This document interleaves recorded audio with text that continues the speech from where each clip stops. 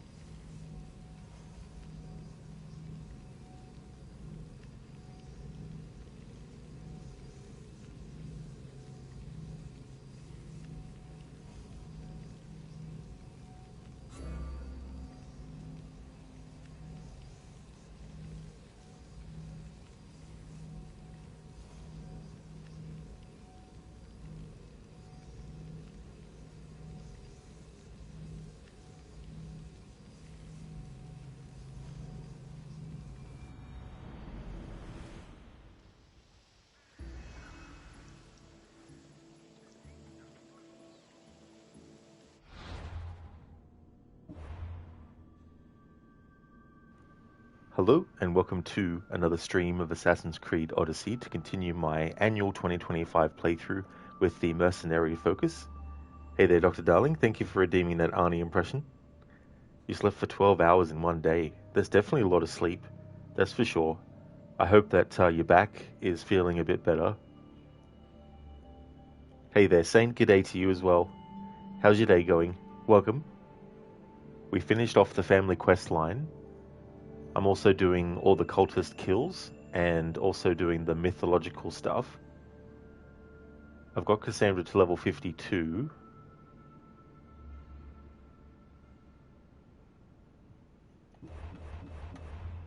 Cultists wise, we have 2, 4, 6, 8, 10, 12, 14. We have 14 cultists left to take care of.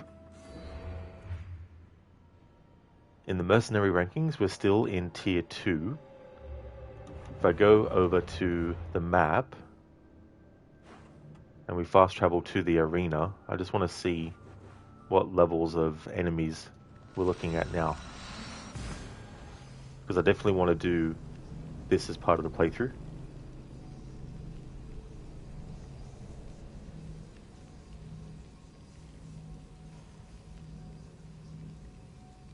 Dr. Darling, it doesn't hurt right now, but it will start again 100%. That really does suck as well. Like, because there's so much stuff that is tied to your back when you're doing things, or when you're not even doing things, to even something like sitting.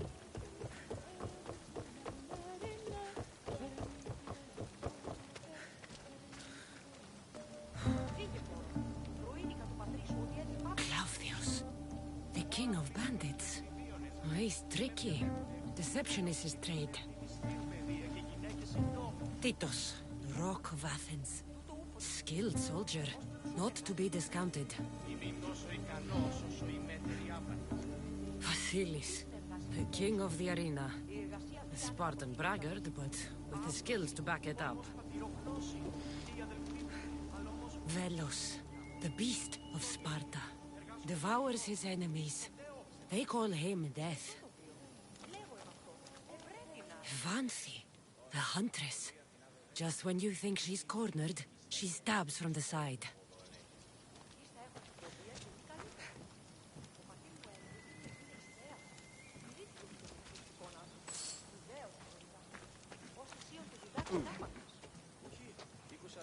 Saint, went for a couple of drinks with the mates last night. It was actually fun. You had a whale of a time.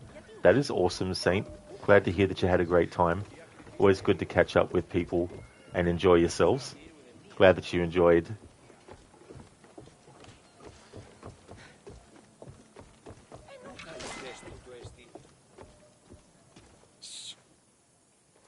Do you hear that?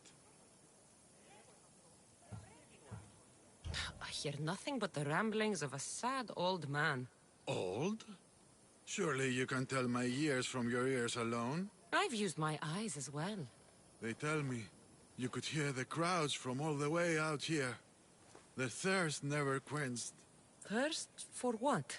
Combat in the arena, Misthios. Life and death in their purest forms. Love, hate, glory and ruin. All there for the crowds to devour. My name is Skura. Kassandra, I found a note that mentioned this place. And you. It called for fighters from all over the Greek world. These walls no longer shake because there are no heroes of the arena left. The crowds don't care about real fighters anymore. They just want blood. But you, Misthios, you could change that. You could make them care. And win riches beyond your wildest dreams, of course. If you were to fight and win. Perhaps I can make the arena walls shake once again. Good. Tell me more about the arena. It's been here for decades, but recently it's changed. As most things do. True. Fighters today care only about drachmi, not honor. And the crowds now come only to watch one warrior gut another. They're jaded. They want more than just killing. They want cruelty. Tell me about the other fighters. As a new contender, the choice of opponent will be yours. No slaves here. No hapless criminals. Just warriors with a resolve to spill blood for the crowd. I see. There are 5 current champions. Each one more bloodthirsty and ruthless than the last. You'll need to defeat each of them if you are to be called hero of the arena. My blades and I are ready. Choose your opponent. Just need that Mortal Kombat music when you're selecting your fighter.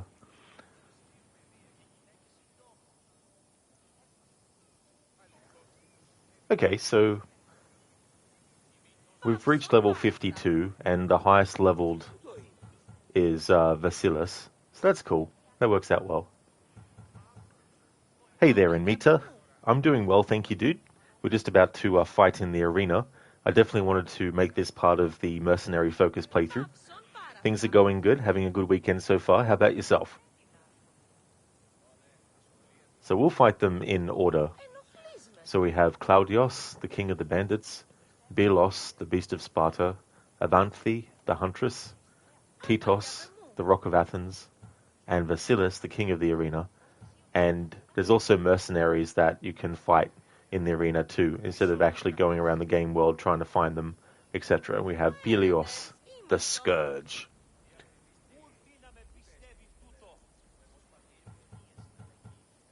So we'll fight them in order. Emita, good to hear. You're doing well, just had breakfast, and we'll start your shift in a few minutes. Very nice, dude. That's good. Glad to hear that. Hope you enjoyed your breakfast. How did you go with Assassin's Creed Unity and the Dead Kings DLC? I'll fight this king of the bandits.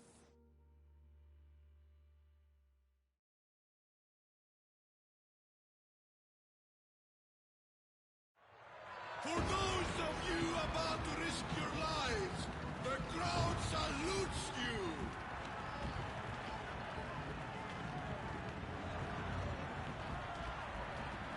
War?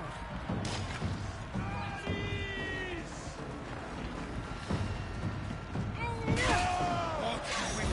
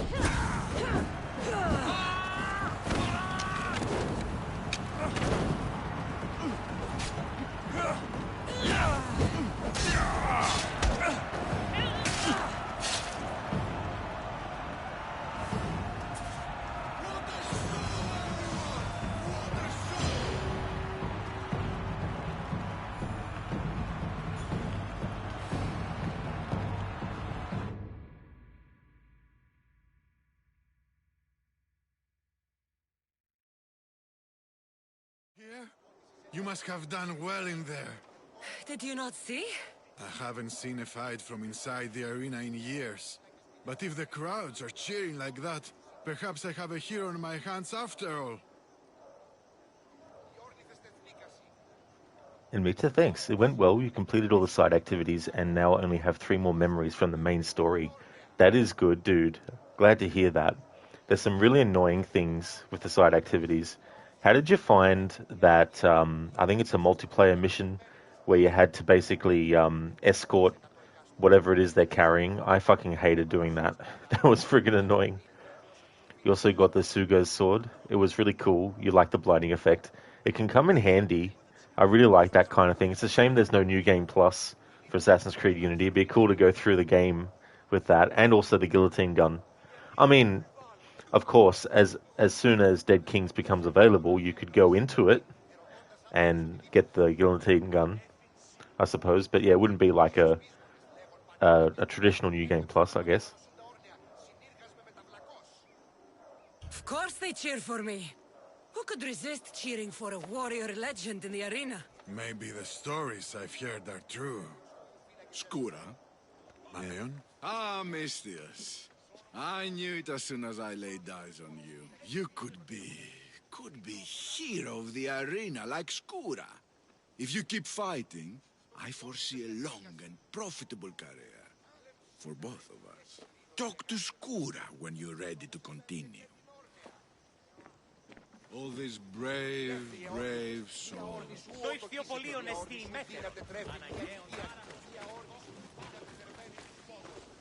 Claudius, the king of bandits. Oh, he's tricky. Well, the King of Bandits is now dead. We just completely obliterated him in the arena. Mita, oh yeah, you hated it. You died a few times, especially during the last part where you need to escort them back, and the enemies are coming from all sides. It felt like the longest escort in history. It really did, for sure. It's just so frustrating, and I mean, I think there's that part with isn't there like a timer or something, or there's some explosive or some bomb or something like that? Like, talk about really making someone go through hell to get that activity done. Choose your opponent. Now it is time for Belos, the beast of Sparta. I will spear Velos like a wild animal.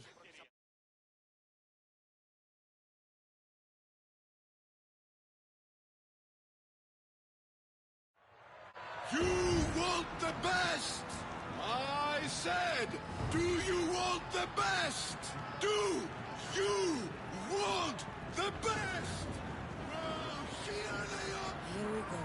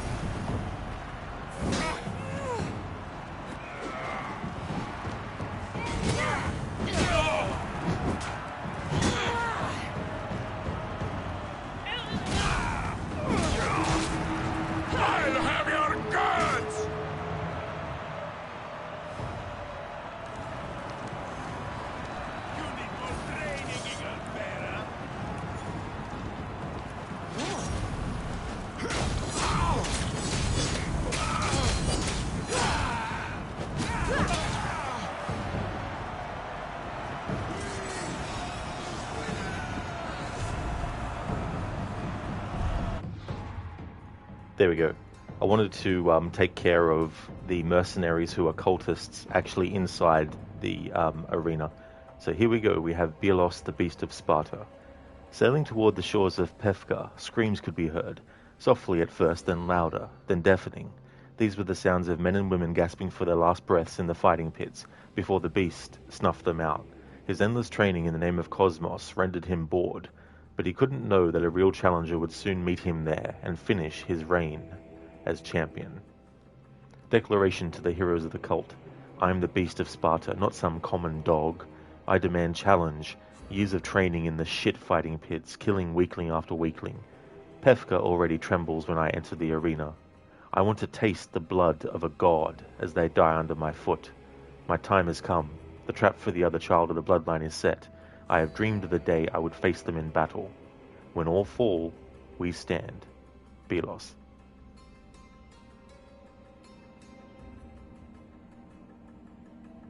Burn down every island in the Caribbean, if you have to. But bring me my bride, and more slaw. Curse the villains. They never give you enough slaw with these value meals. Thanks for redeeming that as a Bane impression. What's that from, Dr. Darling? Exactly, Saint. By fire be purged. We've definitely been doing that a lot in this playthrough. I love using fire flaming attacks. It's so satisfying.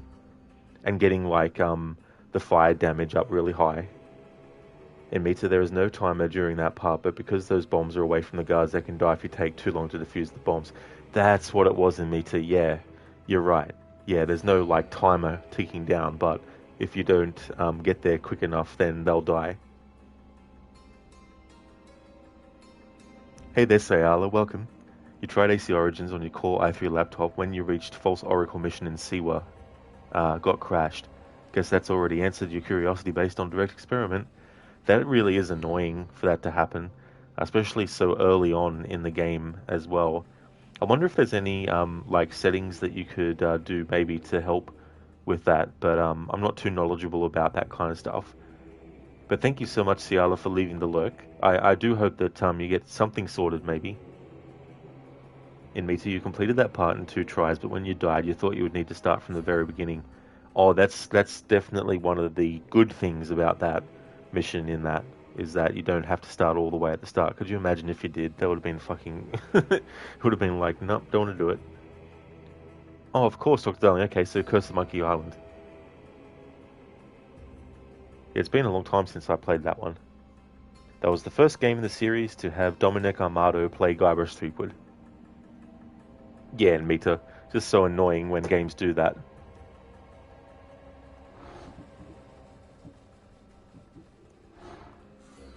Okay, so, letter to Okitos. Okitos, where did you find this idiot? The leader of Boeotia is a coward. I'm a fighter, not a doll. I'm here to battle, to kill, to fuck, a good life, a good death, and nothing more. Time to break out my baby. Got a mace, just like our sage.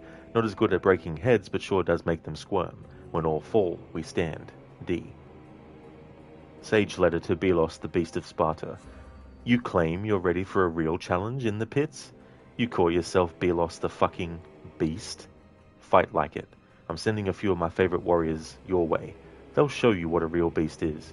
I beat them. Can you? Your Sage. No, Saint. No, this is my first time. I've played it at least once every year since 2018 when it came out.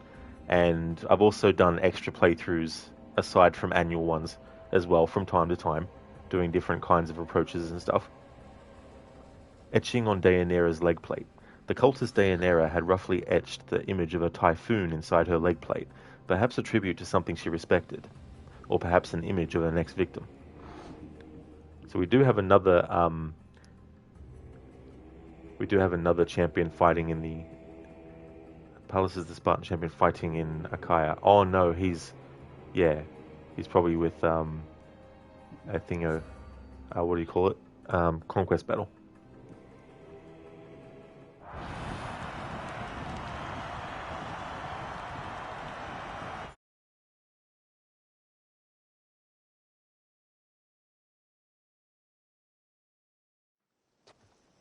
Your blade, Misthios. The spear. It reminds me of long ago, of the Persians. This spear has killed many Persians. As have I, on the battlefield and in the arena. Hey there, Kearney. Welcome, how's things? We're just doing some arena fighting. Gonna be fighting all the opponents that we can. You fought in the Persian wars? I did. What was that like? Hard. The Persians were a formidable enemy. They had the numbers. They had warriors from old conquered lands in their armies. It took a united Greek war to turn them back. Anything less would have been total defeat. A united Greek world. Seems like fantasy now. Agreed. But coming back from the war was harder than the war itself. Mayon and I found daily life afterwards to be difficult. We had been men filled with life and death purpose. We found that again in the arena. The arena! Kearney doing good, but it's been heavy rain this weekend. Oh, that does suck. Heavy rain is annoying. Hopefully it settles down soon or goes away completely for you, Kearney. What was the arena like in your time? It was a place of honor and heroism. I bathed my blade in blood for years. But that was a different time, and I was a different man. How exactly did you become a hero of the arena? What did you do? I survived. I have to go. You've done a warrior's job in the arena. Keep it up. Thank you. Choose your opponent. I'll hunt Ivanthi in the arena.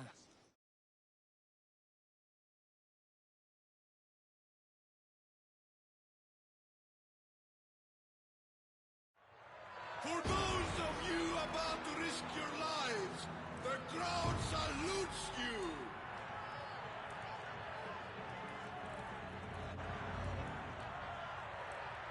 It ends here!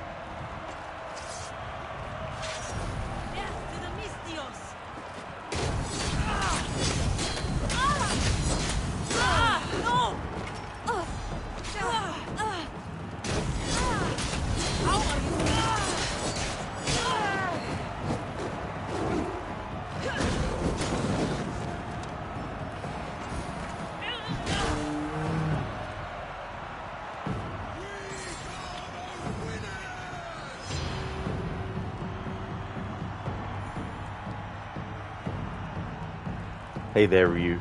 How's things been going, dude?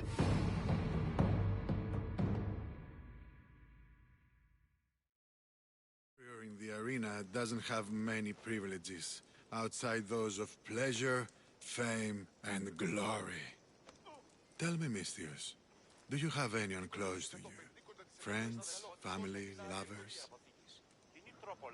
Ryu, you're going well. That's awesome, dude. Glad to hear that. Even though it's a game that I played and hated, it was so cool that Mortal Kombat Mythologies Sub-Zero is going to be part of the Mortal Kombat collection. I was so happy to see that. But yeah, I still might leave Special Forces alone. I don't know if I would want to replay that to even finish it, but Mortal Kombat Mythology Sub-Zero definitely would. So it's going to make it really easier for me to do a Mortal Kombat marathon then, because I'll be able to just get the Mortal Kombat collection. Hey Da Vinci, welcome. You want to start Assassin's Marathon? Which one should you start with? Oh, that's a good question. There's several ones that you could start with, depending on certain things. The first game in the series, you really are limited to how to access it, because they haven't actually re-released it.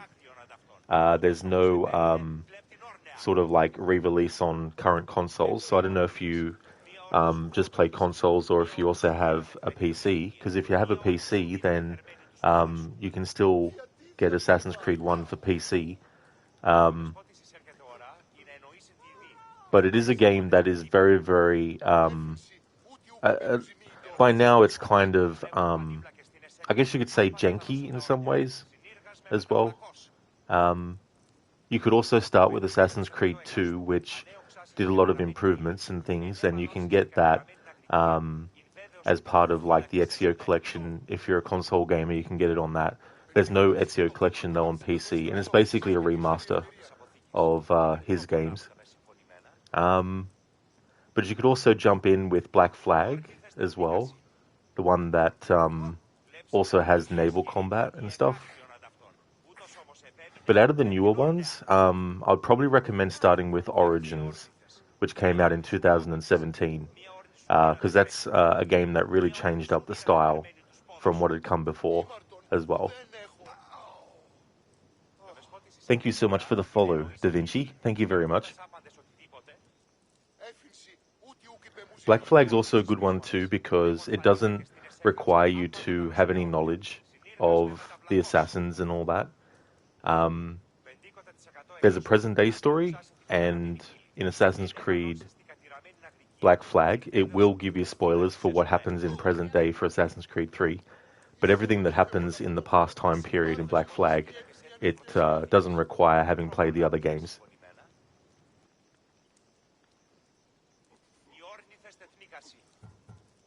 I don't long for the company of others.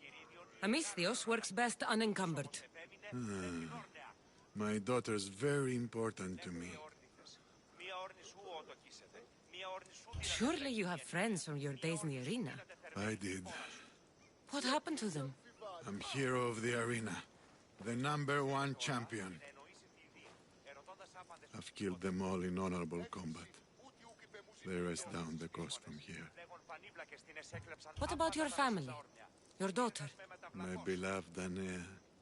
The first time I held her in my hands, I knew I'd never be able to kill again. She's the reason I stopped fighting, even if I can't disentangle myself from the arena entirely. How long ago was that? Years ago. Many years ago. I won't push any further. But come see me fight. I envy you, Mistios. You have everything to gain. Don't let it slip away. Da Vinci, what about 3 Remastered? Well, 3 Remastered, it has its own issues. To be honest, the remastering was pretty weak that they did. But if it's the only version you can access, it still retains like all the story stuff and all the side activities and things. So if that's the only version that you can access, it's definitely still good to play. And if you play Assassin's Creed 3, it has some naval combat in it, so it kind of is a precursor to Black Flag, which came out afterwards. Choose your opponent. And you'd also get Assassin's Creed Liberation remastered with it too, bundled with Assassin's Creed 3 remastered.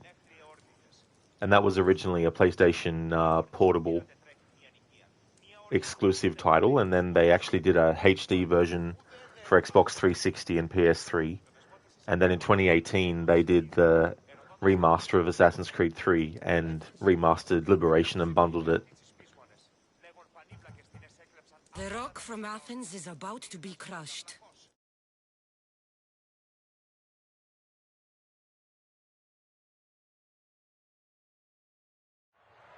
You want the best! I said, do you want the best? Do you want the best? Here we go.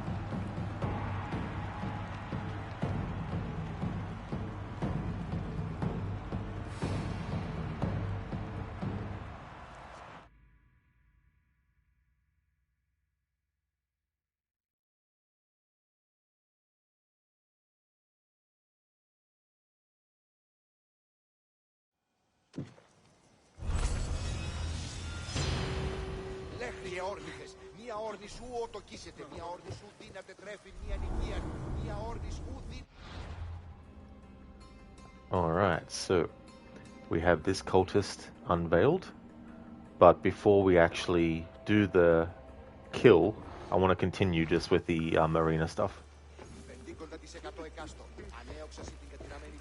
Because my plan this playthrough was always to do the arena all in one and not break it apart. Hey there, Godfather Al, Ms. Malaka, the mercenary magnet. Very much. And we've heard a lot of Malakas as well in this playthrough. The count is currently 191 Malakas. How's things going, Godfather Al? Welcome on in. Choose your opponent. Vasilis will have devoured his last opponent.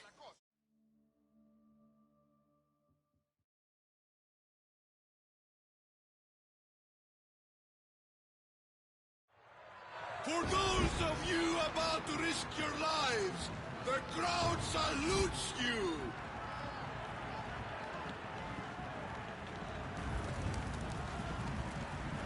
I'm putting you down!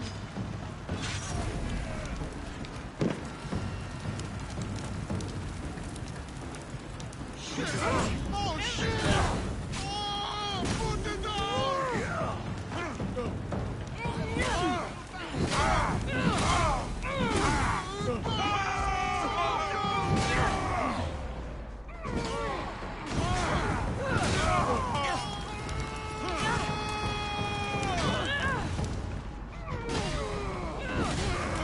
Die right now!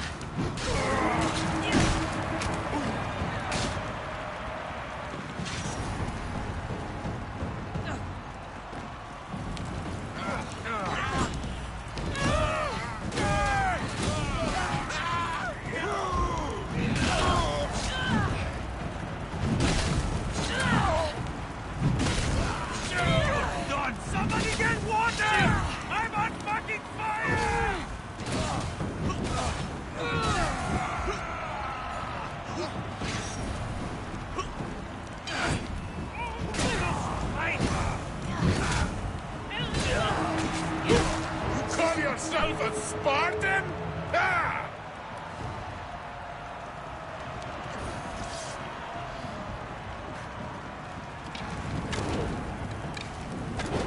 I'm putting you down! Malaka! Someone help!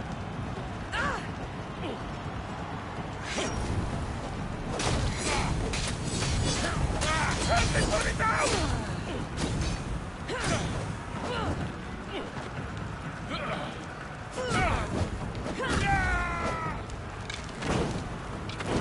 Malaka!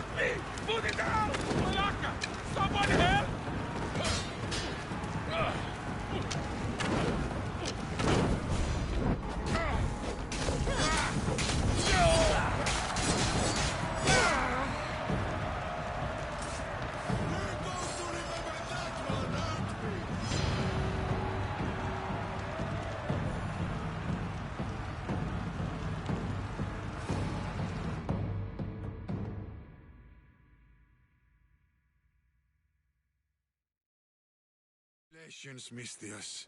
You've lived up to what Mayon and I saw in you. You're destined for greatness. Thank you. I'm done, Mistios. I'm leaving. A life outside the arena gates is no longer for me. I need to move on. Godfather Al, technically that king of the arena could be like plus 500 malakas if you just kept running around. That is true, yeah, I could definitely artificially farm for malakas instead of doing it organically as I play through the game. Where will you go from here? What will you do? I need to live life the best way I know how. Will you see your daughter? My little Anea? Yes. I think I'll see her. I hope we meet again, Skura. Why do you want to leave the arena now? It's because of you, Mistios. I finally watched you in the arena. How long has it been since you've watched the fight? A long time. But I'm glad I went back in. You've stirred feelings in me I thought to be long dead. I understand, friend. Friend? Not old man? Not old man. Friend. Before I leave, I've set up one last fight for you. The best arena fighter the Greek world has to offer. It won't be easy. But then again, nothing in the arena ever is. Are you interested? I'll do it.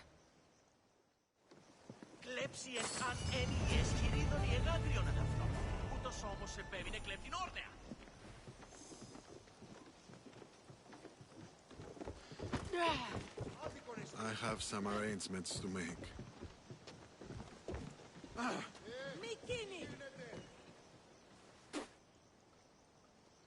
Gross.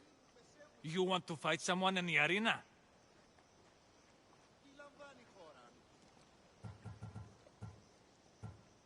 I'll face this mystery opponent in the arena.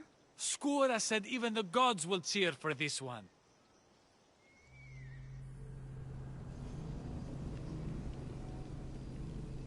The first rule, mercenaries will often travel to the arena to test their might.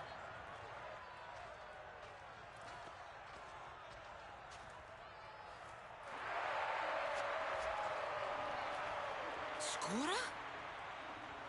Look at this, Mistios. Feel it. Everything I've been collapses down into this moment. The war, my time in the arena, my daughter Anea, and you, Mistios. Why are you doing this? I found a way. Thanks to you, I found a way to live again. What about Anea? Think of her, Skura. I've been thinking of her every day since she was born. And now more than ever. Dr. Darlingrod said he would hide the unspent skill points on the UI, but he didn't. He likes to see them piling up. Well, to be honest, I looked in the options and I tried to find where it was to turn it off, but I couldn't, so I thought, fuck it. Because it wasn't related to the ability points option, because I turned it off and it was still on the screen. You need to rethink this. You don't know what you're doing. I know exactly what I'm doing. You're going to have to fight me, Mistios. I won't hesitate killing you if you let me. Fine, old man. I'll send you into the next life. By all means.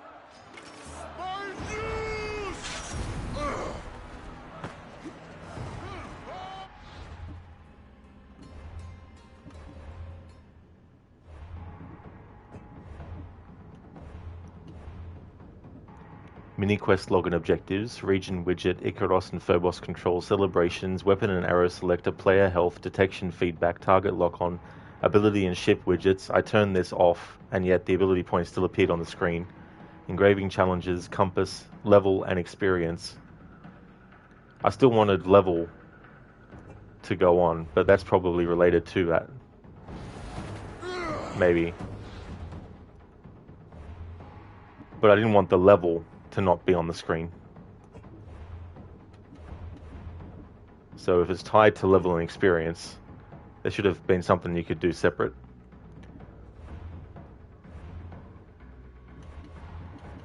Okay, so that quest. Heroes of the Arena. Kassandra, now the reigning champion of the arena, was surprised by Segura's offer to fight one last mystery opponent who was said to be the best fighter in the arena's history.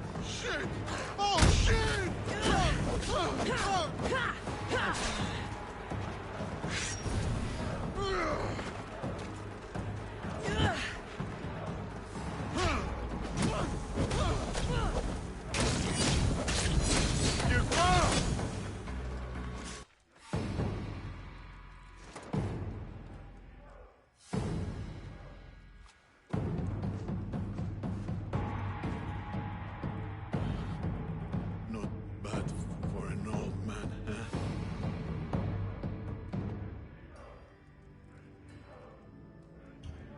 Not bad for an old man. Not bad at all. I thought so, too. What about Anea, your daughter? Anea's gone. She's been dead for 9 years. So when you said you'd see her again... I was scared that when I finally saw her again, she'd see what I'd become. A useless old man. But you showed me there was still a way I could go to her proudly. As hero of the arena. Do you think she'd be proud?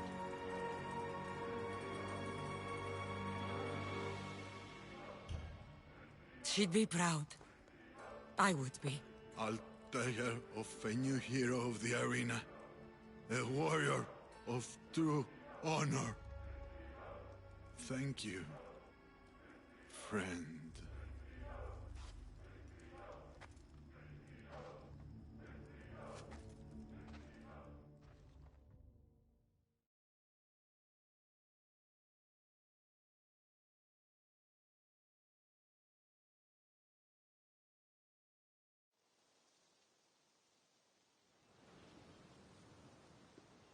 Peaceful, isn't it? It's what we all hope to earn one day. Peace and respect. How do we truly earn those? Peace and respect. Once we're gone, our deeds must speak for themselves. They've defined us and our legacy. It's how we're remembered that matters most. How will you remember, Skura?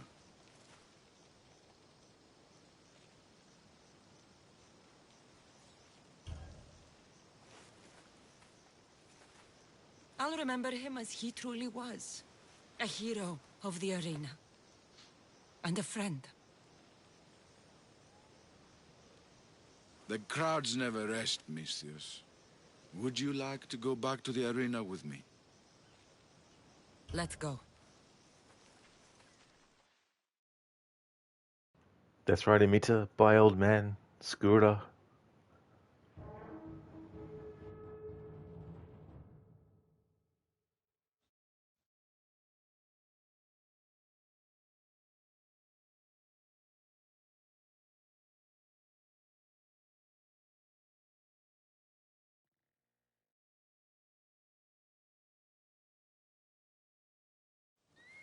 Το χθιοπολίον εστί ίνετερον, ανακαίων τάραχος και λευκόχουν φάλιν, ακυπησίους, θήνους, σκρόμβους και τρίγλας, εξ ευξήνου πόντου. Έχουμε ταρίχιους ηχθείς εκ πόντου και προποντίδος. Έχουμε αναλιπάστους ηχθείς και άλλας εκ διοσκου... Want to fight? Alright, so Pelios the Scourge is still the mercenary there. Alright, so that is all the arena questline stuff done. I wanted to do that as part of this playthrough. I'm leaving. Fine by me.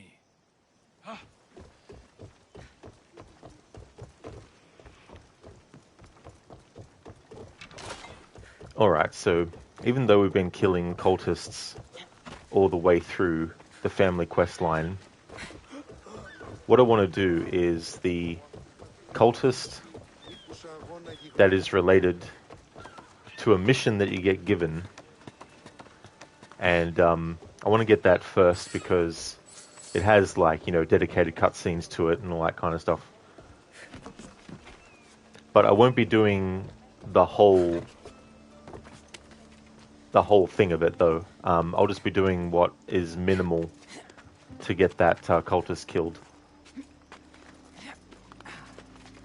Dr. Darling, the Malacca's Minotaur today? I don't know, to be honest. I've still got the mercenary ranking system to work on, so just have to wait and see.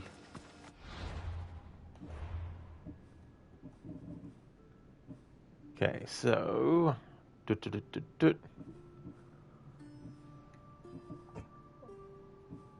See, add-on quests? No. World and characters. Trouble in Paradise. Here we go. Kassandra landed on Mykonos in response to a desperate plea from a failing rebellion, but to help the people overthrow their Athenian oppressors, she first had to find the rebel leader named Kira.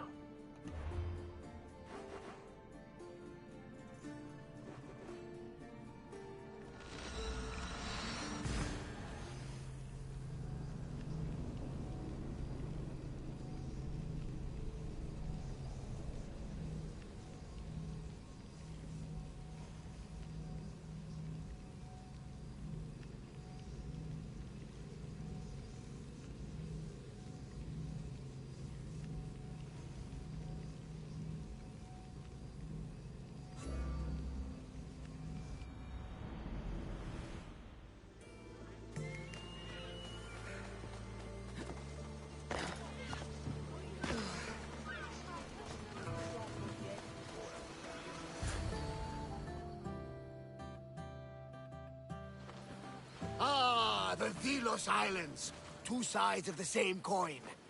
Delos, sacred birthplace of Artemis and Apollo. And Mykonos, where people do everything that's forbidden on Delos. Read me the note again.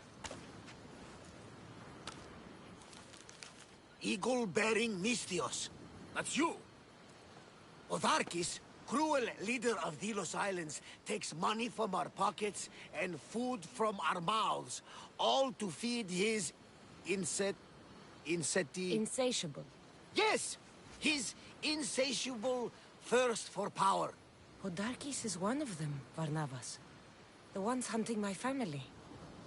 Keep reading. We are a modest but fierce group of rebels who'd pay you handsomely to help us overthrow our vile oppressor. I pray the winds guide you swiftly to our shores, Mystios. Our people are dying. Signed, Kira. I'm here for Podarkis' head. The rebels will lead me right to him. These are such beautiful islands, Kassandra. At least visit the sanctuary of Apollo before you start taking heads. Does the note say where Kira is? There are two locations marked. A camp along the northwestern coast and a hideout that looks like it's underneath the city.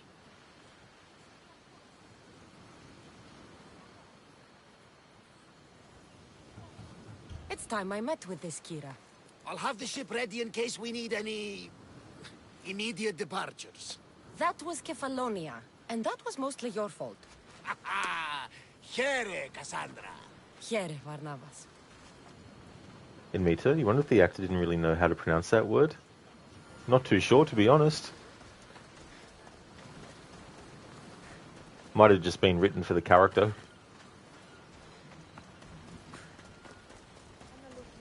There's a whole quest line that you can do if you want to with this, but if you don't want to, you can just basically do the bare minimum. Once the game allows you to actually go and kill the cultist Podarkis, you can just go and do that.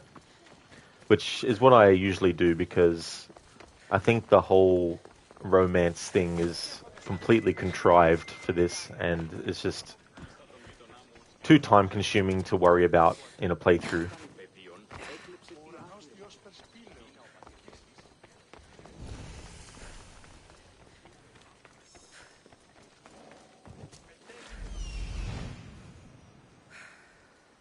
There's the rebel hideout.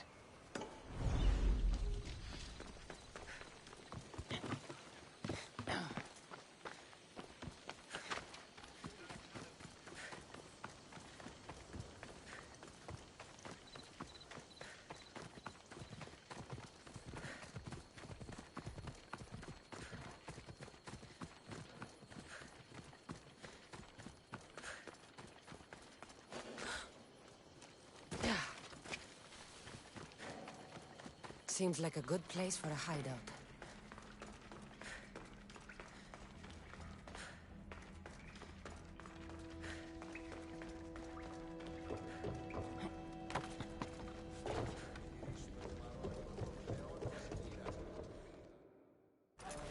I'm looking for the one called Kira. I've come in response to a call for help. You missed.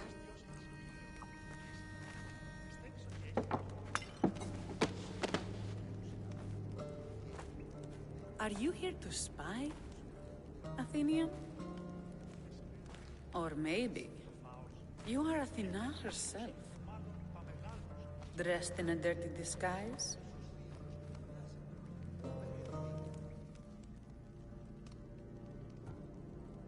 I came to help a fierce group of rebels. But I show up and you're all drunk.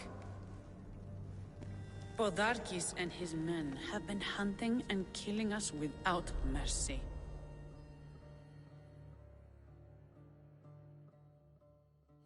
His spies are everywhere. He won't rest until all who oppose him are dead. We are all that's left of the resistance.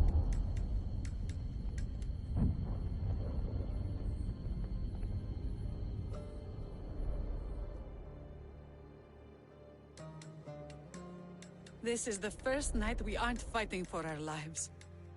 And it could be our last. And suddenly, you show up. This is why I'm here. It's your symbol, right? You're the Mystios who bears the eagle of Zeus? My apologies. These are dangerous times for anyone waging war against the Athenian Empire and the Delian League. I am Kira.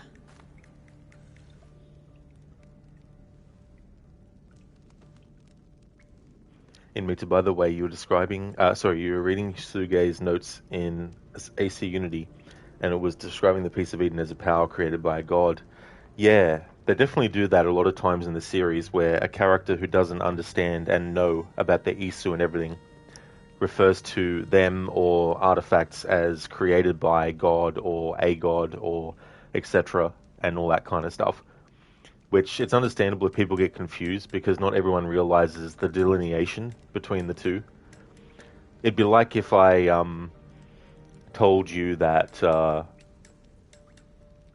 just trying to think of a good example of it, and I can't.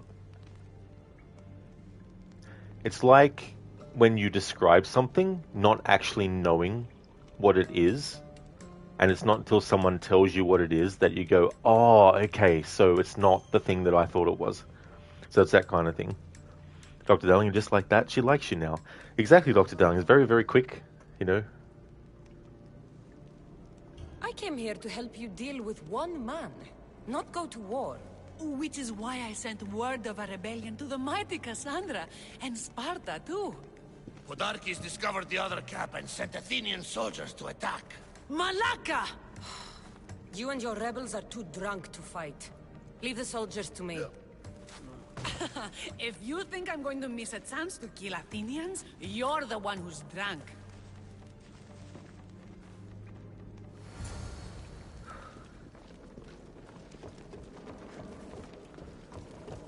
Hey there, DC. Welcome. Wait a minute, the stream title says Odyssey, but this doesn't look like it's in 2001, nor is it in space. That is true, yes. Hey, what's over there? Imagine, though, if we actually did go into outer space. That'd be wild.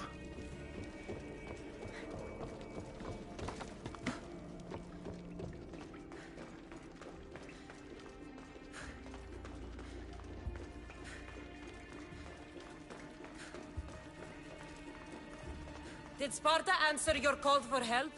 A polemarchos named Thaletas and a handful of Spartans landed on Mykonos not long before you. It's their camp we're headed to, isn't it? Thaletas needs our help now, though he'd never admit it. Sounds Spartan, all right.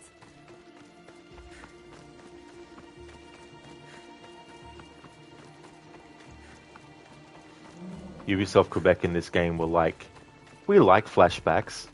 And you like flashbacks too, right? That's why for Assassin's Creed Shadows, we've given you a flashback every 5 minutes. I swear, you could play a drinking game with shadows and how many flashbacks happen in that game.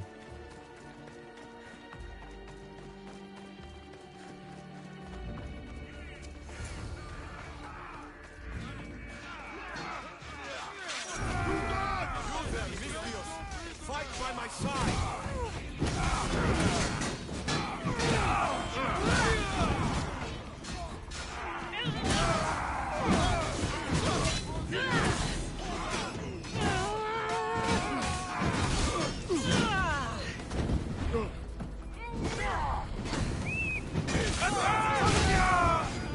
We need to stop.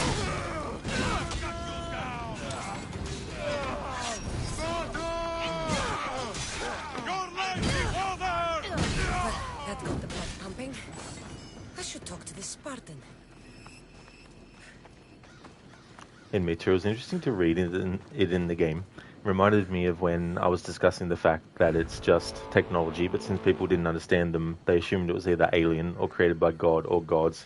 Exactly, in Meta, yeah, that's the thing that can make things a bit difficult.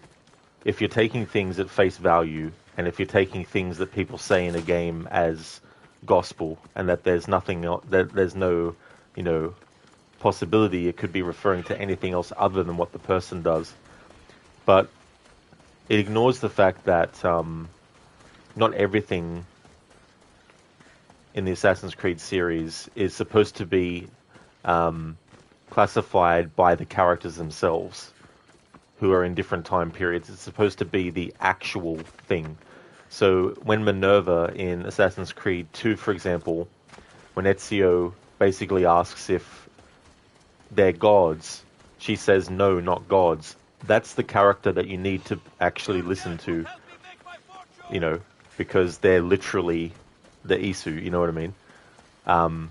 It's just that Ezio asks if they're gods because that's all he can really comprehend, which is understandable, And so that's why it's important to not always just accept what a character says in the game, especially when they're a character that doesn't have the required knowledge to know.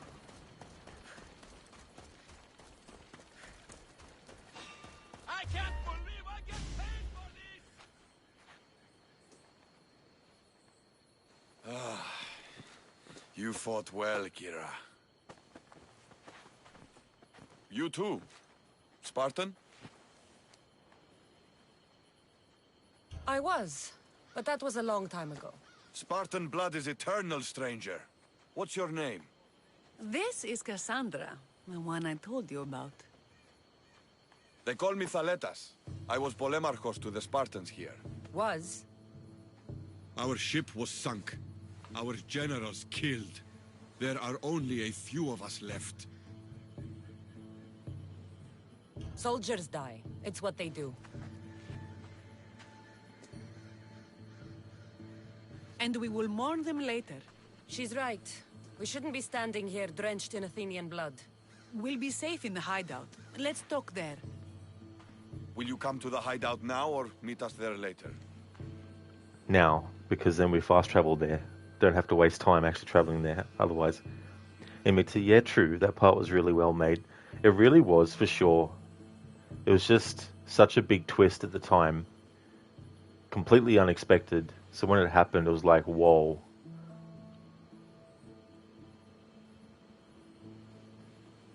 My new girlfriend's car got a flat tire as we were on our way to see my parents. So I called them up and said, "Sorry, Mom, I'm going to be late. My girlfriend's got a puncture." "Oh, John," she sighed. "I thought you had a real one this time." There's no time to waste. We'll go to the hideout now. Thanks for redeeming that, Dr. Darling, as an Arnie impression.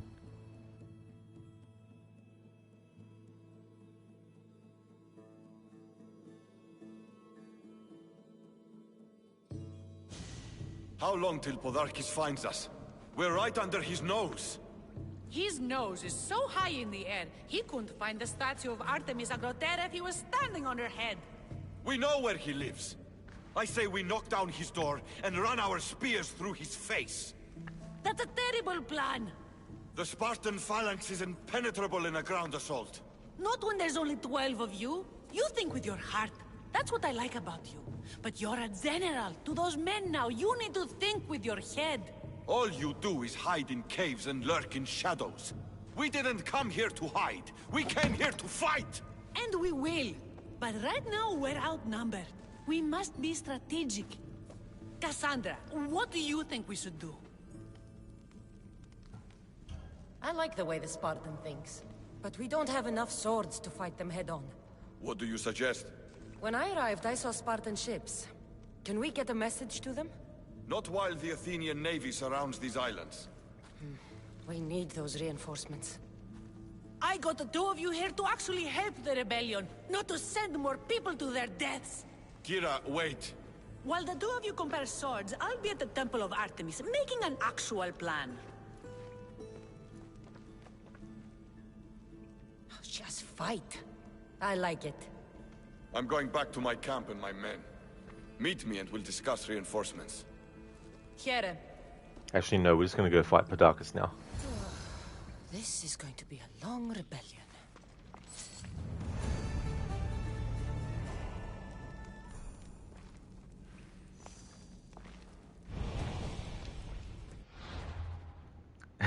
Hey there, hit your shot. Put that cookie down. That's another classic Arnold Schwarzenegger quote from Jingle All the Way. So you can do these quests, da-da-da-da-da, but we're just going to go and deal with the cultist.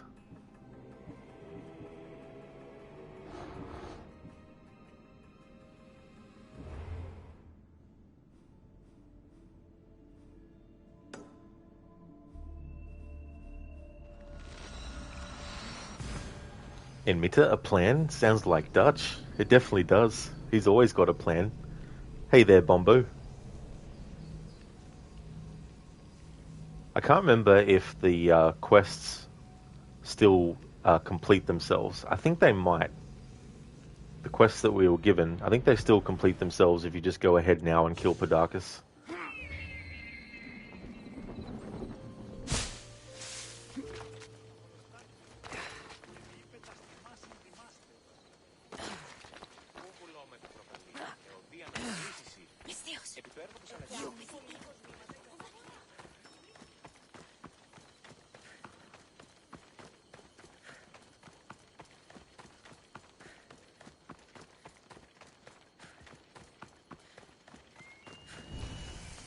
This place is well guarded. Need to be careful. I'm coming for you, Podarkis. Guards! Kill her! No way to escape!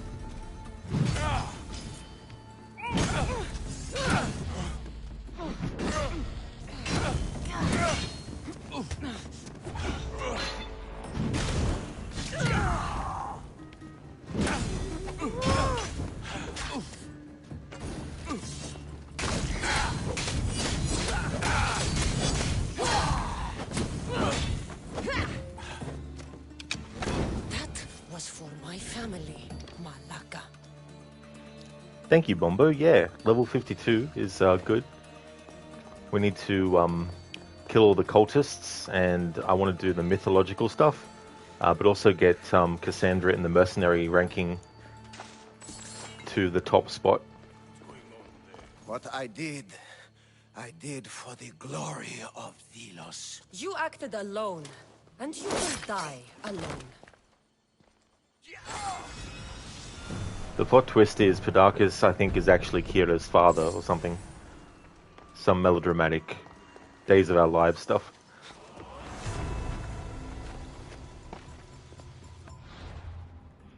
Pedakis the Cruel. After generations of control and dominance, the Silver Island's influence waned, Pericles led Athens to become a center of power. This was a change Perdiccas the Cruel would not tolerate. The cult gifted him a formidable army. With it, he would squash the brewing Delian rebellion and pledge to the cult to burn Athens to the ground.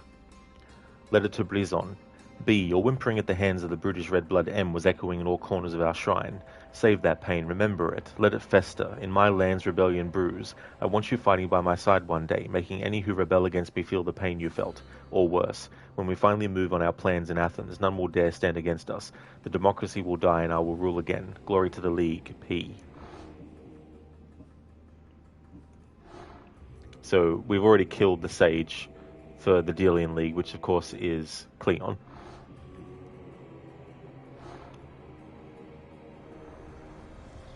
I will lead those who oppose us to the gates of the underworld. Cosmos, be my guide. Kodros the Bull. A crueler little man than Kodros of Lesbos there was none. Having been a fighter himself, he knew to stock his forces with prize fighters from the arenas and pits. Their glory would be his, though he marched them out under the Delian League's banners, and though they were feared, none knew he offered their lives in battle as sacrifice to Cosmos. Job offer. Fighter, I offer you congratulations on your victory, but your deadly skills are being wasted in the pits. There are targets and prizes worthy of your strength. Interested? Come to my home on Lesbos Island. Join me in bringing glory to the League. Kodros.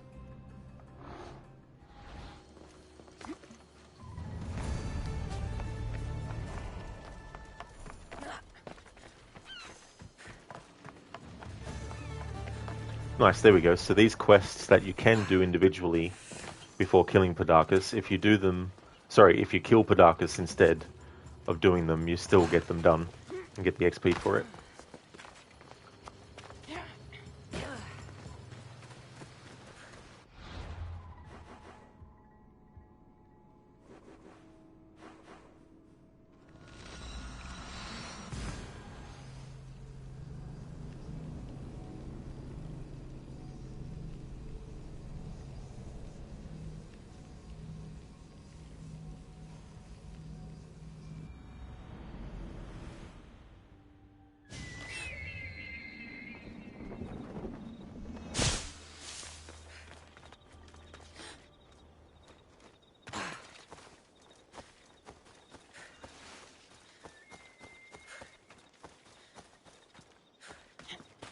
Even though Assassin's Creed Valhalla, the present day for it, and of course Eivor's time period, takes place after Odyssey, I'm actually going to be, this time for my annual playthrough series, doing Mirage after Odyssey first, because I want to see what it feels like playing Mirage and then Valhalla. Especially too because Basim in Mirage is younger than he is in Valhalla, and even though we don't get to play as him in Valhalla, I still want to do the stories in timeline order. And for Mirage, I'll be doing what I've called a basic Basim playthrough, which means, well, I actually created a command for it ahead of time. So that's what I'm doing for my Mirage playthrough. Basim will only be able to use the tools and weapons that the game gives him and cannot upgrade them, which means going without Blow Dart, Trap, Noisemaker and Smoke Bomb. The sword and dagger the game gives Basim cannot be changed or upgraded. Outfits cannot be changed or upgraded from what the game gives Basim by default and cannot unlock any skills. It's not a stealth challenge though, so detection is allowed.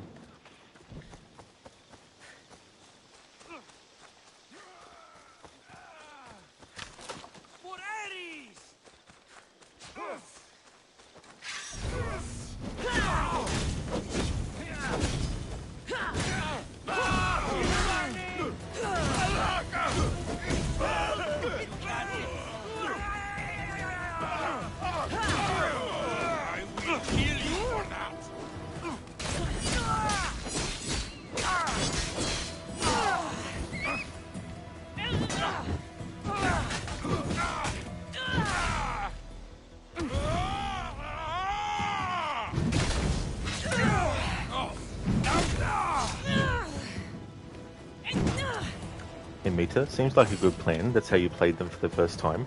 Oh, that's cool, Imita. That's how you played them, in that order as well. Yeah, it's been something I wanted to do for a while now. It might only be like a one-time thing for the annual playthrough series. I might decide, but I'm not going to do that every single time, but just at least once.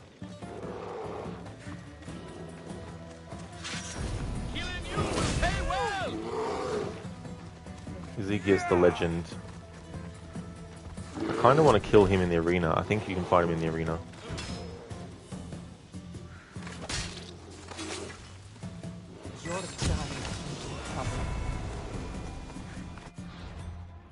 Quadros the Bull is now defeated, which means all of the Delian League cultists have now been taken care of.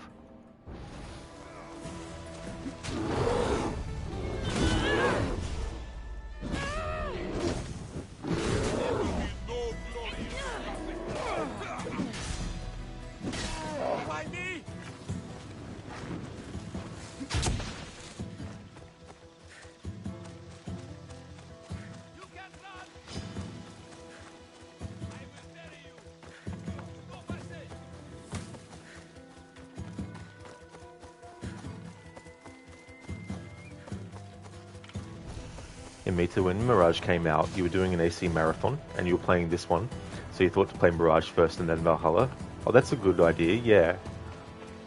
That way, being able to jump straight into the newer game at the time.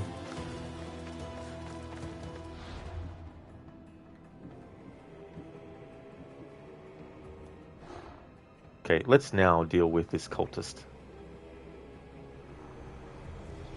Those that do not fear Cosmos can learn to breathe beneath the waves.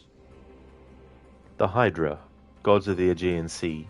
Hydra the many-headed caught the eye of Cosmos through sheer viciousness. Recruited to be a simple ship's captain, the young Hydra instead took command, slaughtering and sinking any who opposed. He united the cult's fleets in its so-called gods of the Aegean, until those sailors who knew them knew to fear them more than Poseidon's wrathful tempests. This fear was Hydra's gift to Cosmos. Letter to Asterion. Asterion, the sage sailed ashore to see my ship. He was impressed. It's been rebuilt. Stronger, faster. Even Poseidon is less deadly than I. We disembark from Milos tomorrow. What I long for is battle, a chance to crack open the hulls of my enemies. What I need is a reason, someone to make an example of. We are the waves. Sokos. Letter to Sokos. Captain, our young sage demands we find swordfish. Word is you're enjoying the carnage you've caused on the Obsidian Islands, so leave this manhunt to me. I heard he set sail south, maybe near Nafi. That's where I'm headed. We are the fucking waves, the octopus. Letter to the octopus. Octopus, my father's sending ships to join you in Nafi. No reinforcements will reach Pefka. You have my word. My father has only one request, an answer to a question. Our sage was last seen sailing west and sailing alone. If anyone understands him, you do. Where is he going and why? We are the waves. M. Letter to Melanthos. Melanthos, I sank the shark's head. She was a good ship. Now she's in the sea's belly north of Theater. Crashed into a sunken ruin as the sage ordered. Never did say why these structures needed to be destroyed. He's fiery and likes his secrets. But you have the blood of a true leader. If you want the job of the many-headed master, I'll sail under your banner. We are the waves. MS. Sage letter to the Mytilenean Shark. Shark, the southern spirads are yours. I'm sailing to the waters south of Messenia. Anyone who follows me will be sunk. You are the waves now. H.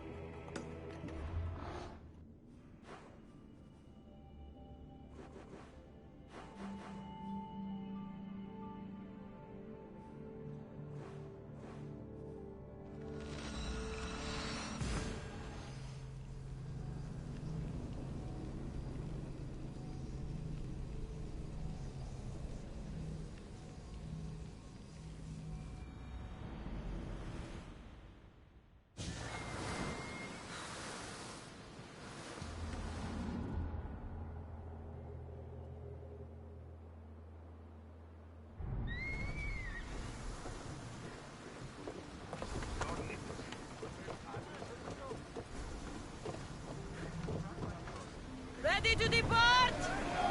So, what next? We could go hunting. Do I look like the type that can defend myself? We won't hunt bears, Herodotus. We'll hunt liars, traitors. You know, the usual big game.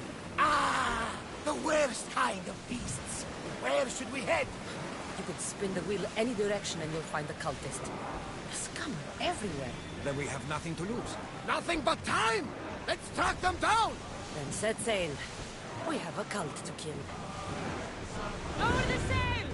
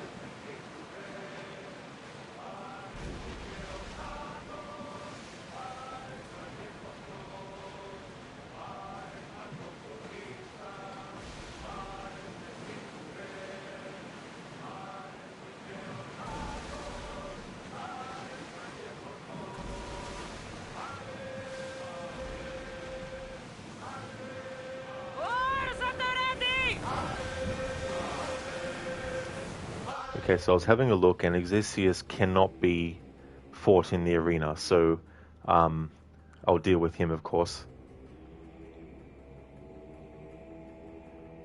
But after this cultist is killed, exactly, in Mita, there is much to do, and many cultists on our horizon. There definitely is. It's good to see all that red on their icons.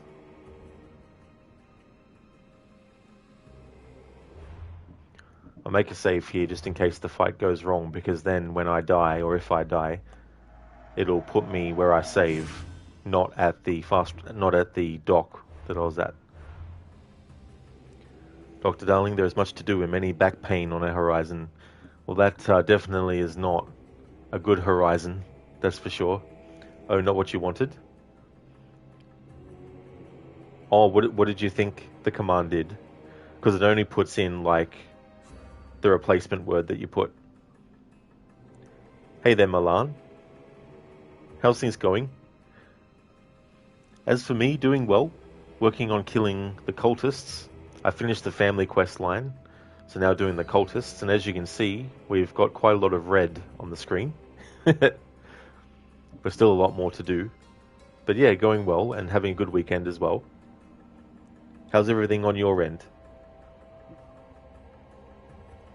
Dr. Darling, for some reason you thought it was going to reply with much, not many. Oh, I see, Dr. Darling, yeah. No, I made it so that it changes the word unknowns.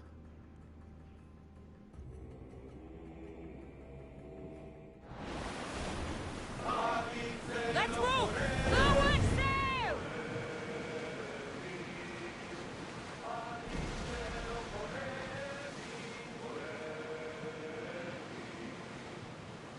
Dr. Darling, ancient back pain from the Old Kingdom, from way back. Towers, in position! We are ready to attack. We've got the fight coming! Hit us! Be ready! Brace yourselves for impact! Archers! Fire! Down the spears! Ready your bows! Let's see what they make of fire! Get them! Attack with your spears! You hit them squarely! Well done! Ready to shoot! Use arrows! Like the volley! Archers, get ready! Throw spears! Activating Dismas damage! Let's see them burn! Arrows! Taking some damage, Commander!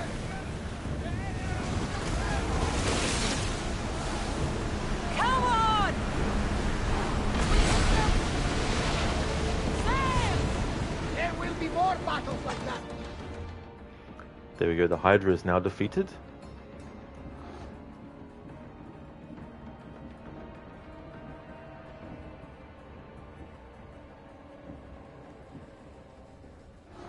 And we've already defeated, well, that's the Sage, sorry, defeated.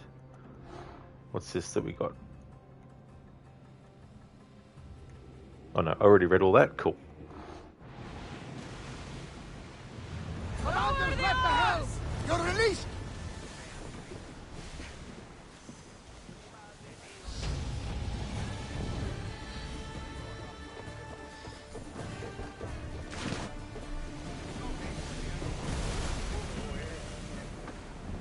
should stay back, unless you...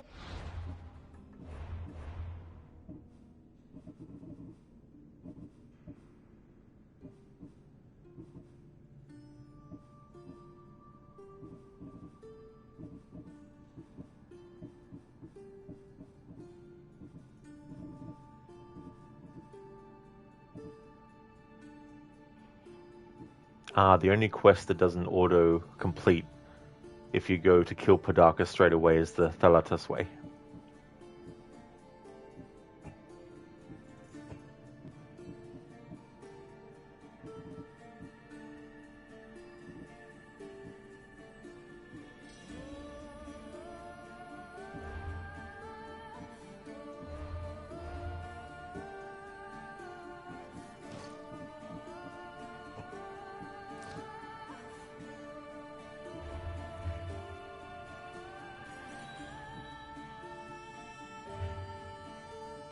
Alright, let's go and hunt Exekias the Legend. In our time, one Misthios was feared above all, forever present, forever undefeated. Age will not dull his edge, nor rust his hammer's head. Behind Exekias the Legend was a trail of desolation and the eerie silence of death.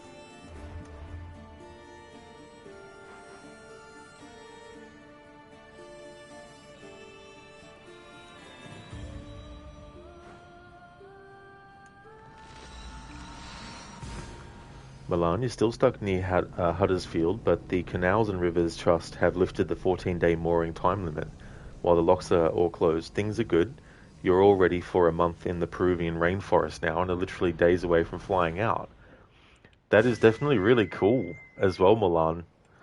I hope that when you actually go for that trip to Peru, I hope that you have a great time as well.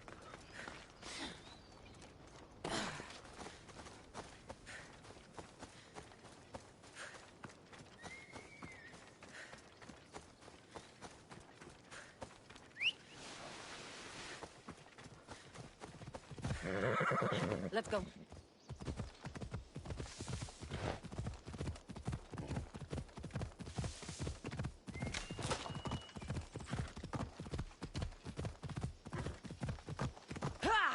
Ella.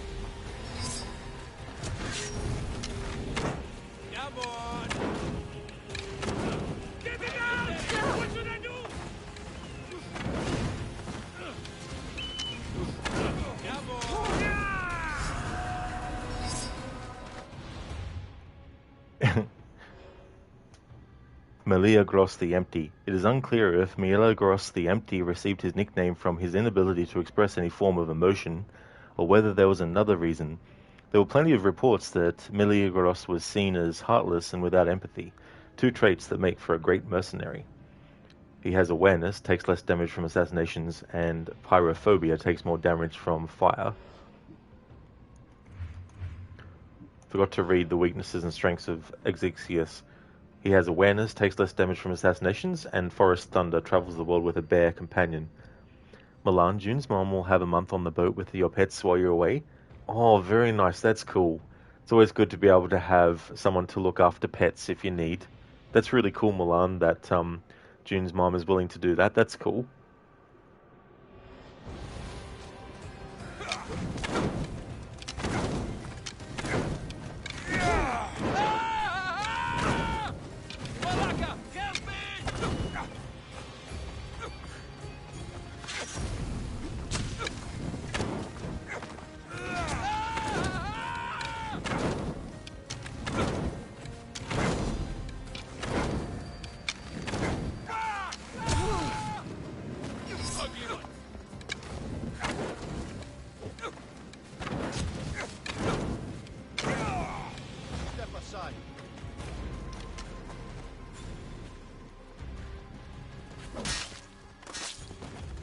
That's the end.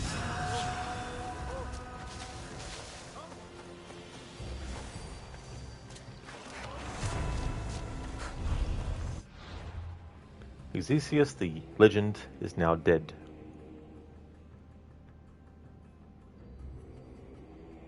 Okay, so I've already read those.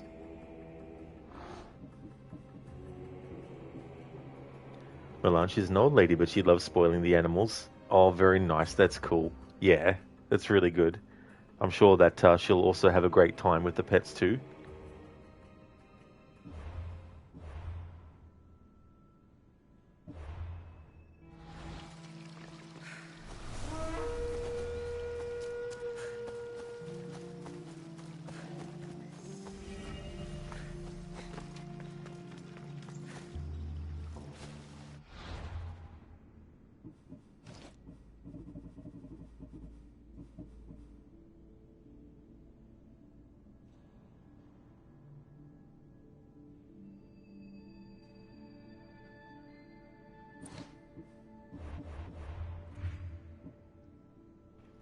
And we have now reached Tier 1, which means only the strong can reach this position, and ride Abraxas, the immortal horse. So now we've unlocked the S tiers of the bounty system. So with the other tiers, they went from Tier 9 being the highest down to the lowest, to Tier 1 being the highest. Now the S ranking ones, they go from lowest to highest. So S4 is the final rank, and that's what we need to get Kassandra to for this playthrough. Dr. Darling, only 200 times. Too bad you won't get to hear Malaka from the Isu guards, even if you were planning to play the DLC. Oh, there we go. We reached the 200 Malaka point. That's cool. I didn't actually notice. But that's really cool. But yeah, that's the thing too, like those enemies not being able to let it happen. Milan, you just downloaded and started playing AC Mirage the other day. Oh, nice, Milan. What do you think of it so far? That's the next game that I'll be playing after this is finished. Valhalla came out after Odyssey, but I'm playing Mirage first this time around to see what it's like playing the game in chronological order from Mirage to Valhalla.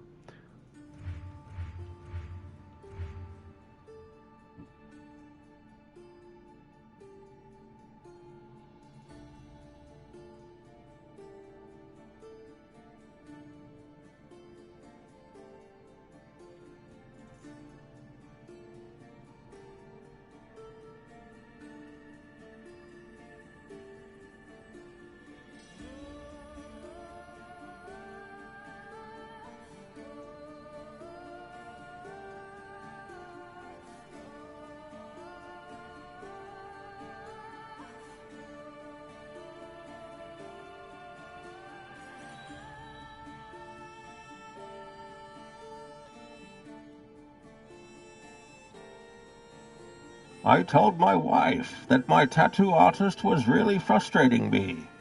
She said, don't let them get under your skin. Thank you for redeeming that, Dr. Darling, as a Bane impression. Thank you very much. Bombosa, what now? So now we keep on playing the game, and we keep on doing message board bounties for mercenaries, and we keep on doing the like arena fights, I can do that too as well, and also kill the cultists and all that kind of stuff.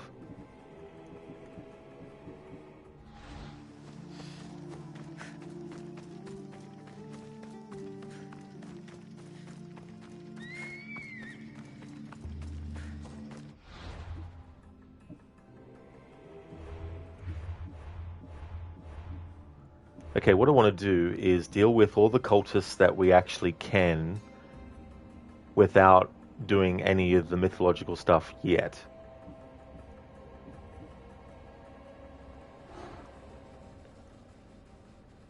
So I might do this whole thing with the cultist on Kithra.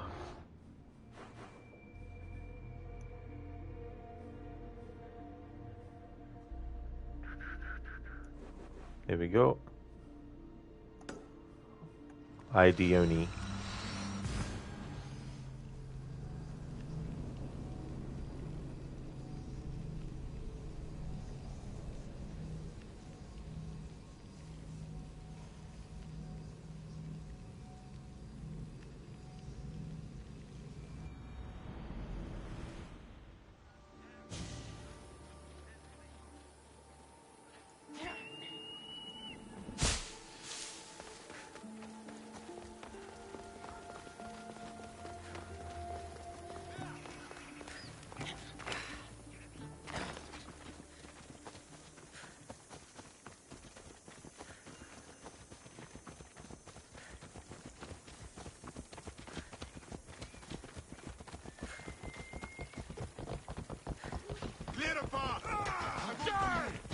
Weaklings! You cannot stop us!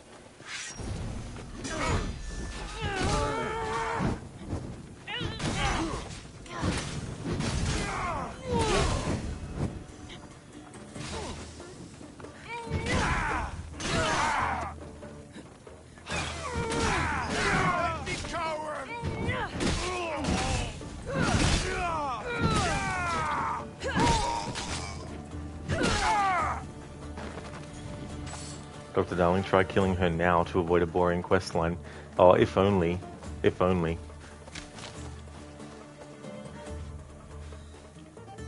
Milan, it's not bad so far. You've done the assassination at the marketplace, vicious hanging, and you've done a jailbreak. It's not as colourful as a lot of the Assassin's Creed games, but it's good so far. That's cool that you're enjoying it. That's good progress too, as well. Definitely a smaller scaled game compared to the other ones that have come out in recent years. Somebody stop them! Mercenary have... Where is he? Rexenor, lover of flames. It said Rexenor, lover of flames, always let the flickering light of the fire lull him to sleep each night. He confided in just one man that the warmth of the flames reminded him of his mother back home and when she used to rock him to sleep.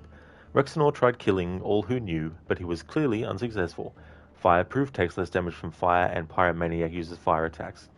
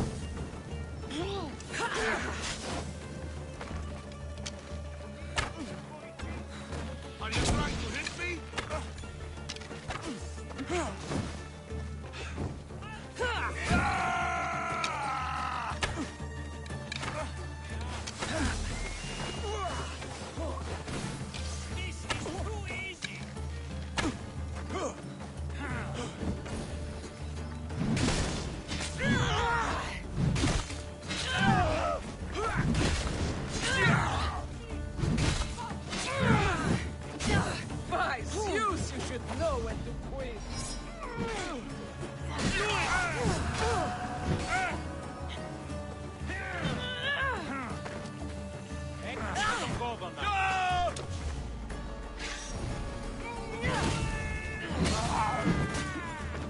My blade will make short work of you. Yeah, Milan. Yeah, I mean, there's definitely still some time-consuming stuff in that game.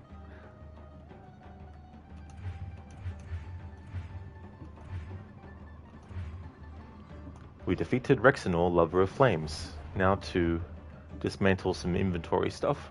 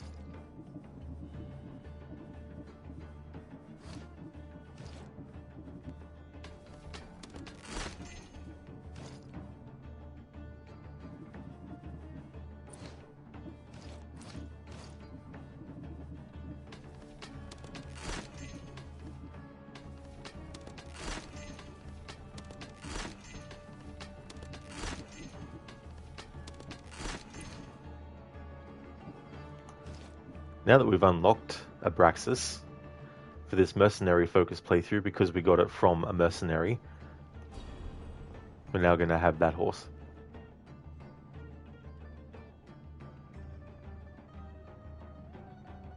Milan, the training at the Assassin's Camp seemed to go on for a while. That is true, yeah.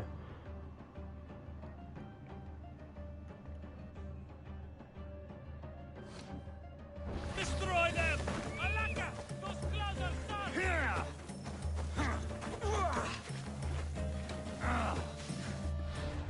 Okay, so these mercenaries that we now have to deal with.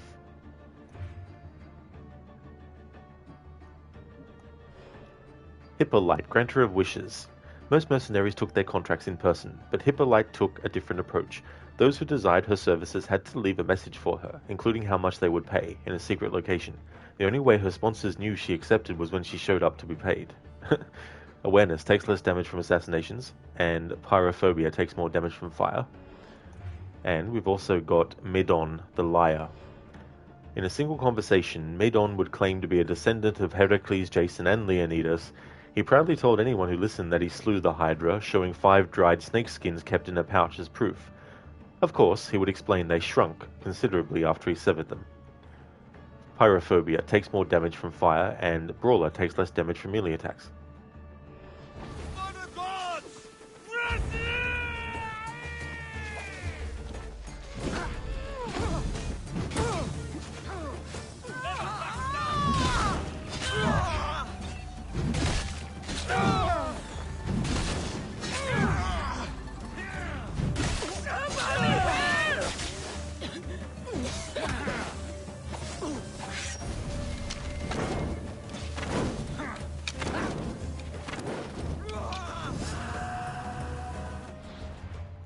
Hippolyte, the granter of wishes, is defeated.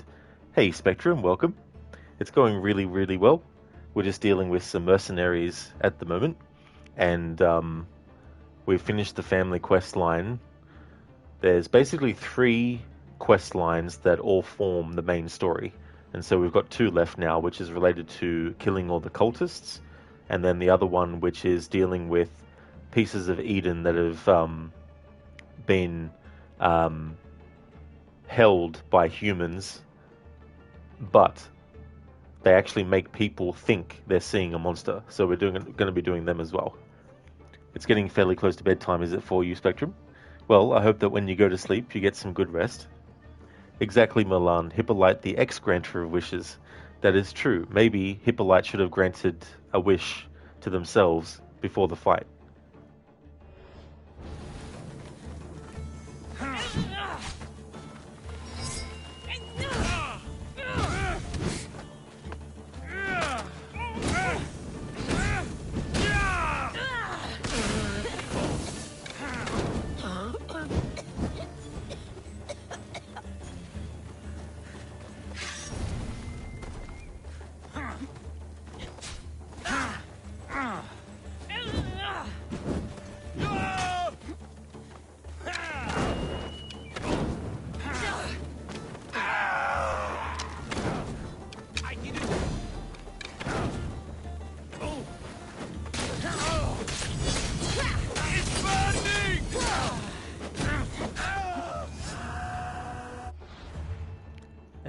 Midon the liar has told his last lie. Although, if he was still alive, he'd probably tell someone that he actually didn't die. Well, Hippolyte, the feeder of worms. Definitely feeding lots of worms now. That's for sure.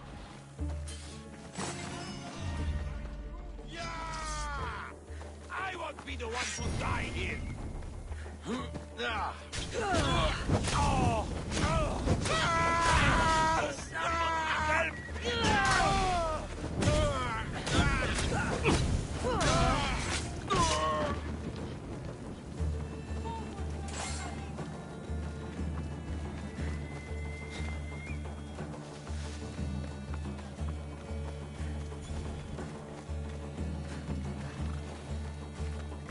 You're a gift from the goddess herself. And by the fates, she chose well.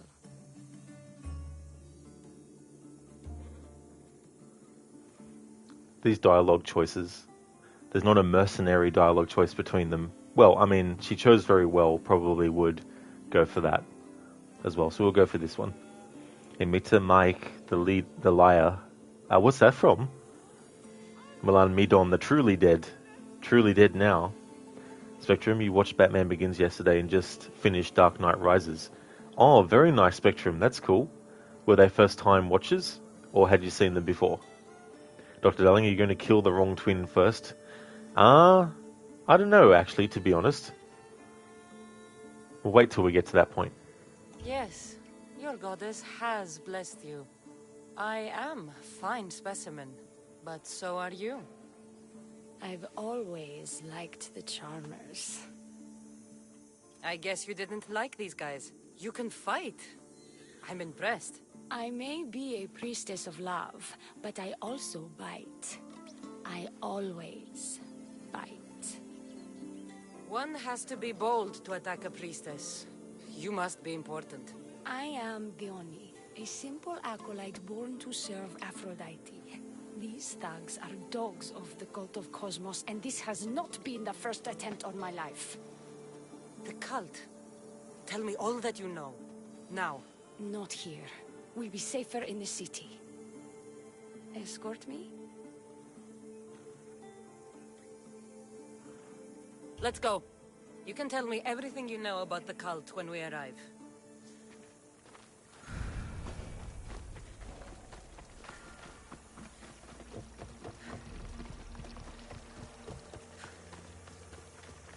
Fucking bandits! I'll cut you all down! Let it down!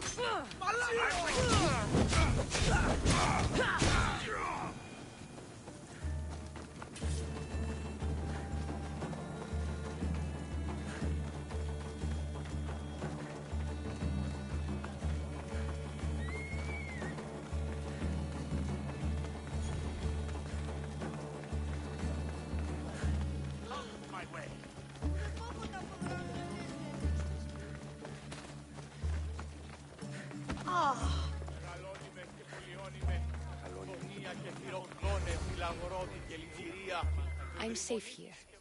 The cult of Cosmos would never strike inside the city. Good. Tell me more about them. Right now? At least let me catch my breath. And take a good long look at your beautiful self. Enough idle chatter. Tell me what you know about the cult. If you insist. We've always kept tabs on the cult, and lately they've gotten bolder. By the fates, they've driven my sister, the High Priestess, to lock herself in her chambers. A cult leader must be involved if they're trying to kill such a public figure. We're not dealing with the usual rats. My sister wants me to secure Keithra from the cult, and sniff out the cultists behind her troubles.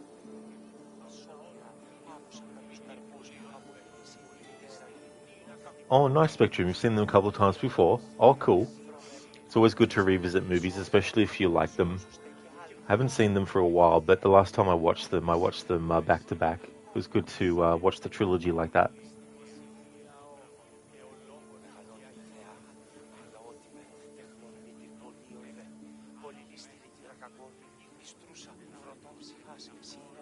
Oh, and me too, it's a character in the Elder Scrolls games who just walks around and tells you things about the game.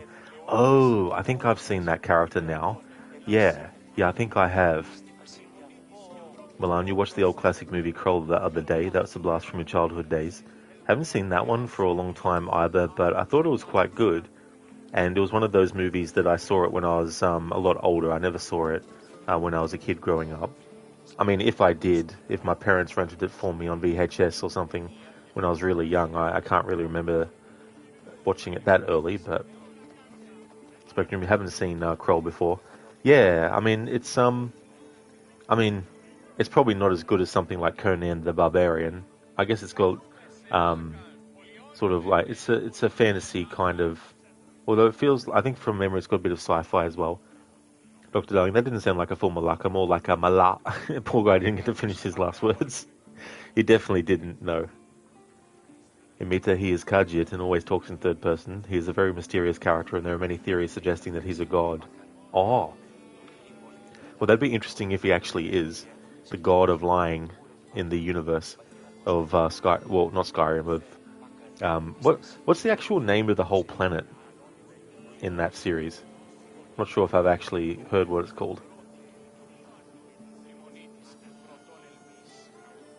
That could work. Your sister sounds smart. The plan isn't that praiseworthy. I was nearly killed. Unfortunate, but her plan is still good. Then help us secure Kithira and root out the enemy. By the fates, you've seen what can happen.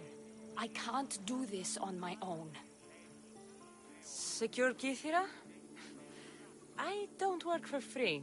A mystios indeed. The cult has plans for the Greek world. And with my ways, I know what they will do next and where they plan to do it. I imagine this information would be useful to you. Or if that isn't enough to satisfy you, I will. The writers for Odyssey really lay on thick characters like this who have these kinds of like dialogues and stuff, which is just really cringe, and it sounds like something a first-time writer would actually write. I'm only here for information on the Cult of Cosmos and Drachmi. Lots of it. You don't know what you're missing, Mystios. But Vrachmi it is. Excellent. So, what needs to be done? Just 3 simple tasks. First, my associate by the harbor needs help. Pay him a visit. What else? My sister believes she has leads on a traitor within our ranks. If that's true, she'll need your help. Look for her in the temple. And lastly, poisoned blades are a priestess's weapon of choice. But some bandits sacked our apothecaries and have taken refuge in the Mycenian ruins. If it's not the cult, it's Malakis bandits. Retrieve our poison vials. They will come in handy when fighting against the cult. Oh, and Mita, so it's Tamriel. Gotcha. I had actually heard that word before, yeah. Tamriel. We saw him in the Elder Scrolls Online as well, which is set 1,000 years before the events of the other games. Oh, that's cool, though, that he's actually in that, so... I mean, I don't know how long Khajiit actually lived for. Yeah, Bombo.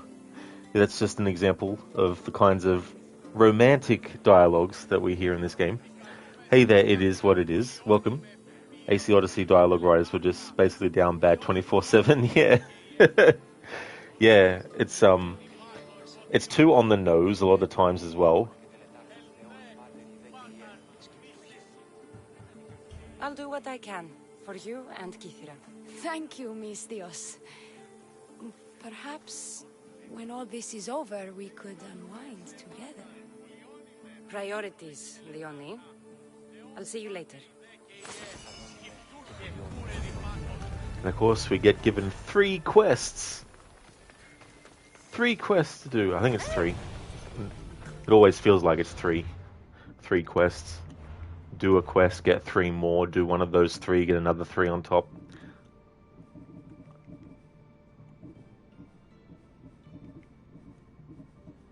Yeah, 3 quests. not going to bother reading about these ones.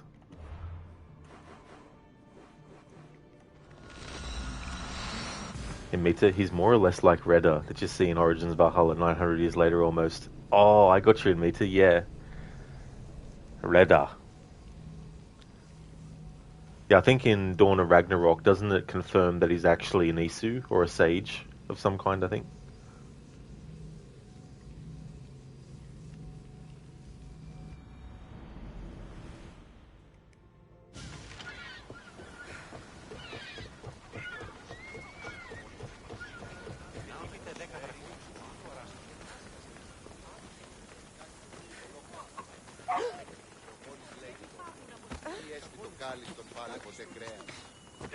I take it you're the harbor master?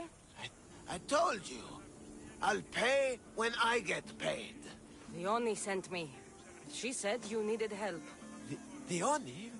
Wait. Who are you? I'm just helping her out. She has some information I want. Liar! I bet you want her more than you want information, don't you? Just tell me what needs to be done. Huh? You think you can do better than I have? As a matter of fact, I do. Fine. You want to prove yourself to Theone, right? The military has been a real pain in the ass lately. They've captured some mercenaries who are of interest to her at the fortified warehouse. She needs you to free them. I'll see to it. But it's going to cost you. If you make it back alive, I'll fatten your pockets with drachmi myself. Deal. But first, I have some questions. I've got enough to go on. You better get my drachmi ready. Come back when you're done. If you make it out of the camp alive.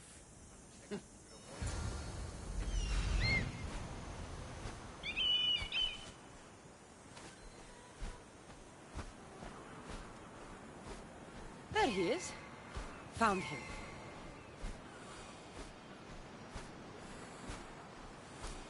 He's over there.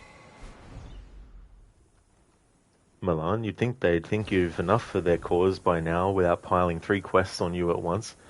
Yeah, it's an example of how they really stretch out the story and all that in this game. Instead of condensing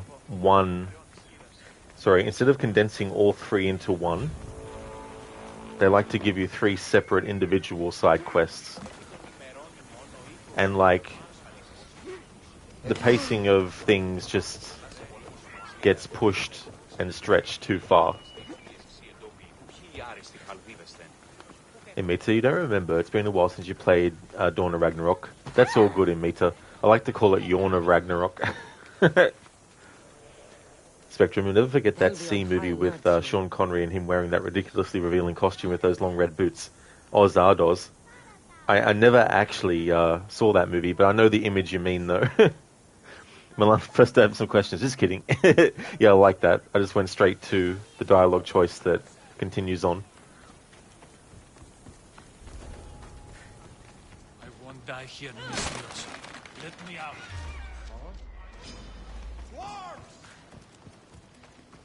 Die! They'll execute me. I did nothing wrong.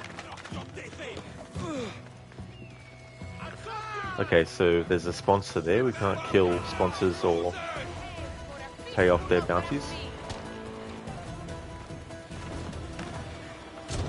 Out of here, quickly, before the guards return.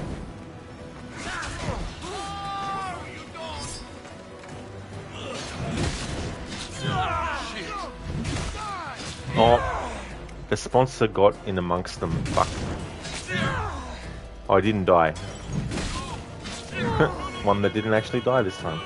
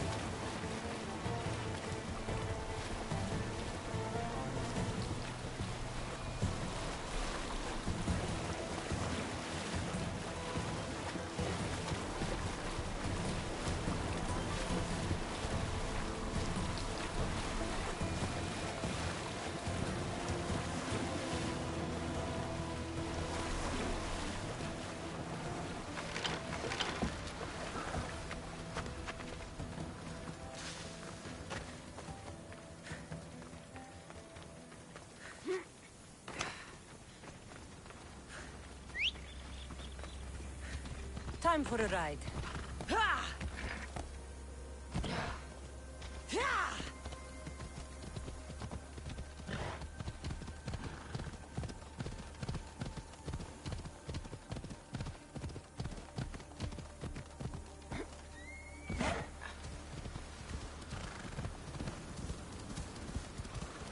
Milan Zardoz, there's a weird film. The Giant Flying Stone Head. The whole movie was just an excuse for making a softcore porno with a loose bit of story to tie it all together.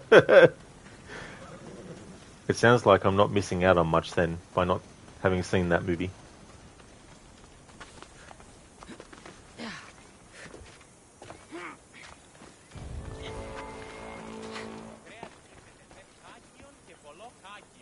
I freed the prisoners at the military camp. There were 3 of them. Did you get them all? Yes, 3 of them, in all their bold and glory. I guess you're more useful than you look. In that case, the Oni needs one more task fulfilled. A man needs to die. And then they add a 4th quest, of course. I'm listening. The Oni's enemies have forces on Hitra Atoll. They're going to use it as a staging area to launch attacks on Kithera. You need to exterminate these pests. I will wipe the enemy off the face of that island. Your humility is moving, Mistios. But I wouldn't underestimate them. No. It's you who underestimates me. Enough pointless chatter. She needs you to take out the captain there. His men should disperse after that. But still, leave none alive. Will you do it? Consider it done. What more can you tell me? What more could you possibly need? Just kill the man. Tell me what you know about the cult. What cult? Isn't the captain a cultist? He could be a Malaka's god for all I care. Dione says he wants to destroy her for rejecting him. That the only way for us to be together is if I remove him from the picture. Aren't you here for the same reason? To win her over? I'm here to dismantle the cult of Cosmos. I have no time or interest in the priestess. You can't fool me with your cult bullshit. No one can resist Dione's charm. And no one would ever call themselves that. Malakas, cult of Cosmos. Whatever.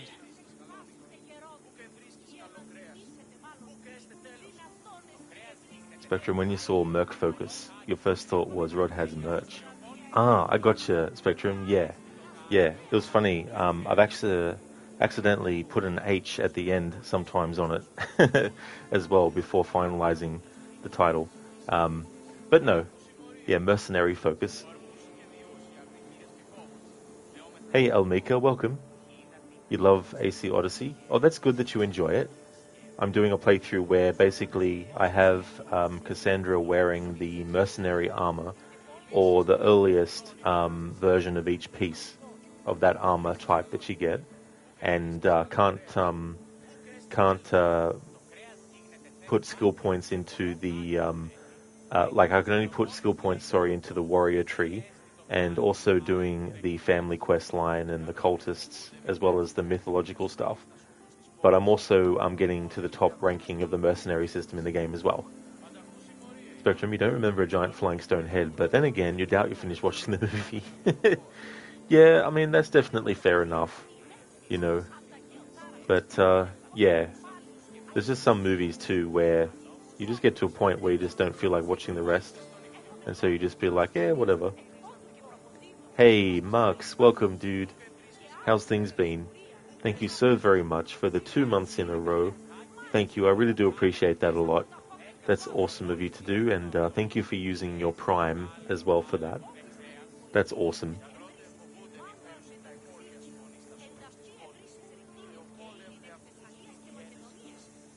Oh yeah, that's right, Milan. Yeah, Automod held a message. Not much. Maybe you've missed some nice boobs, but it really is time well spent if you avoid it. I got you, Milan, yeah. Oh, that's great, Mux. I'm glad to hear that you're going good. That's awesome. As for me, things are going really, really well. what games are on now. So I've almost finished my Dead Rising 2 15th anniversary playthrough. I'm doing a phase where I show all the endings, but it's not just the Dead Rising 2 game itself, it's also the prequel, which was Case Zero, which I already did and got all the endings for. And then I finished Dead Rising 2 yesterday and got all the endings for that. And the only thing I've got left now is Case West, which carries on from the end of Ending A, which is the canon ending. So I'll be doing that as well. And then I've got Tomb Raider happening at the moment too. Tomb Raider Chronicles is what I've been up to. I finished off Last Revelation on Thursday. And then this game for Saturdays through to Tuesdays. And in this annual playthrough series I'm doing, the only other two games that I want to do is Mirage and Valhalla as well. So yeah, got a lot of games on the schedule, and of course many more to come as well. Hey there, Hipsuit. Welcome on in. This is not Lara. It isn't, no. No, but it's also a female character that has a name that ends with an A. How's things, Hipsuit? It's time to make some lunch? Very nice, I hope you enjoy it. That's awesome. Hey there, Code. Welcome. Was Dead Rising 3 or whatever an outside world? Yeah, Dead Rising 3 Code is in an entire city this time around. So with Willamette in Dead Rising 1, you were only restricted to the shopping mall. And then in Dead Rising 2, you were restricted to the Fortune City kind of like theme park. But yeah, in Dead Rising 3, you've got like an entire city to run around in and kill zombies in and all that. Marks, you're doing Mass Effect Legendary Edition rerun to collect the remaining 2 platinums. Insanity difficulty is frying you though. Also did Arkham playthrough right now on Arkham Knight. That's really cool that you're getting the last 2 platinums as well. I can't imagine what those games are like on Insanity.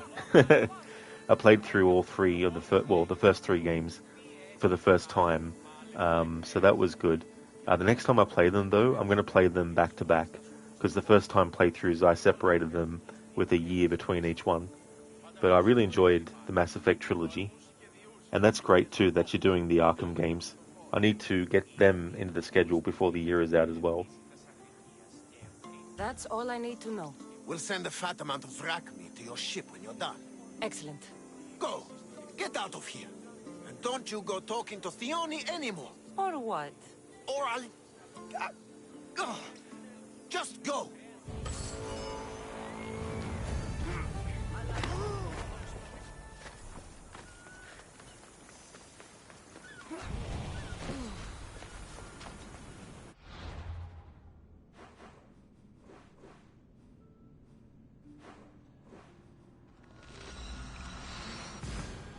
Lazy fast travel. I'm literally right next to the dock. Milan, you might start Grounded 2 when you're back from Peru. Oh, Grounded 2. What was the first game like? Marks, it's the first time you're doing it on Insanity, and man, it is really tough. Mass Effect 1 especially, because the teammate AI and the combat is still clunky. Oh yeah, AI in games for teammates. Yeah, if that's causing issues on the hardest difficulty, I can imagine that would be very, very frustrating.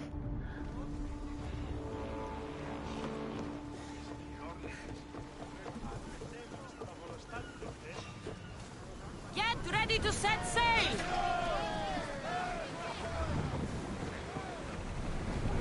More speed!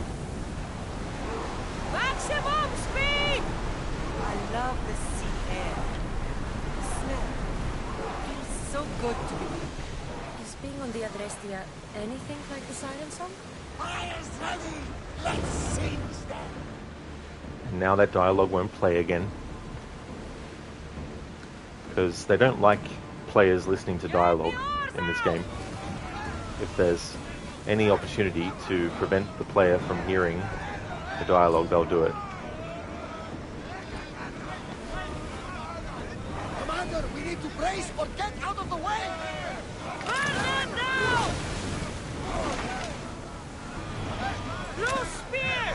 Archers! Ready! Hit them with your spear!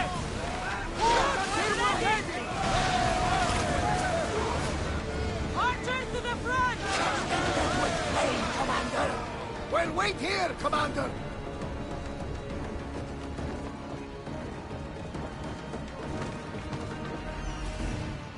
I see him.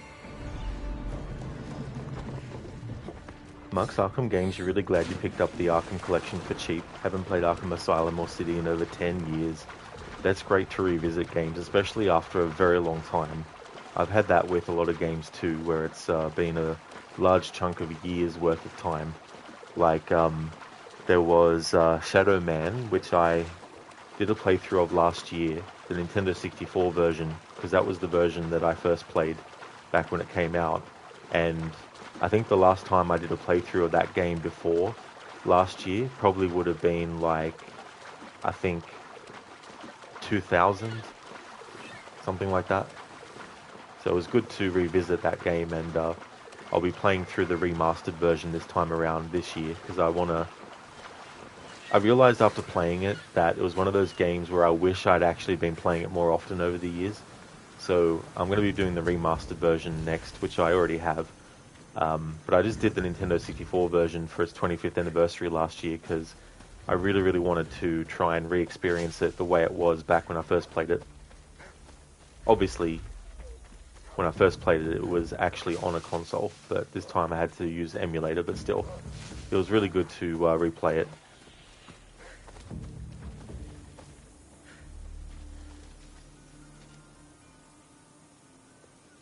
Milan, the first Grounded game was fun. You had it as pre-release alpha testing game and you played it to death. Oh, that's good, Milan, that you really enjoyed it as well. Have they improved much in the second one? Mark, still wish they had Origins on current consoles. Haven't played that since PS3. Oh, yeah. Yeah, I wish they actually remastered that when they did the remasters of the other games.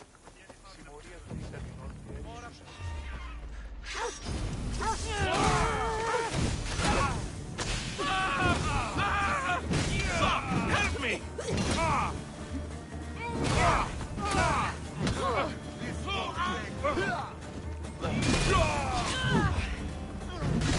You're going straight to us!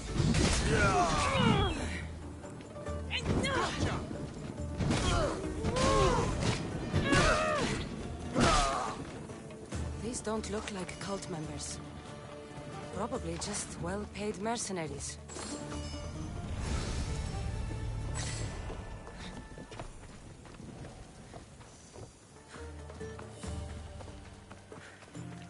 Mux, Mr. Freeze boss fight is so memorable from City, had you terrified. Oh yeah, Mux.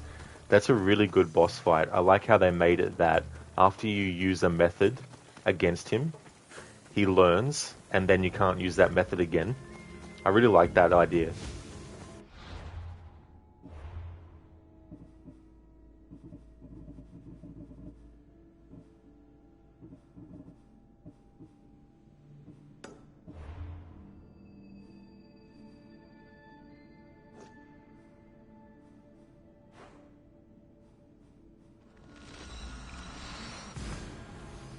Milan, they've improved the tools in the second Grounded game and the graphics are cleaner. You haven't really started it yet though. Oh, that's fair, Milan. It is good that they've improved those areas at least that you've found.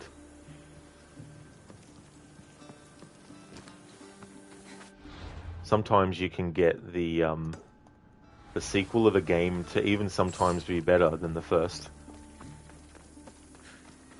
Which can be tricky because, like any sequel, you want to give people what they enjoyed about the first, but you also need to give something fresh. But I always believe that you should also make sure that what you're adding actually complements what already exists. You shouldn't add stuff just for the sake of adding it if it's going to ruin the elements that are pre-existing that actually do work well. In Meta, oh, that guy, you had to use a guide to defeat Mr. Freeze. I don't blame you, though, in Meta. Like, it's really, really tough. And also, if you play it on the hardest difficulty in Meta, you actually have to do more against him. So that can be tricky, too, on the hardest difficulty. I see it. Thank you, Milan, for redeeming the, this is Sparta. Thank you.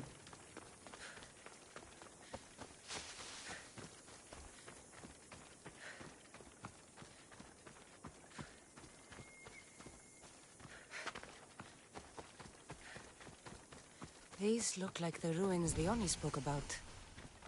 Best be on my guard.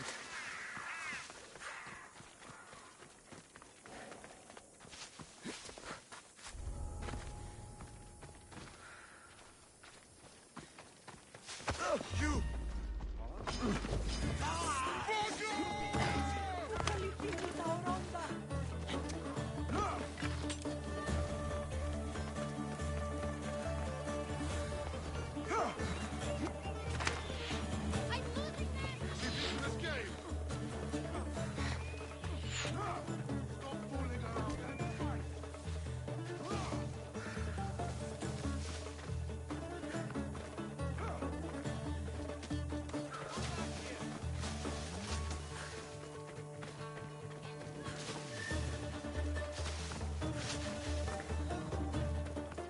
They all just want to hang back and shoot shit at me. Wanted one to follow me near to a good This is Sparta location. You're done for!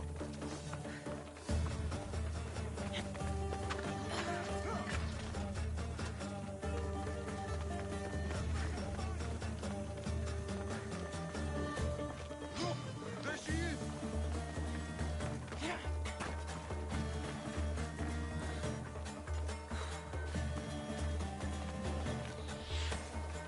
Nah, they just want to hang back and throw shit at me. Come on, at least one enemy come over and actually literally get off their ass and try to attack me.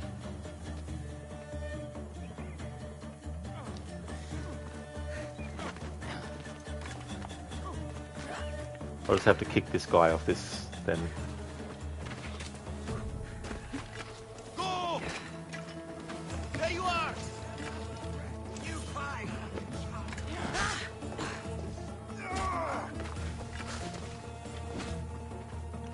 Come on. Over this way.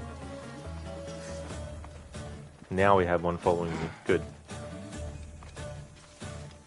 Now they're going to use their fucking bow and arrows. Sorry this is taking a while, Milan. Found you!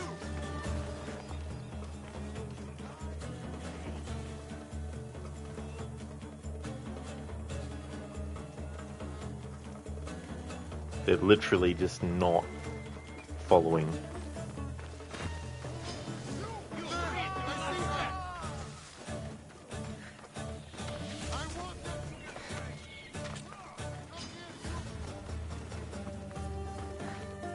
No, they just keep hanging back and shooting arrows and throwing spears. They're all cowards. They've got no fucking... They do not want to actually engage in melee combat. I'm surprised it's taken so long for a mercenary to actually show up, because you would think that a mercenary would be already on the island spawning in.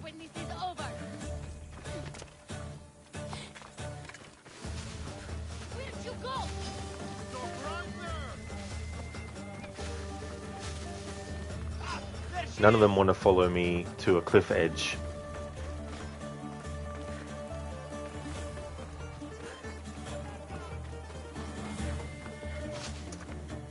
And there's two Malakas.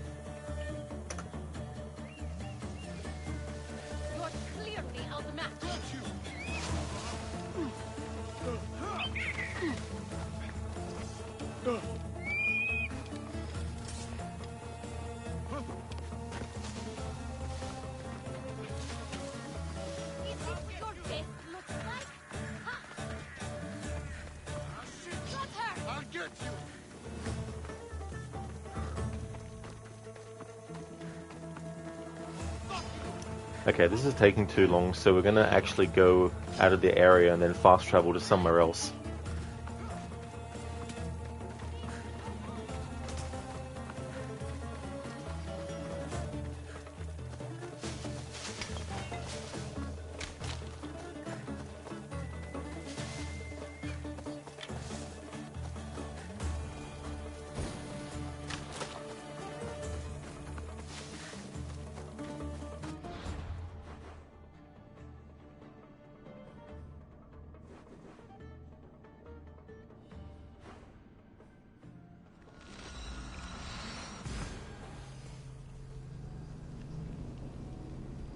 Admit you played on normal, but still it was a hard fight. Oh yeah, absolutely, even on normal. Milan, here they come. Wimps, come and fight like men. Give one a little poke and they might chase you. Nah, they just wanted to keep it doing ranged attacks, unfortunately.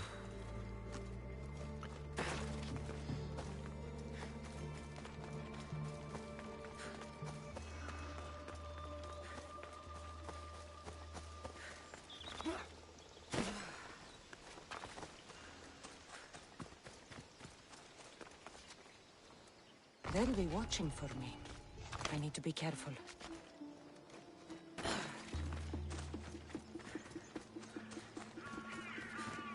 This is Sparta!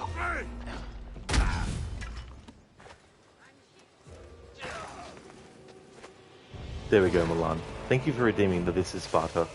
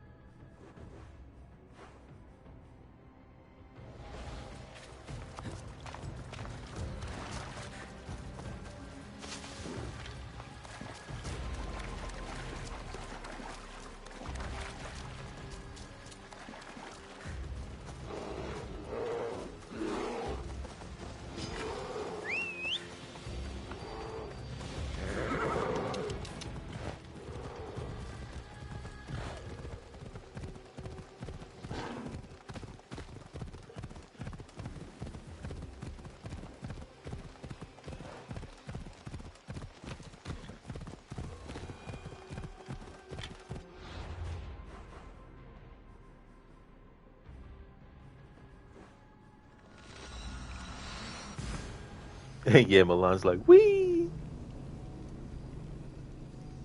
Had a bit of a long trip.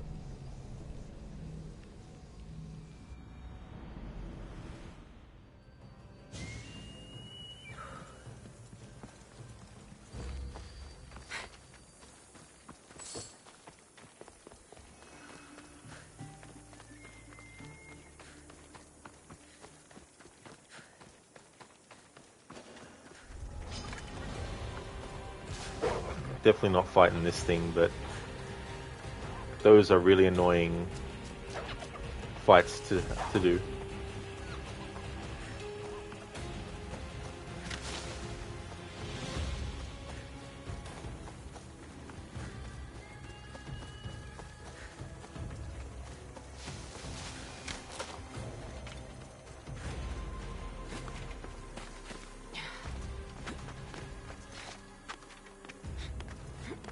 Milan, I think your horse is overheating. Have you remembered to put some coolant in its radiator? Yeah, that's the Abraxas, the flaming horse.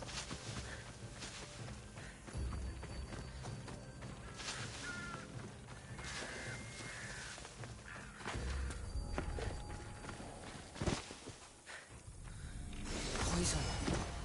A coward's weapon. Leone will want this back.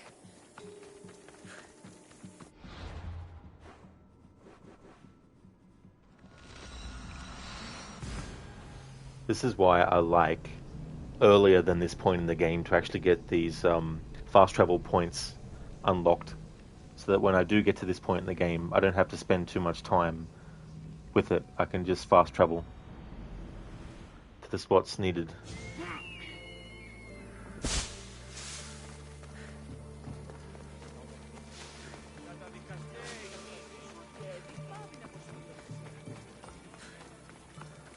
For Valhalla, when I want to use it, I've got a save already set up where it's in England when you first arrive, and I've already had the blacksmith set up, and I've already gone around the game world synchronizing all the viewpoints, so that when I do a playthrough where I want to do my own version of New Game Plus, I start a new game, and then when I get up to that point in England, I just switch over to the other save and continue off from there.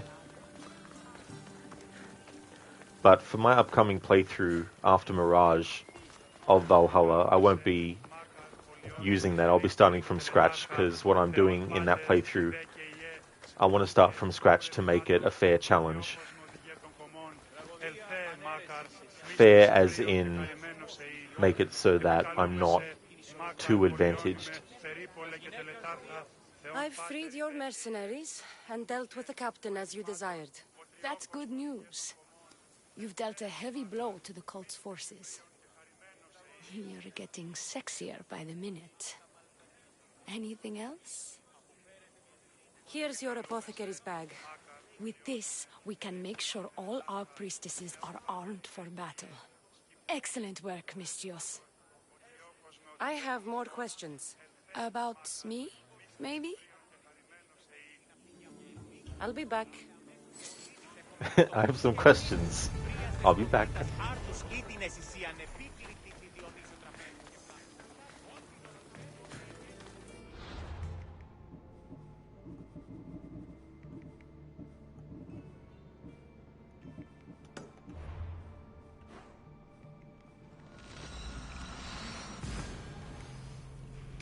Yeah, Milan. Dione is a character that, is definitely over the top.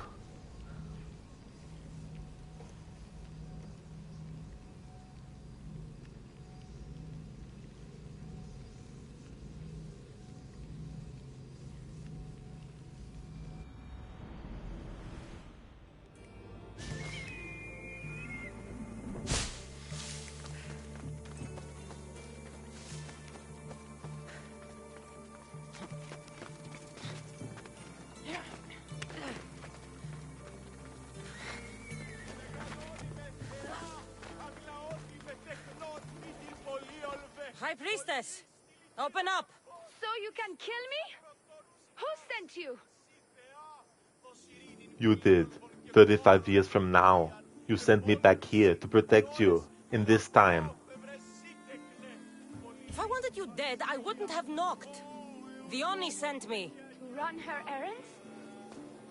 You must be another one of her idiotic suitors.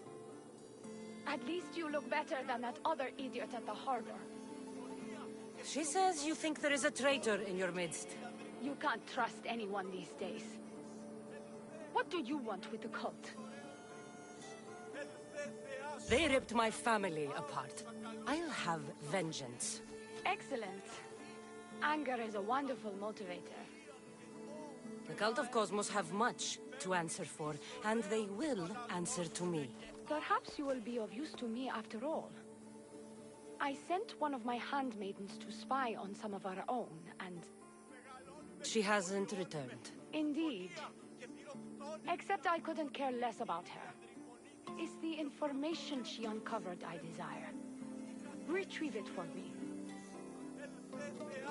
I'll get you the information your handmaiden found. Good. I'll make it worth your while. Now go quickly. She was last seen east of Pilgrim Hill.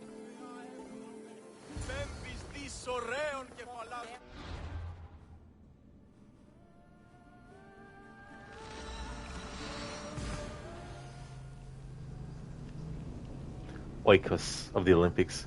Sometimes I read that as Oinkus for some reason.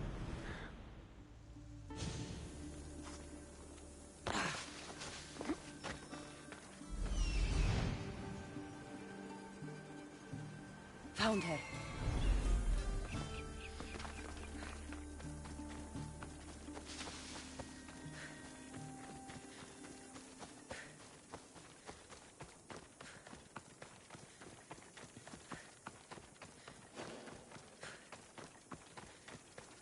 Not many places for a handmaiden to hide in the outskirts of the city. This must be it.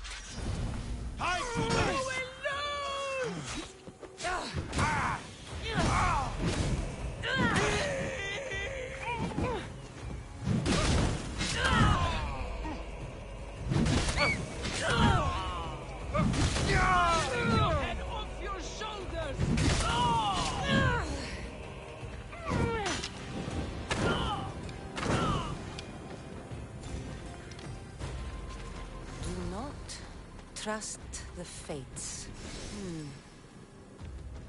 It's addressed to the High Priestess. She needs to know about this.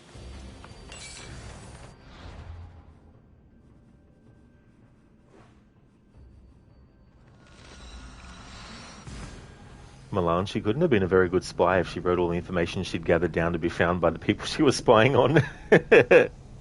Yeah, Milan, it reminds me in Resident Evil 4 how they put all these notes basically outlining all their plans at any given point in the story, just lying around for Leon to come across and find.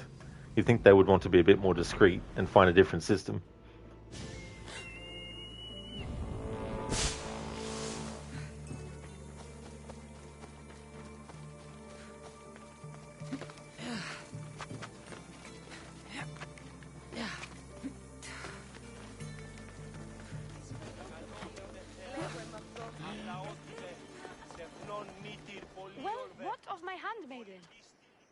She was murdered. It might have something to do with this note. It says, "Don't trust the fates." That's it? The rest of the papyrus is stained with blood. That makes no sense. She protected it with her life. It wasn't for nothing. Now we will never know for sure if there is a traitor in our ranks. But I cannot rule out the possibility. Our situation is dire. Work with the Oni. Secure Kythera for us, Misthios. Milan, they could have at least ciphered it. Exactly, you know, put some sort of, like, security measures into place.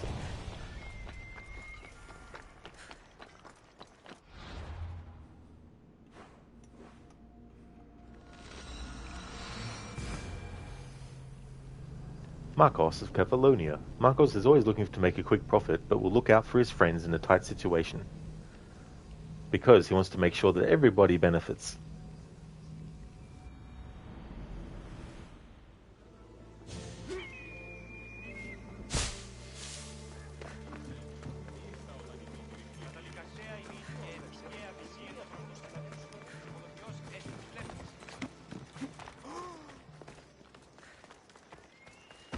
Your sister sends her regards.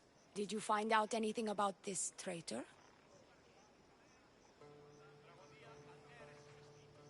Your sister has definite proof of a traitor.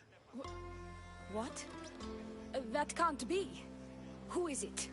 You must tell me or I won't know who to trust. We don't know yet.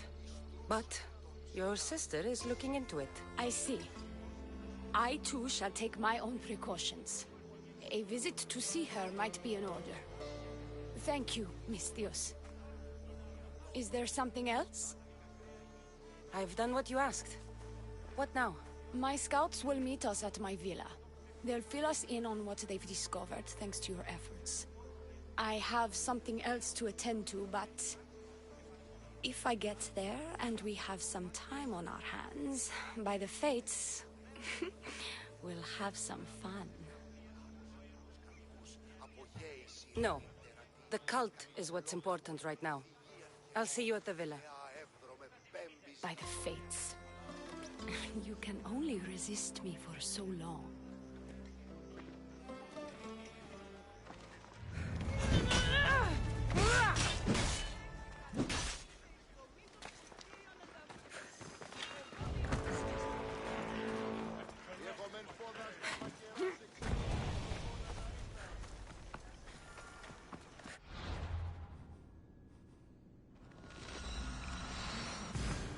Milan, Marcos doesn't seem so bad. Yeah, often his heart is in the right place, but sometimes he gets Kassandra and other people into predicaments that could have been avoided if he actually stopped for a minute and had a think. Yeah, Mita, damn, you're falling asleep, but you're at work. At least you're working from home. Yeah, that'd be good in Mita, you know, even if you wanted to do like a quick nap of, 10 minutes or something, that's good that you can just do that.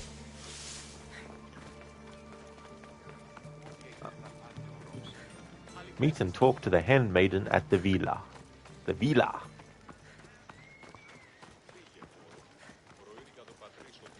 We've been expecting you. Please follow me. She's instructed me to take good care of you before she arrives. Your shoulders must be aching. I'm sure I can help loosen you up before the Oni arrives.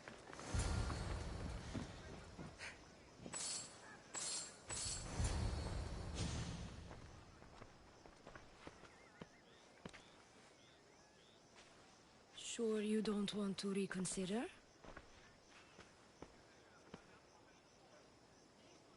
The High Priestess could be in grave danger. We don't have time for this. Your loss? Fine. I'll fetch the scout and have them give us their report.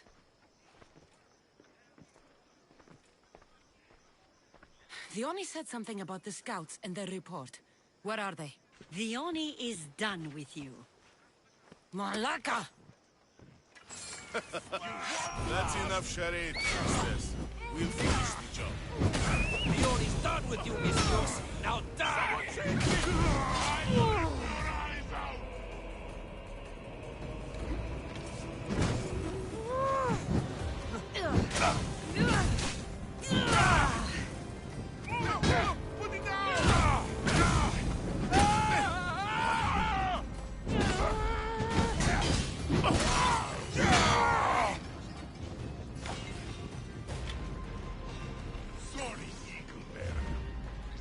Business.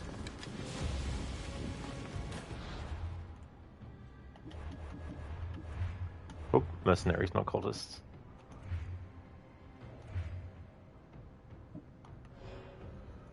Lokaste the Corrupted. It said Lokaste was feared among mercenaries for his habit of torturing his fellow comrades until they did what he asked. Over time, his legend grew and people began immediately agreeing to everything he desired. It said he missed the act of torture, so he began doing it to himself. Fang's Chewer. Travels the world with a Lynx companion and fireproof. Takes less damage from fire. Hey there, Connor. We're pretty far. We finished off the family quest line. Now working on the cultists. And I'm also going to be doing the mythological stuff as well. And Connor, thank you so very much for the follow. Thank you.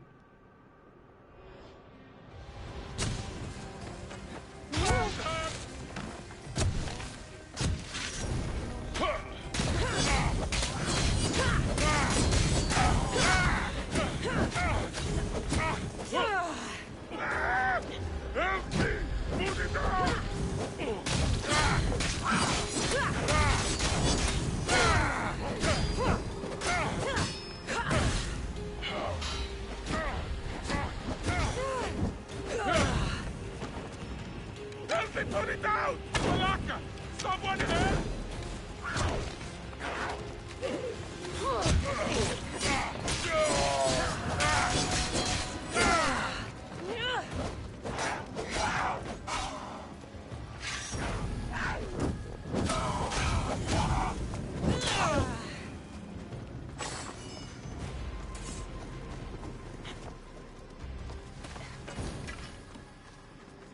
Dr. Darling, what the hell? That's a female name. Oh, is it? Yeah, I had no idea. I didn't realize. And is that an L or an I? Milan Locaste, the sadomasochistic. Yeah, it's funny some of the names that get generated. Milan, poor pussycat.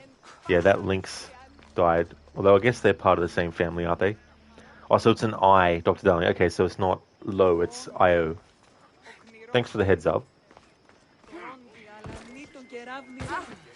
You, what's going on? I was just doing as I was told. The Oni told me to take you to the garden. Please don't kill me. I'm going to kill this traitor. She's on her way to kill the High Priestess at the altar, north of the temple. You'll have to hurry. The altar? Good. Aphrodite will have a sacrifice tonight. Do you trust the face you see in your reflection? I don't.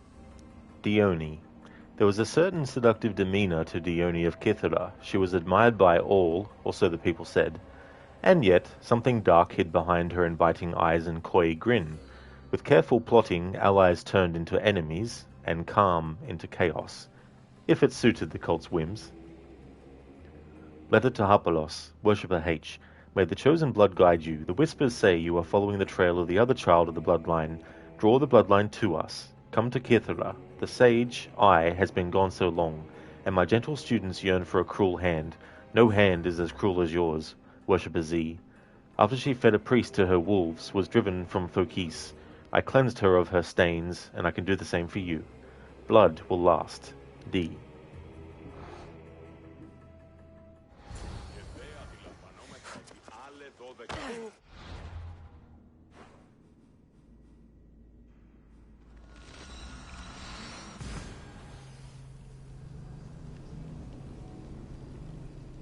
Milan Dione, the unchaste. Very, very true.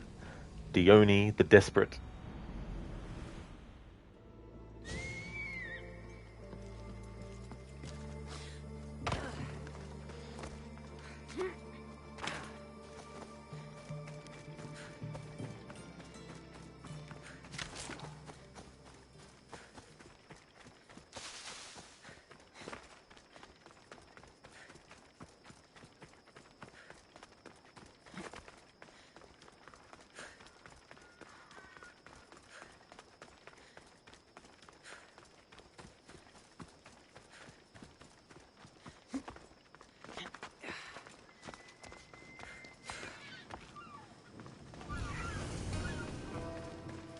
You're identical twins? Don't move, or I'll cut you both down! I can't believe you're twins. She's always been jealous of my success, Mercenary. Living in my shadow has finally broken her. Kill her now! Lived in my shadow! I loved you, Dione. I never wanted to be your superior. Misthios, you must kill her before she lets the cult take over Kythera. It pains me, but it must be done. You wouldn't feel a thing, you monster. I'm not sure you ever have. Milan Dione, the bloody hoa. I could just kill you both. Maybe I should. Kill us both? You truly think they care which one of us lives or dies? She speaks true. By the fates, with both of us dead, the cult will simply send their own high priestess to fill the void. You would know what the cult would do, wouldn't you, snake? Enough! Slay Dione where she stands! Do the right thing, Misthios. Slay Dione! Shut up! You. I see right through you, Dione. It's over. By the fates, I'll kill you both! This is going to sting! Fates, protect me!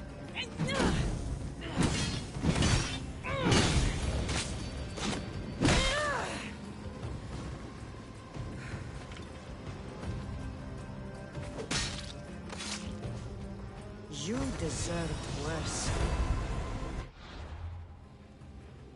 Dione is now dead. Letter to Chrysis, worshipper. Here I guide your hand in gathering your devoted. Hiding in the tombs was a group of followers of Ares. Their passion burns me, their love is a crushing embrace. I am to them as the chosen one is to me.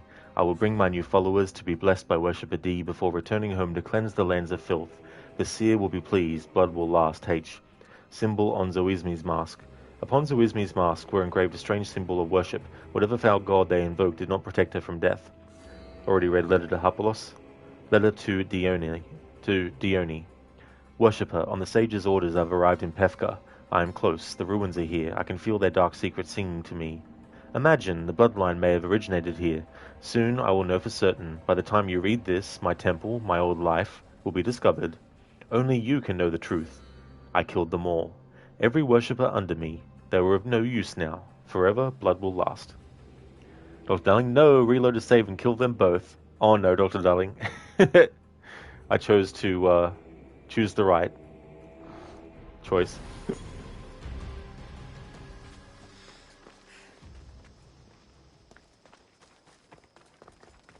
Your cult leader has been sniffed out, High Priestess. My own sister.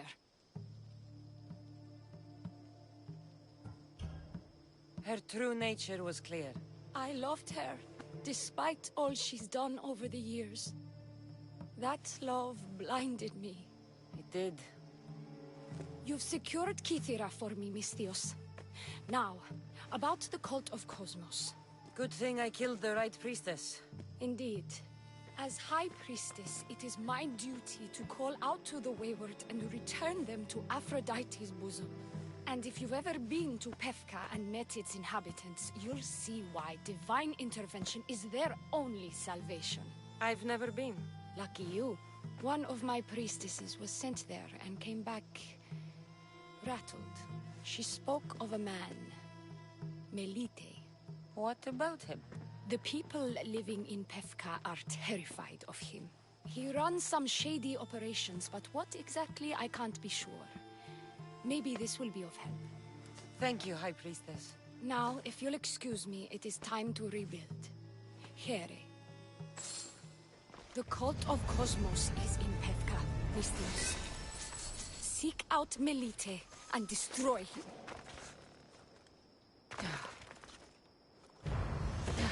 Amita, too cliche. They put the right one on the right side. Exactly, Amita, yeah. You know, what it would have been more interesting is if they didn't do it like that. Like, have the two characters moving around while you're trying to figure out who the right one is, you know.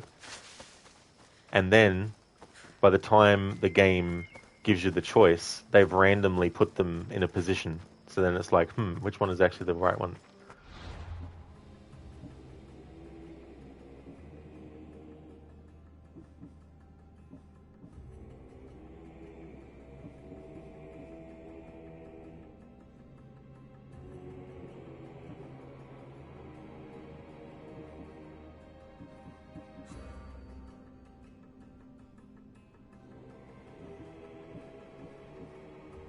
Melange doesn't seem very upset about seeing her sister slaughtered before her eyes. With family like that, who needs enemies?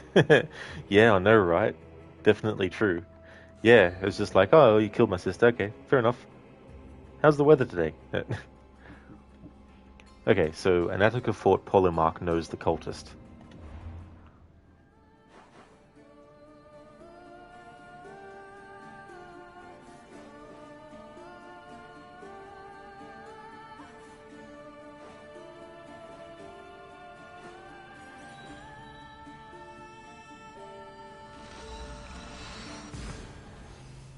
Yeah, and Mitra's like, very sad. Anyway, not to worry. Just another thing to tick off the list for what to do today.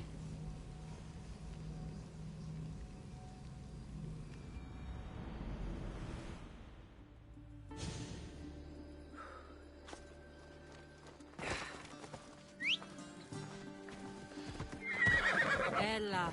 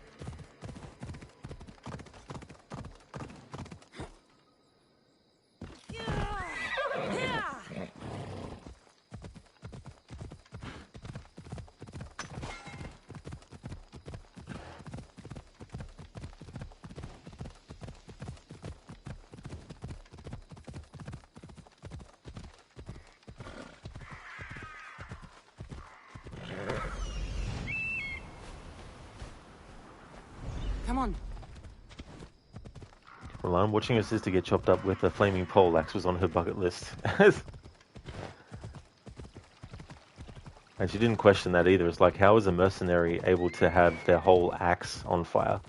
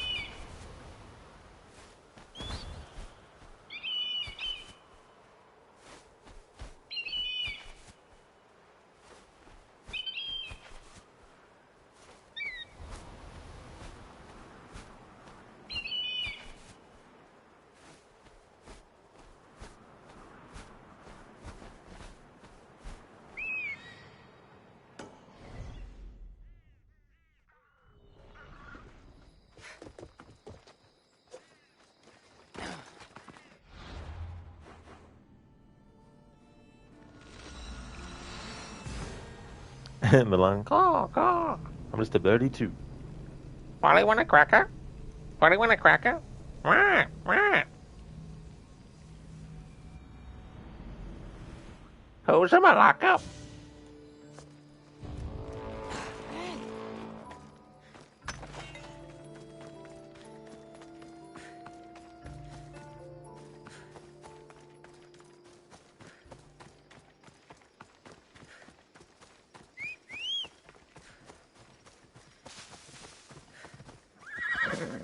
Come on.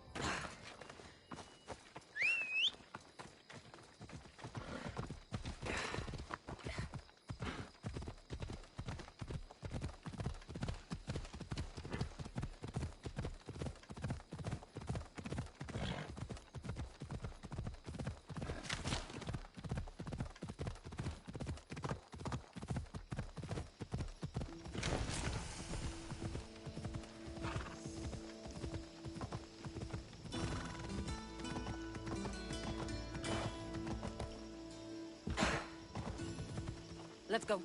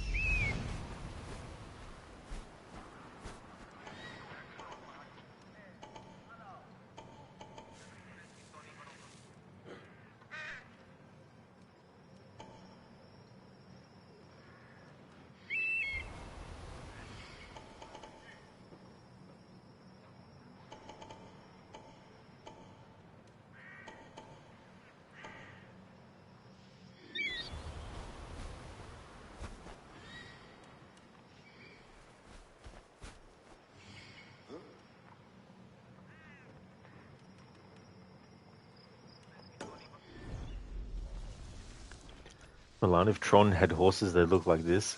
Oh yeah, like Abraxas. Yeah. They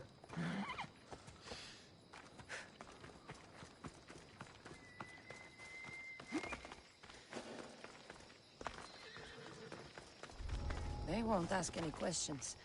Best keep out of sight.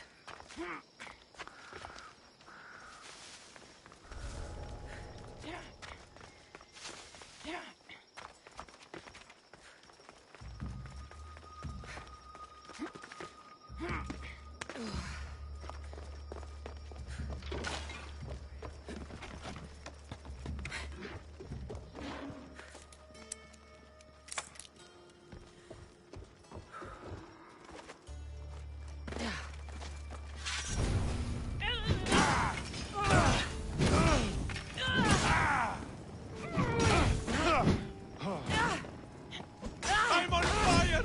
Put it out!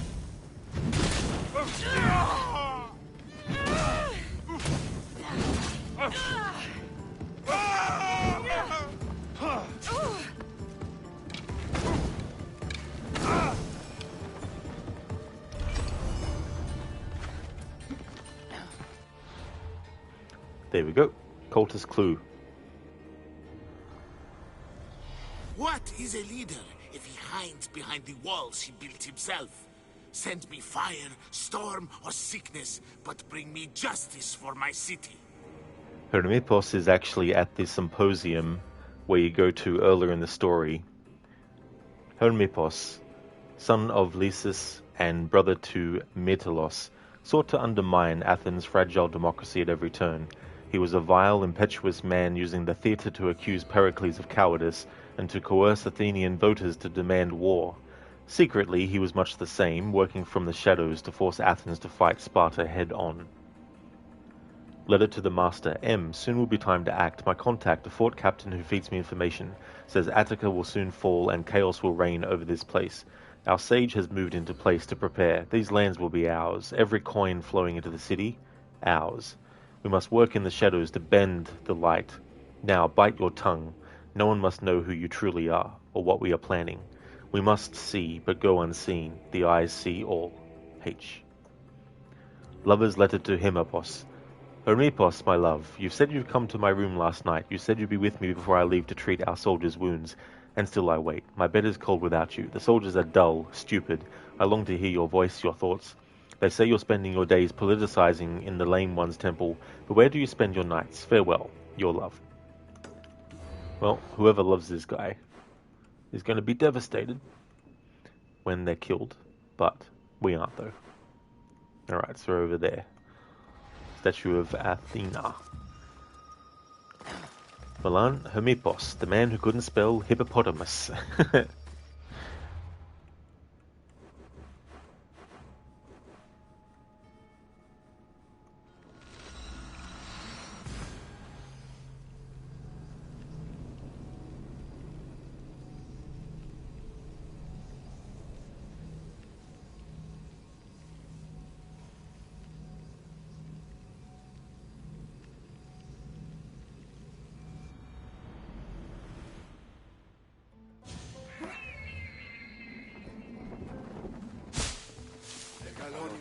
Μεγαλώνει με το πολιόνι.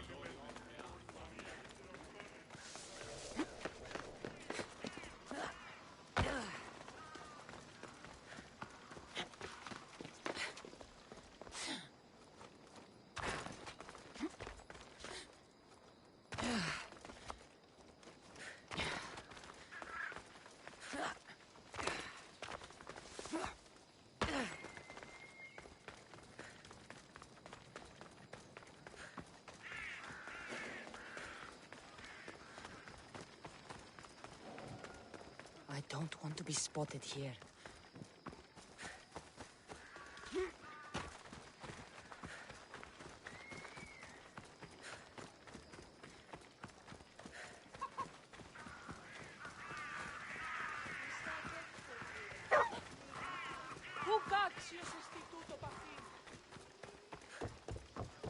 Επικαλούμε σε μάγαν πολιόνι με περίπου όρους. You're not welcome here! You're going down!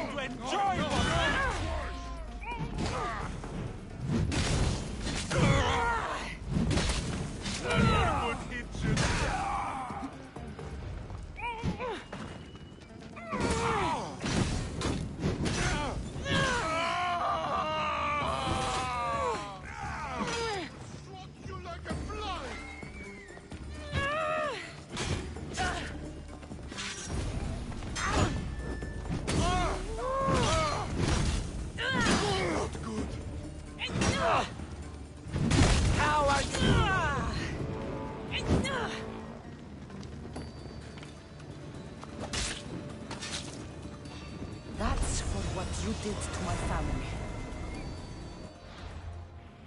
Oh, that's cool, Dr. Darling. It means Horse of Hermes. Ah.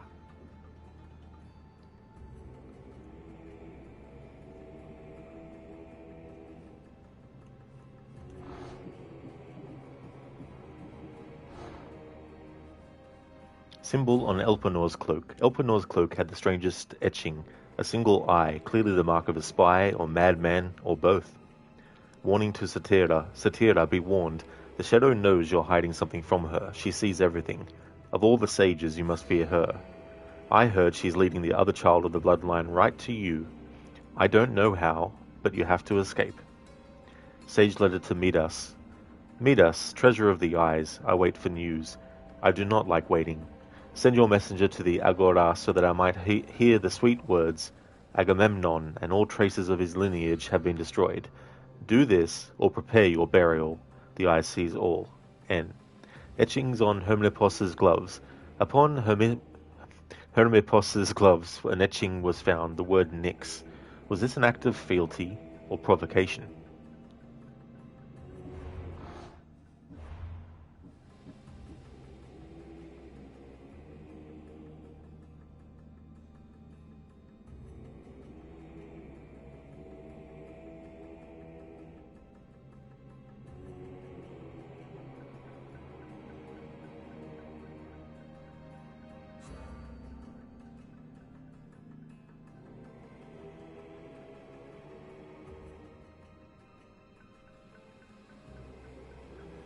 Alrighty then, so we have 1, 2, 3, 4, 5, 6, 7. We have 7 cultists left to deal with. We'll go after this cultist next. Empty words are best left unsaid. Pallas the Silencer. Pallas served the cult only to feed his lust for carnage. They called him the Silencer as a heinous joke. On the battlefield, he brought cries of pain, of fear, of madness, of death. And when the battle was won, only Pallas's guttural laughter could be heard. Defector's note. This flag was white, now it is stained with the blood of my brothers, my sons. I will fight for this cosmos no more. Our hero Pallas is bloodthirsty. He doesn't fight for glory, he fights to cause pain. Someone stop him. Anyone. When he marches on Achaia, someone stand against him. I've tried. I failed. Alright, so we need to fight for Athens. On Achaia's battlefront. Achaia. And we don't actually have a conquest battle there yet. But we can sure as hell arrange one to happen.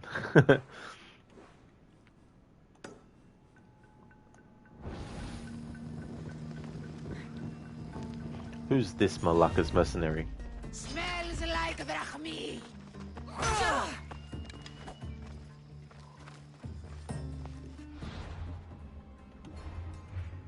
Mercenaries.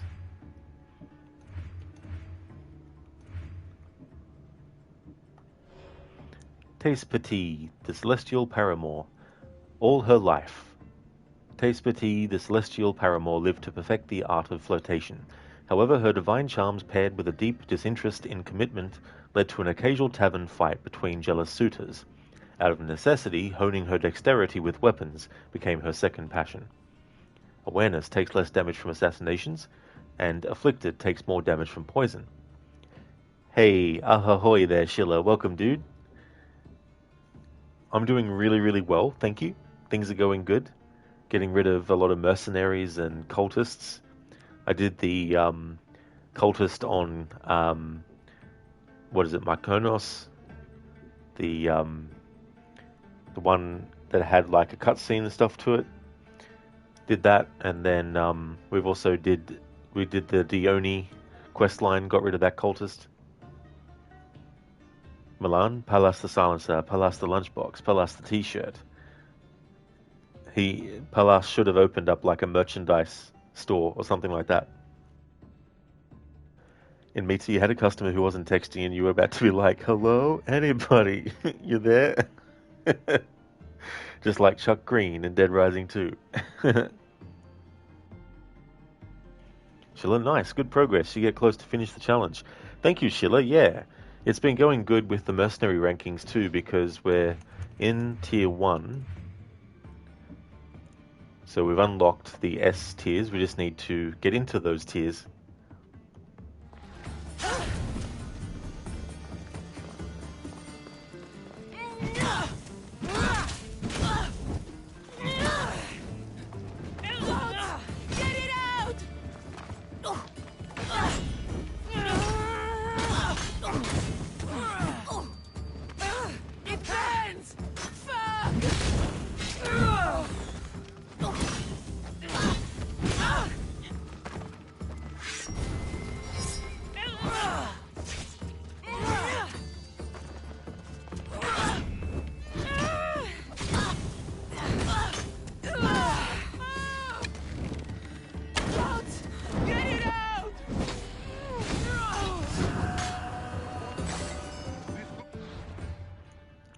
There we go.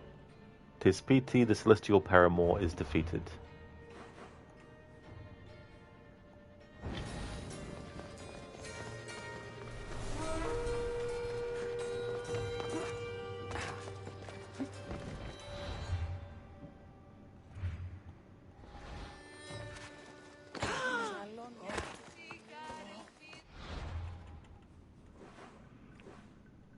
Alright, so it's time to get a conquest battle unlocked.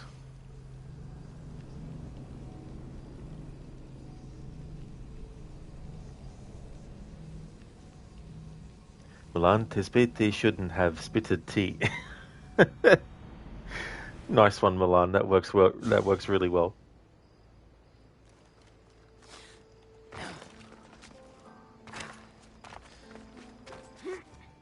Tispiti. Tispita. I guess the tea wasn't that delicious.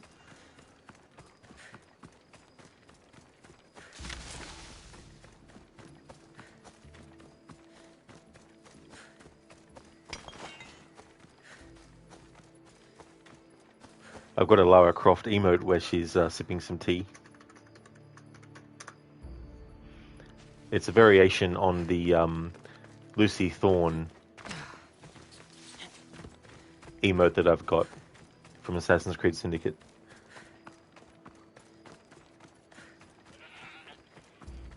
In Mita, you'll make that sound alert, but you cannot find a good audio for it on YouTube. You mean the hello from Chuck? Oh yeah, in Mita. I don't know, but maybe there might be a way to turn the dialogue and sound effects off and actually get the music and the sound effects off. I'm not too sure though.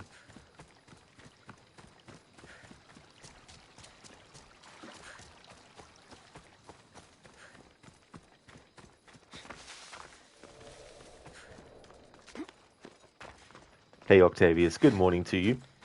Welcome on in. Not gonna lie, super happy you're playing your favorite game. That's nice, Octavius. We got rid of quite a few cultists now. We only have just a few left. But it might take me, I think, 2 to 3 streams maybe, because I don't know how long it's going to take me to get to the highest ranking of the mercenary system, because we're in tier 1, but we've also now unlocked the special tiers as well.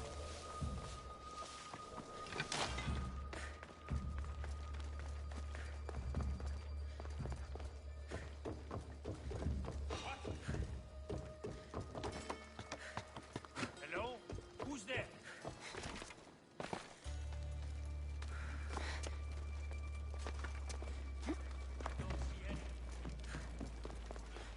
Doing well, thanks Octavius. Having a good Saturday. I hope you are too. Hope things are going well.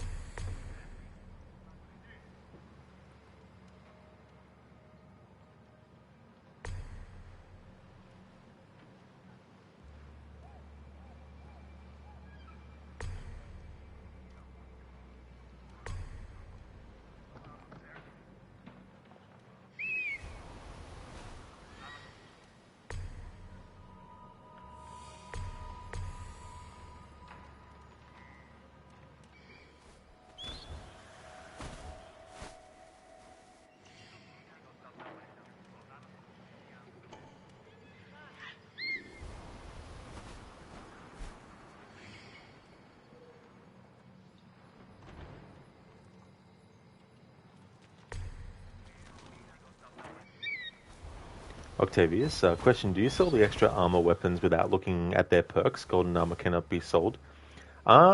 Sometimes, yeah. Yeah, it just depends, because if I'm playing the game and I'm not really worrying too much about... Because I only really care about stats and stuff in this game to a certain point. I'm not really into it to the level of trying to find the best, combination of stats and all that kind of stuff to like one-shot enemies and things.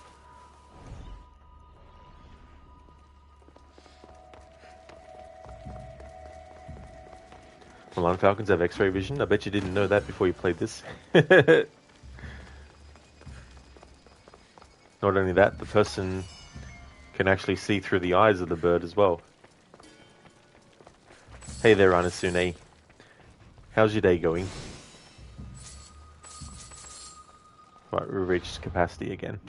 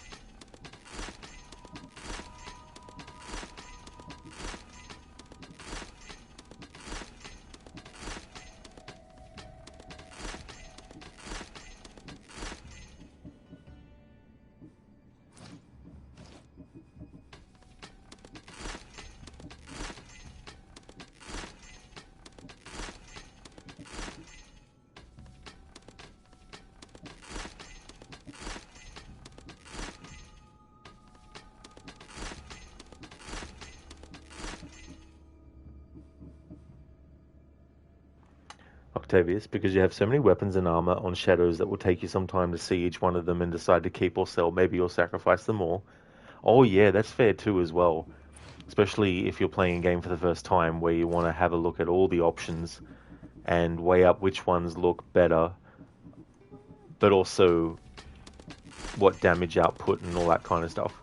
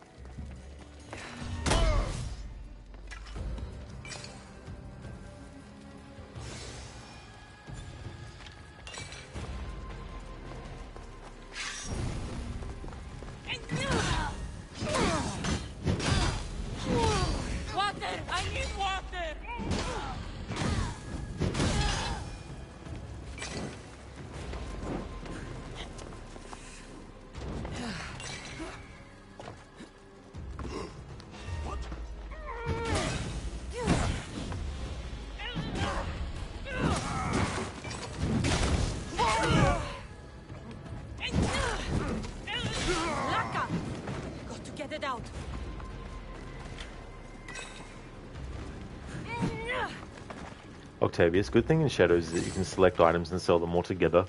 Oh, that is really good. It's good when they do things that add some good convenience as well. Honestly, they're doing alright. You don't know if GTA 5 did it, but you find it interesting how in Red Dead 2 every animation and gameplay was done in motion capture.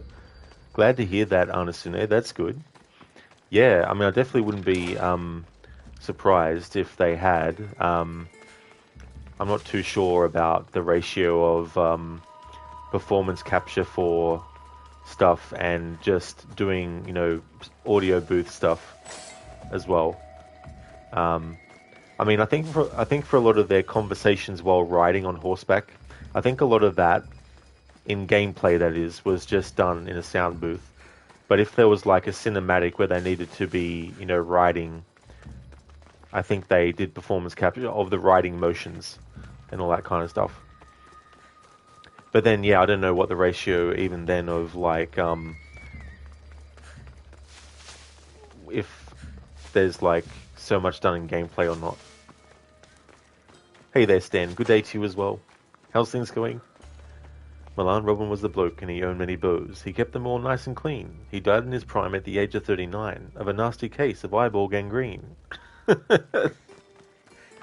What a way to go out. Holy shit, Milan.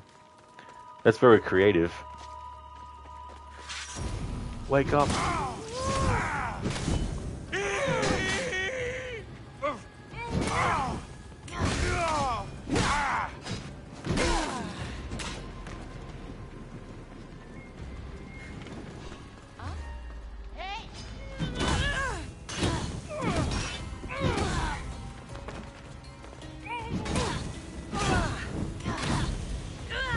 Someone put it down!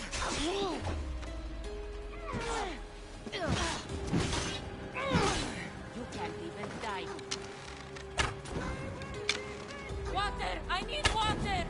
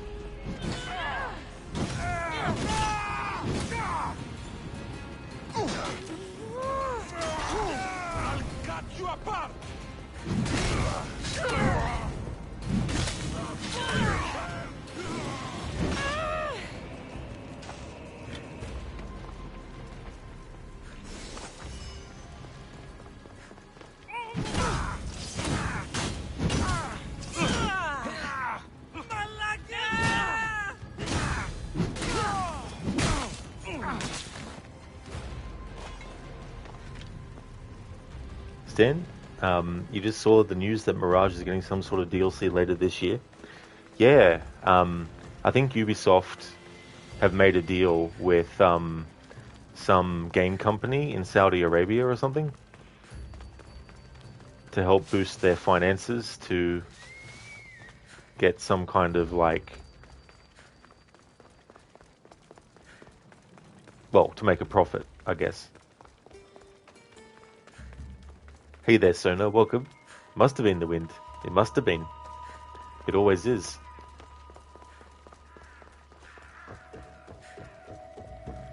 Milani saw a bloke getting hung, and Robin said, "That's wrong. I'll stop your execution," he said. So he loaded up his bow and let his arrow go, and shot the poor bugger through the head. Well, that didn't work out well. He should have practiced better with his aiming. Stan, yeah, they just announced it today. Did they say, oh, they probably didn't say, like, give details about what it is or when it's set.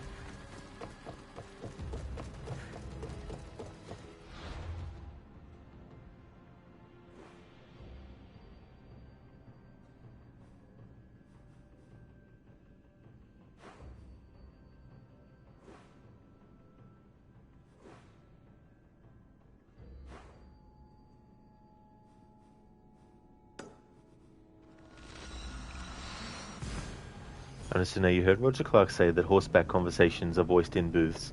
But yeah, interesting how everything you see Arthur do, running, reloading, sneaking, you name it, was done in motion capture. Oh, absolutely, Anasune, for sure. And there's something I found out that I didn't know, that Roger Clark actually did the motion capture for Mary when she visits the grave. Because I think the person who played Mary couldn't be there that day. And so they had to get someone to stand in for her to do the motion capture. And he did that particular scene.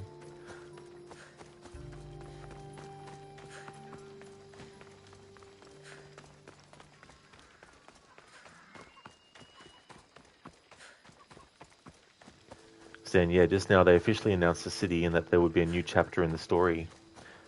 It's going to be tricky too, because like, even when they did the same thing with Odyssey, where after years after the game came out, they did the crossover DLC, and they also added the whole quest line with Corfu, with you going on vacation and all that kind of stuff. But it still felt added on. It didn't feel like it was naturally planned out, if you know what I mean. So I wonder how the DLC for Mirage will be. Like, will it be planned out in a way that makes it feel more like it's organically part of things? And are they going to try and just cram it into some earlier point in the story? Or, you know, have they actually thought about the placement of it? What does it mean for the actual narrative itself? If it's going to be set during the main story, then it's going to be really, really jarring, potentially, as well.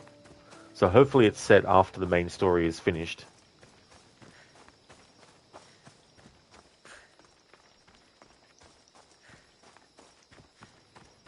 Hey there, Not Fry. Welcome. How's your weekend going so far? Melania had a fight on a log with a bloke called Little John, who made him look a right proper twit. The logger did roll, and Robin couldn't hold, so it made Robin end up in the water.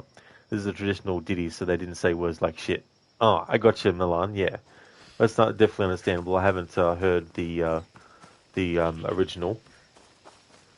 Shilla, your guess is the DLC will be a quest that you can finish in under an hour. I mean, I wouldn't be surprised as well, because like, I don't know, it just seems like a it only seems like it's being done for money, and that's it. Like, it doesn't seem like there's any kind of like, you know, creative reason to do a DLC for it. But you never know.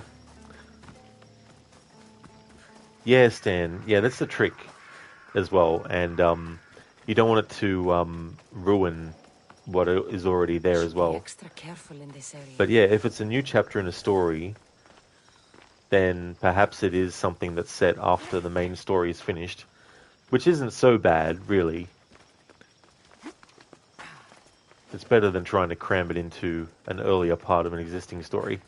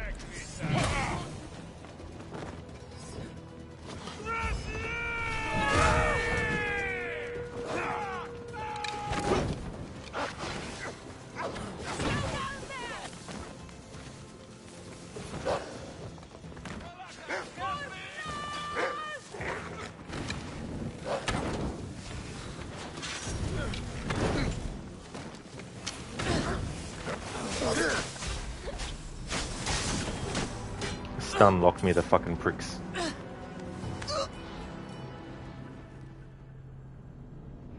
Milan's a pity you're not playing Valhalla because you wrote a song about Vikings. That's true, yeah. Currently not playing Valhalla at the moment. I'll be getting to it, but yeah. It'll be after I finish Mirage, because I'm playing the games in timeline order instead of playing them in release order. So yeah, Mirage will be next after Odyssey's finished, and then Valhalla.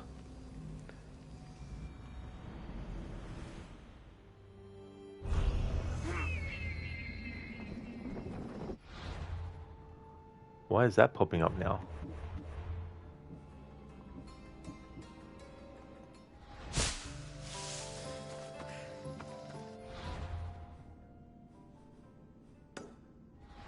Well, you'll save it for then. Oh, very nice, for sure.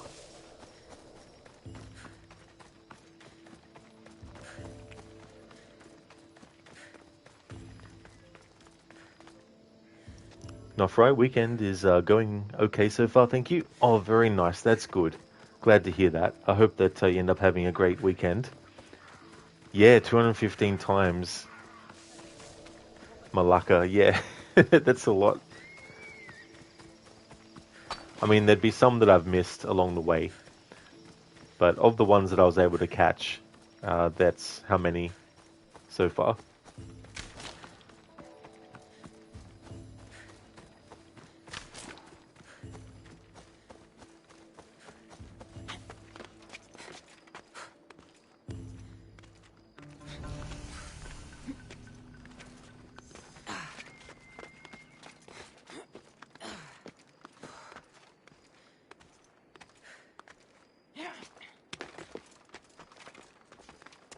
I should watch my step around here.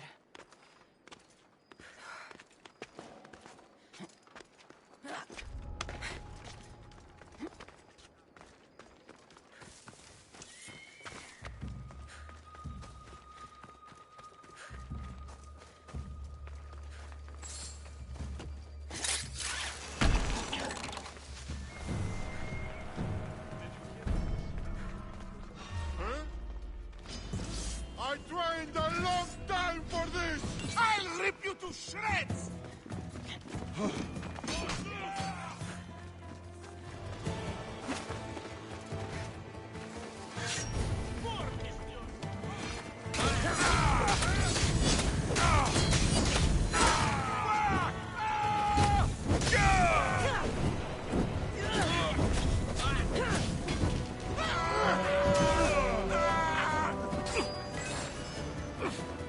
Alright, that's what I came here to do.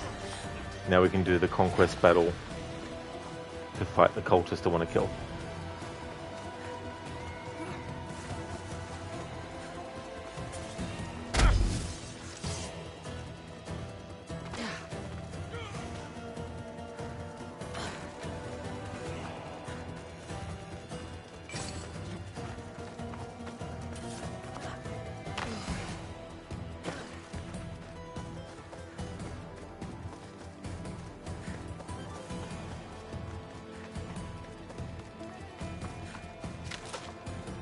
Milan, the chorus goes, I don't care if it's not to your liking. What I've found here is more fun than motorbiking. I'm going to spend the rest of my life sword fighting, because I'm going to be a Viking. That is very well done.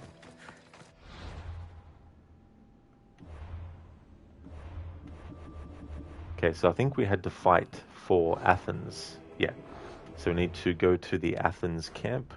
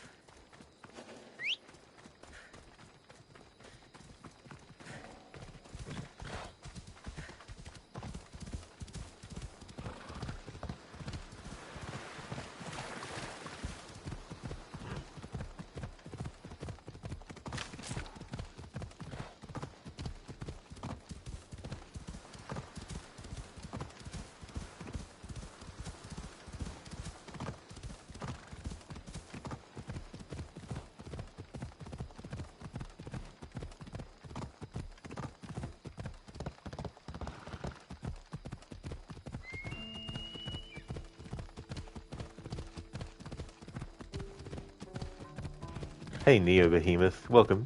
Your favorite game? Oh, that's good. Yeah, we're working on a cultist now. Need to fight for Athens in this conquest battle. I finished off the family quest line. And in the mercenary ranking system, we're currently in tier 1. So we've unlocked the ability to get into or work our way into the S ranking or the S tiers. Hey there, Altair. With the abilities you have, it's just too easy to think.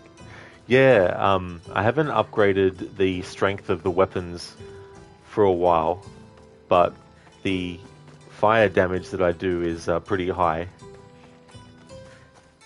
Milan, the verses have equally as unpredictable lyrics. Oh, do they? Oh, that's cool. Yeah, that can be the fun All the townsfolk. if it's unpredictable. Perfect timing, Eagle Bearer. Interested in joining us on the battlefield as we gut those Spartan dogs? My spear is yours. We'll make good use of it. Now, on to victory.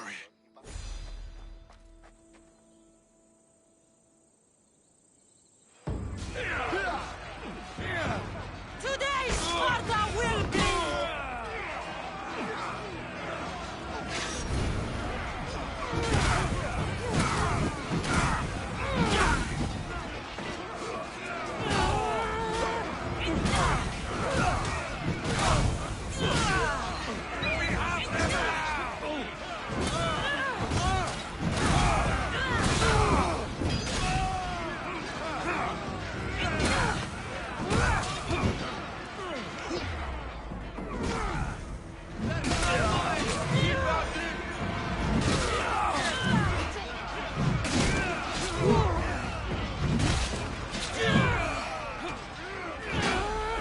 Oh, do you, Neo?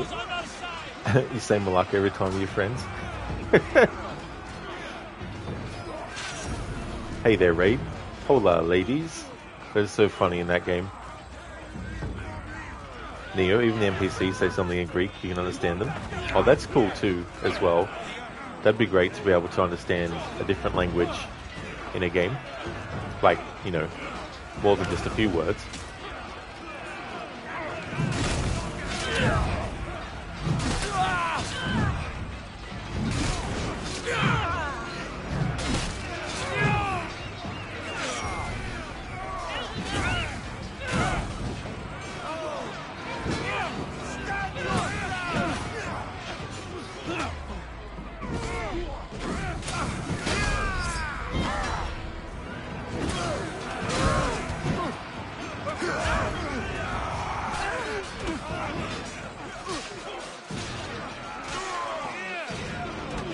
I'll make your death swift, Misthios!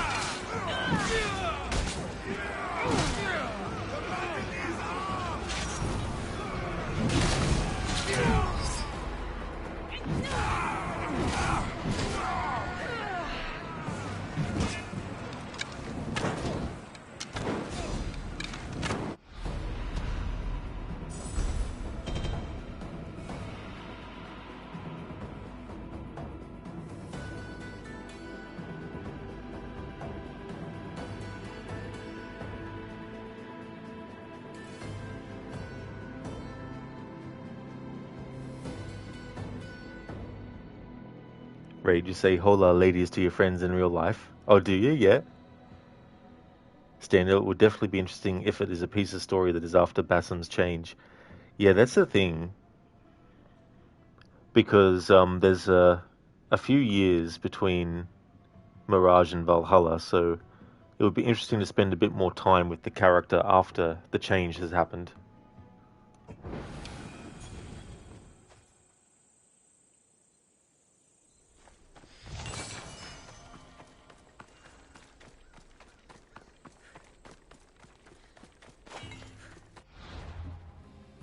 So we took care of Pallas the Silencer.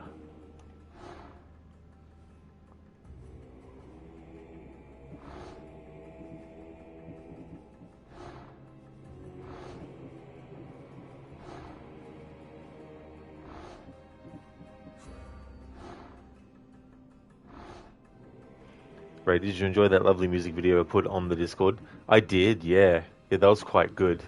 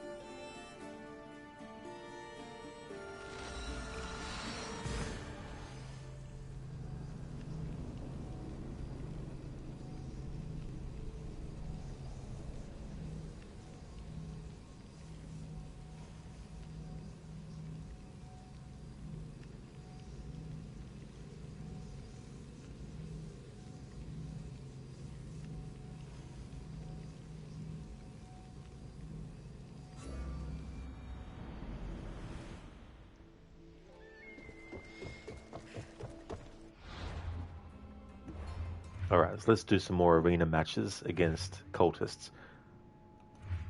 So I think Pelios the Scourge was one of them.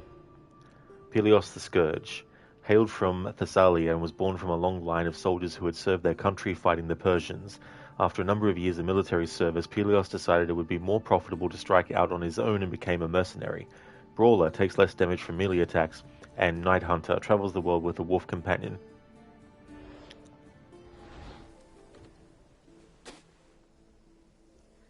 Gross. You want to fight someone in the arena? Oh no, they changed it. Now it's Pixadoras, the Rusty Bull.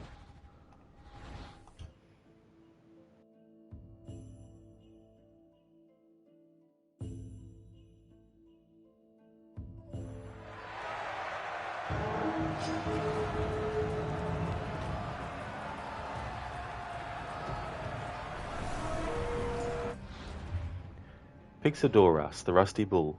Pixadoras was always attracted to the fierce beasts near his home. He claimed there was something about their shape, their horns, and their ferocity that he couldn't ignore. He fell in love with them and decided to be a mercenary known by their name.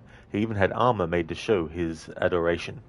Rage enters a rage state when close to death, and Brawler takes less damage from melee attacks. It ends here!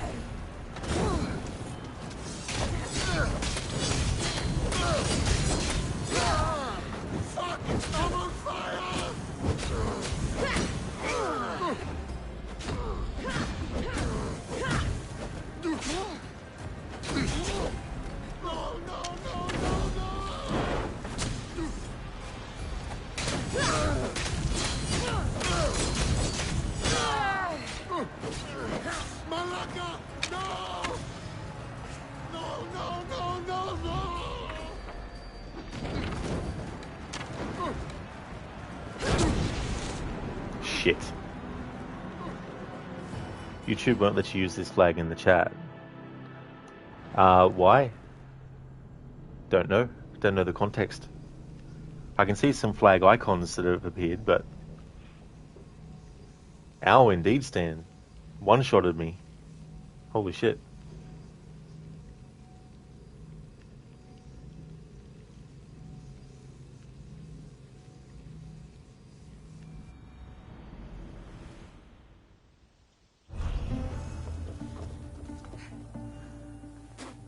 Gross. You want to...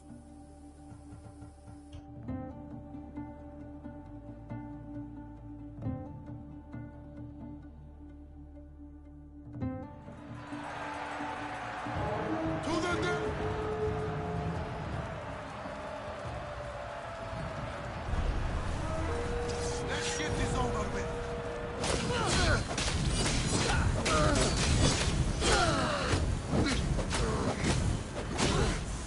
Malaka!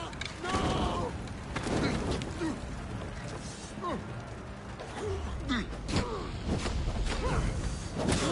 Don't help me out!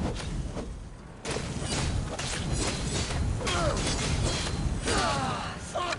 I'm on fire! No, no, no, no, no!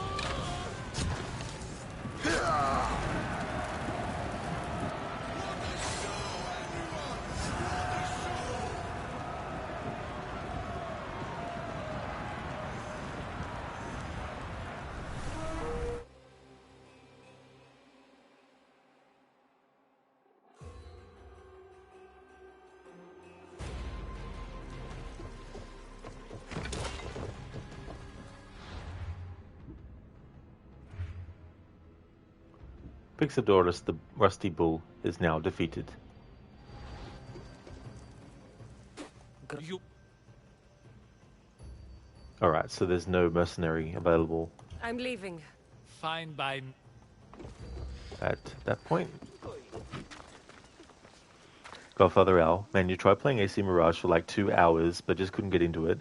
Felt so boring and lackluster with no redeeming qualities. Maybe the first AC game you don't finish, and you've played all the main ones except Shadows. Doesn't help though, you're playing it after Expedition 33. But still, just felt like a new skin, but playing AC1 and being there, done that. You find it harder to get immersed into games nowadays unless it's a spectacular game. That's understandable. Yeah, it could be hard sometimes to stick with some games. I've had that with games too as well, where I've tried it for a bit but just couldn't get into it, and it got to a point where it's like, why waste time on this game when I could try other games or play something I wanted to play. Milan, it's the flag of England, and for some reason YouTube has censored it. Try it sometime and see what it does. That's weird. I wonder why.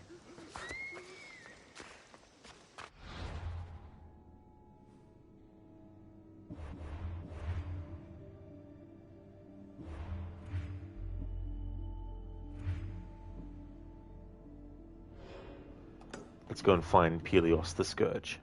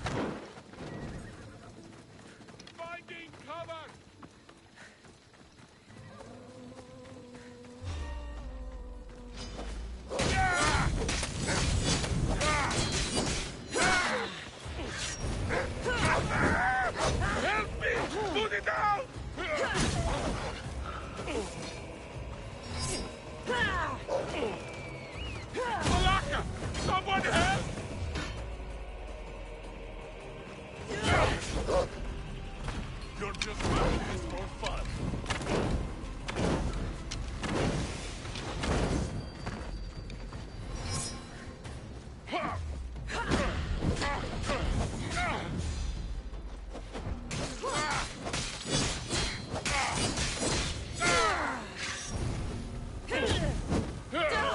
Help me put it down!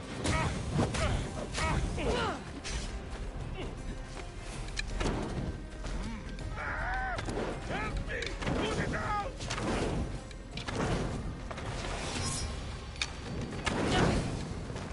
Malaka! Someone help!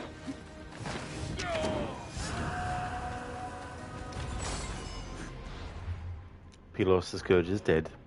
Milan, looks like your old mate Oddball has been collecting salt in Elite Dangerous again. Gotta love salty losers on games.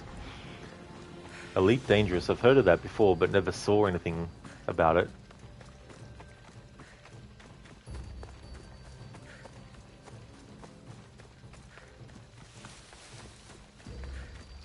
Milan, Pelios the Scourged with Flame. Absolutely. Barbecued him. Had some annoying attacks too.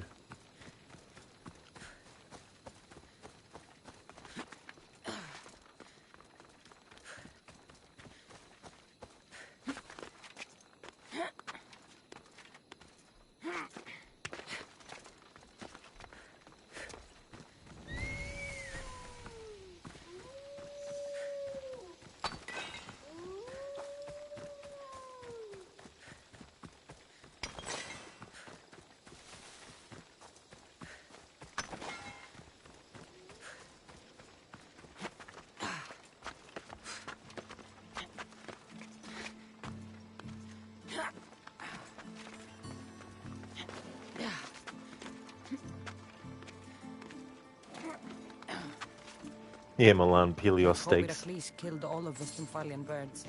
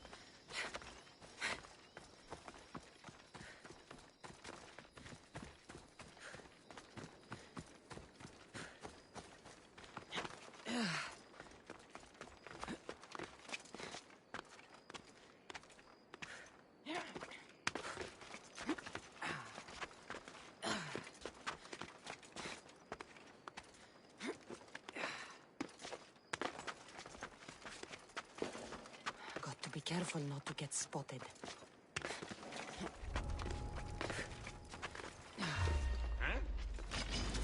Ha! You're done!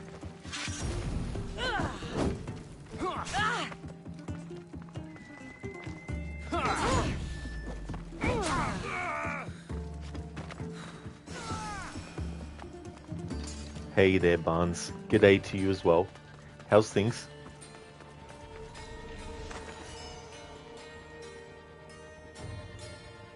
I love the smell of Pelios in the morning. It's that bacon smell. It smells like victory.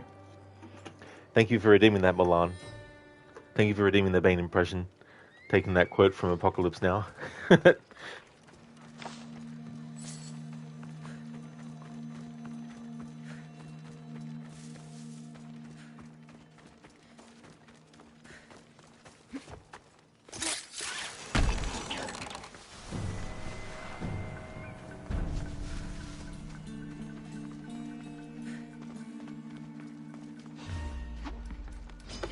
I won't let you win! I'll tear you apart! She's right Your death will be quick!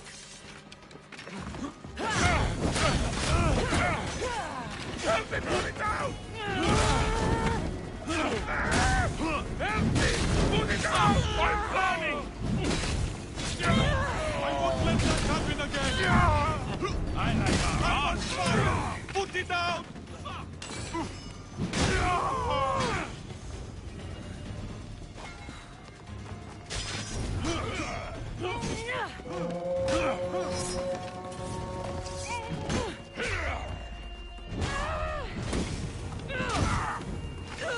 I'm burning! I hope you said goodbye to your family!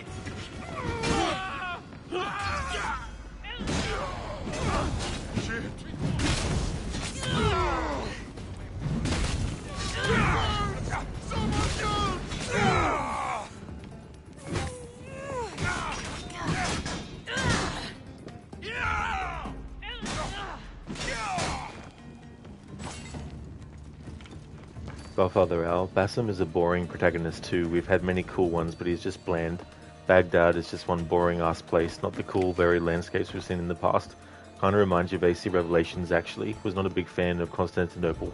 But of course, AC games were still relatively fresh then.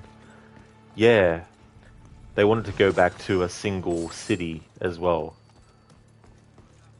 Like they did with, well, the last game they did that with was Syndicate, where it was, I mean, you don't just stay in the city the whole game, like, there is stuff outside of it, but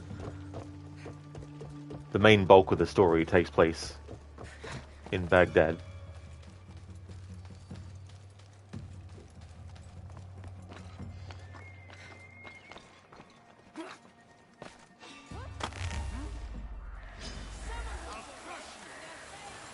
Oh, Father, I'm just looking at AC Odyssey, way more beautiful.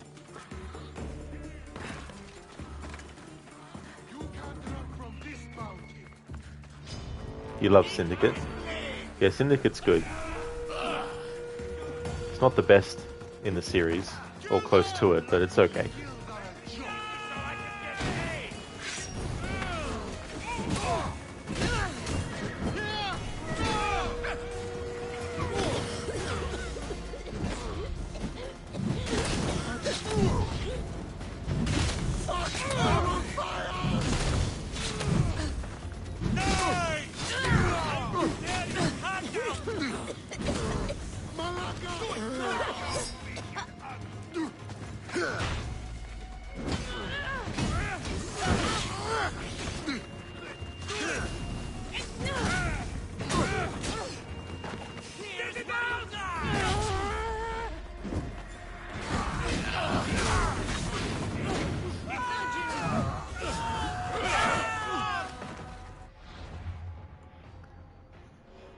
Grumpy Thermotes. Many said Grumpy Thermotes was a child who never grew up. When Thermotes wanted something, he wanted it right away and was willing to kill for it.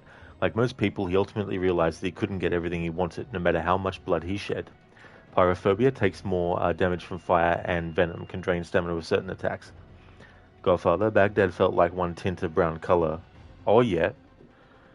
Yeah, I don't know. That's something that I don't really judge games by much. Milan, the kids should learn to carry their own bags rather than dumping them on their dad. Where's that from, Milan?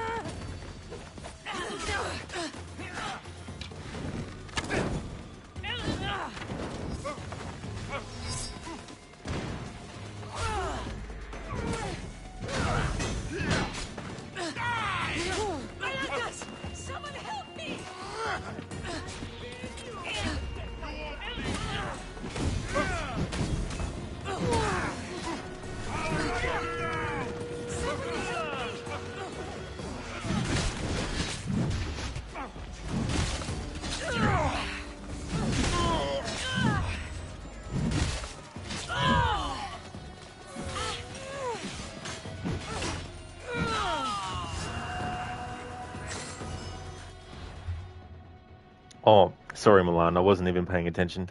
I see. Baghdad. Yeah. Now I get the joke.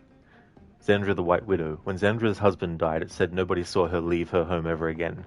Yet stories still arose of a woman light like the moon, chasing people with her blade. Few saw her face and lived, but those who did swore it was Xandra, even although her eyes were no longer human. Very fitting then that we actually defeated this mercenary before even going into this screen, so we didn't actually see what their face looked like. Relentless will never flinch when receiving damage, and Venom can drain stamina with certain attacks. Godfather Al, Syndicate had great Victoria-era characters, great dichotomy of protagonists, great design of Victorian-era London, unique train hub system, just many redeeming qualities, which you can't say for Mirage. That's definitely understandable. I mean, Mirage is a whole different location compared to London, of course, but, yeah. The way that they realized the city in Syndicate was well done.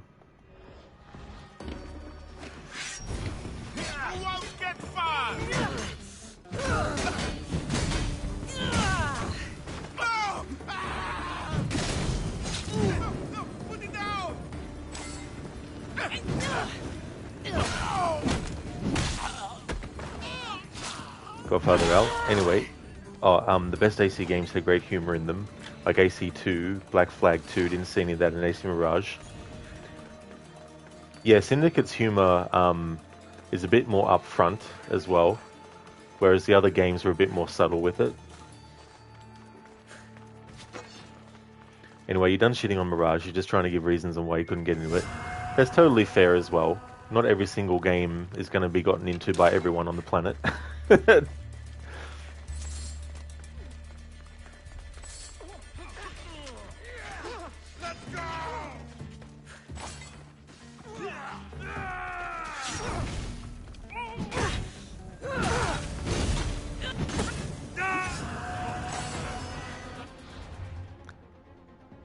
Elpis, the Arrow-Proof. Growing up in Massalia, Elpis the Arrow-Proof saw no extremes like those in Athens. Gluttony and poverty, freedom and servitude. If she was meant to be inspired, she was. To wipe Athenians off the map.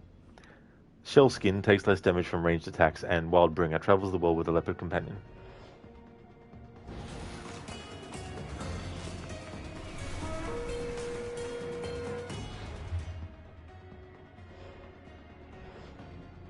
Finally, a mercenary that's in the tier S1 rank. Dianthe, the professional. Dianthe took pride in being professional in her job as a Misthios. Unlike others, she always had a contract made up, showing all the agreed upon terms. Once it said she lost the contract, and even though she succeeded in completing the task, she didn't make her sponsor pay her. Awareness takes less damage from assassinations, and Mithridatism takes less damage from poison.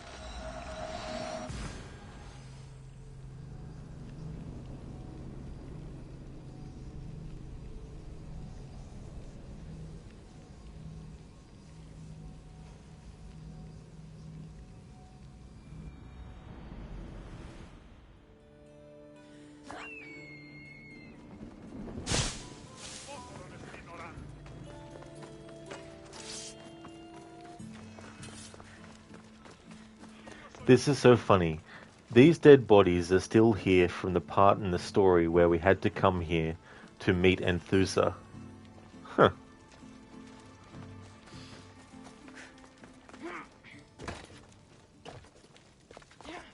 That was like, what, 3 streams ago or something?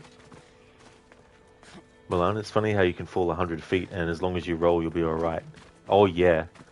Even at the start of this game, when you jump from a great height, you won't actually die from the fall. You'll take a lot of damage, but you won't die from the fall. And then when you hit level 20, you take 0 damage from falling.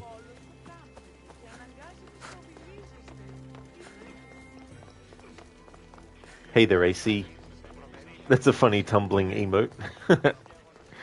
How's things going?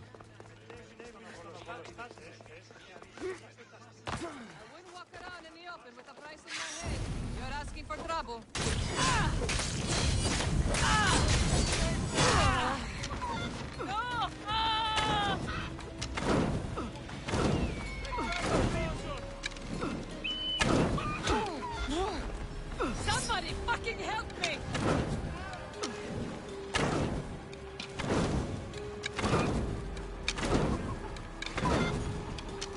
I need water!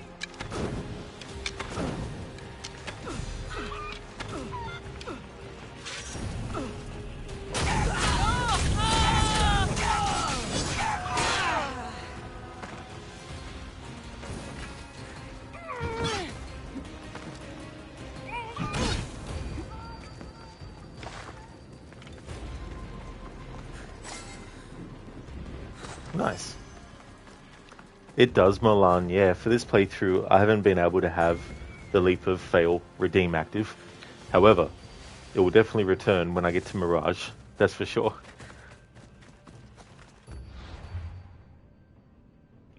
Nice, now we've actually gotten into tier S1 rank. So that means war contracts and bounties provide 35% more XP, drachmi, and crafting materials. The professional defeated.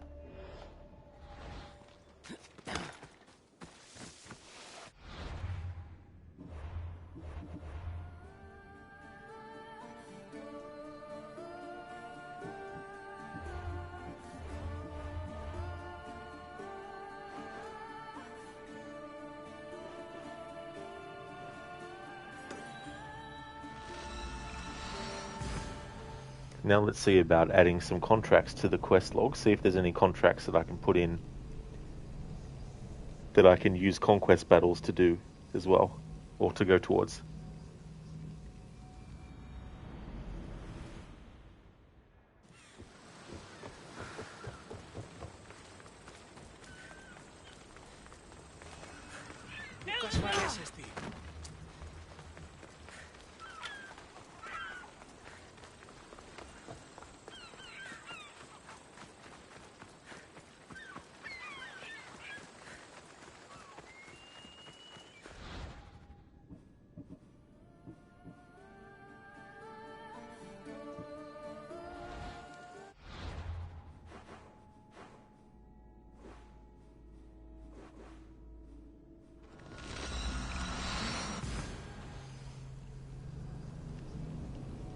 That reminds me too, my upcoming playthrough of Mirage, I've already got a command set up for what I'm actually doing in it. So it'll be a basic Basim playthrough, so can only use the tools and weapons that the game gives, cannot upgrade them, which means going without blow dart, trap, noisemaker, and smoke bomb. The sword and dagger the game gives Basim cannot be changed or upgraded. Outfits cannot be changed or upgraded from what the game gives Basim by default, and cannot unlock any of the skills as well. So the only tool that the game gives you is the throwing knife. It won't be a stealth challenge though, so I'm allowed to be detected. Milan, you'll be in serious trouble when you have to fight Bob the Geldof. His grease attacks with hair are deadly. His special attack is Grease Lightning.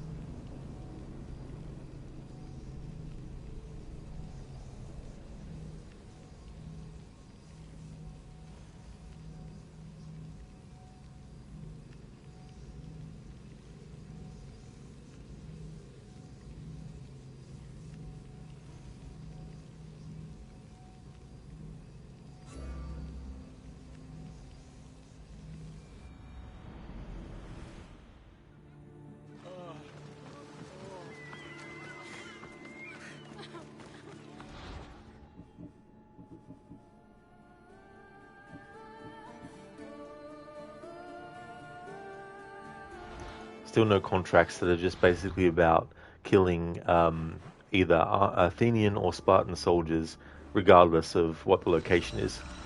I'm trying to look for some contracts like that, so I can combine it with doing a conquest battle.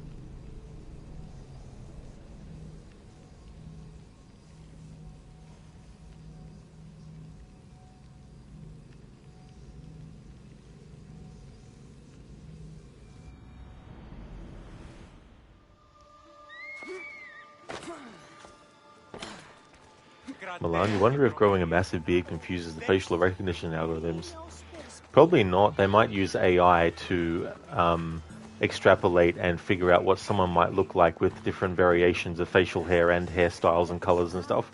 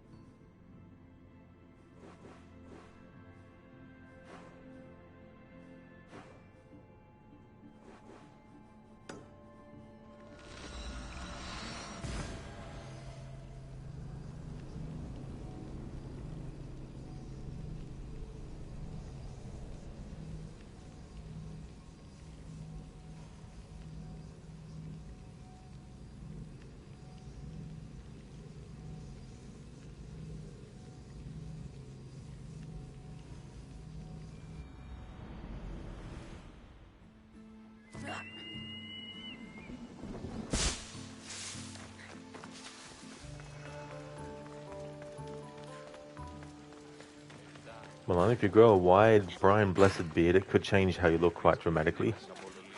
That name's familiar, but I can't picture what they look like.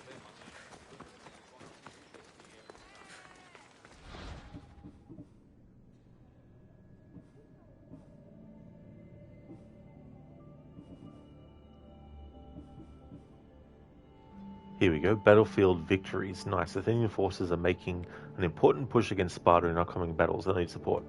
Excellent, that'll be good to have. Win battles for the Athenian soldiers. Need to win 2.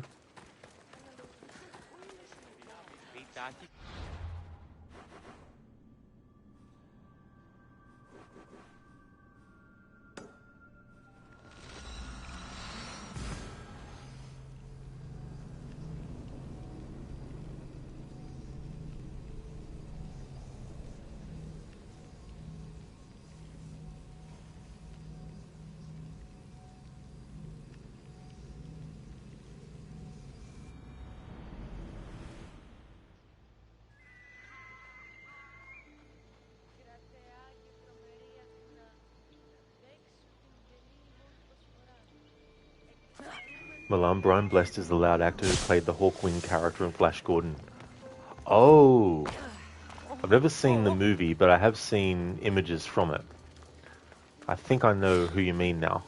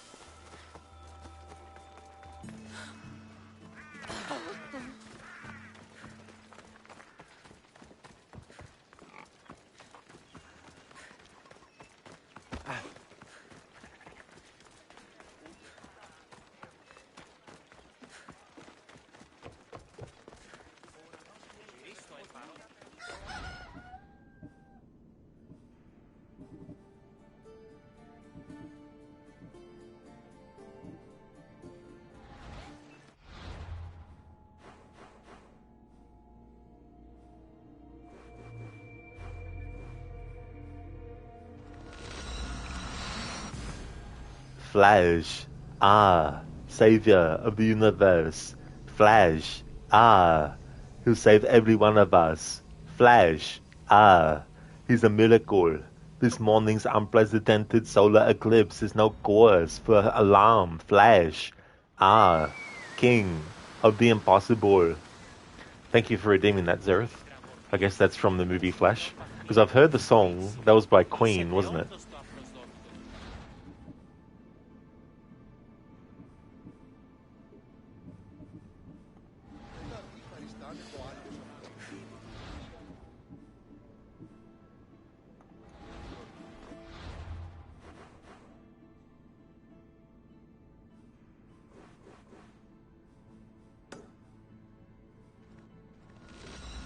Milan, the cult in this game are not secretive enough. They're the easiest people to find in all of Greece.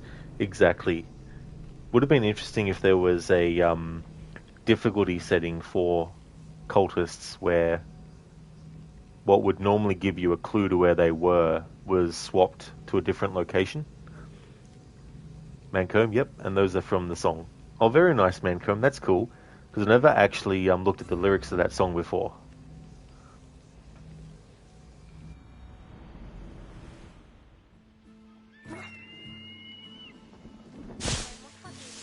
Hey there, Fonzie. Welcome. How would you rate the game so far? So with Odyssey, as an Assassin's Creed game, it's very, very low. There's definitely a lot of Assassin's Creed games that are way better. As an RPG, I think it's a pretty good one. Witcher 3 still beats it though. I don't think it's as good as that as being an RPG. I do enjoy the game. There's some things in the story that I really do like. There's also some stuff that they do which kind of messes with pre-established stuff, like with the Isu and all that kind of thing. But overall, it's definitely a game that I play. So I don't usually give like ratings out of like numbers or stars or letters or whatever. But it would definitely be somewhere in the middle, maybe. I think overall.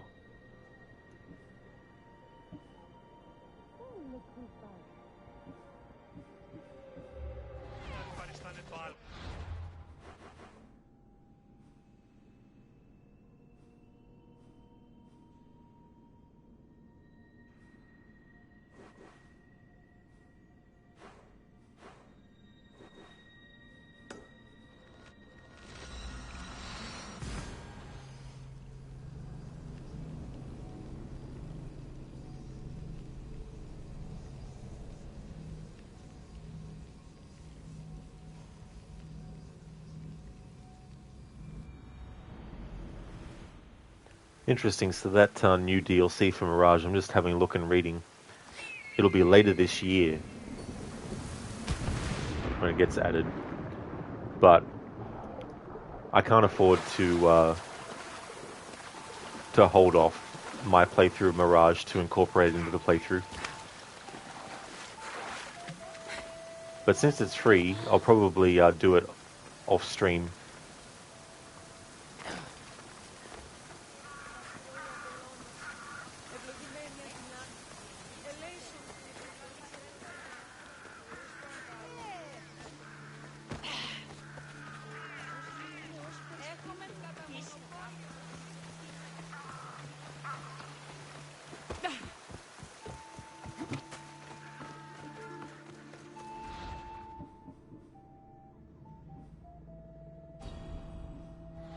Alright, there might not be any Stratajoy that we can kill in a conquest battle, but let's actually go and start this conquest battle.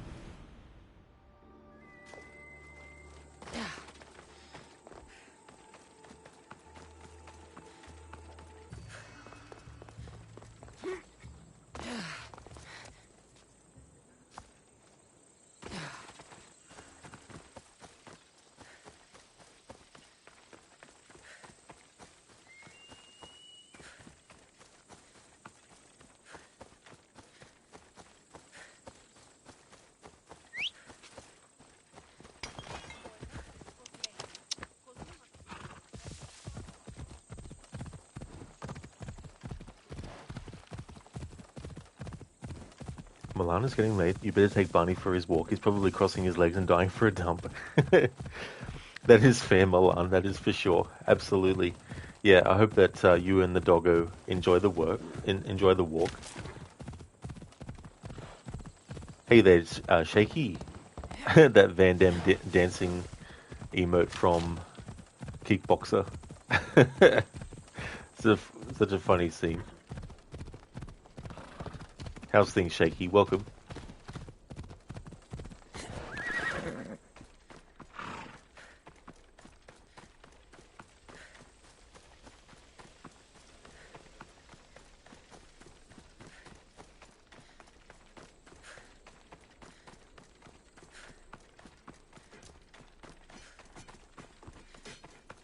Eaglebearer, you're just in time. Spartan dogs are staging an assault on our forces.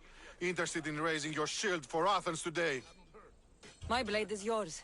You'll get your share of the spoils. But first, victory!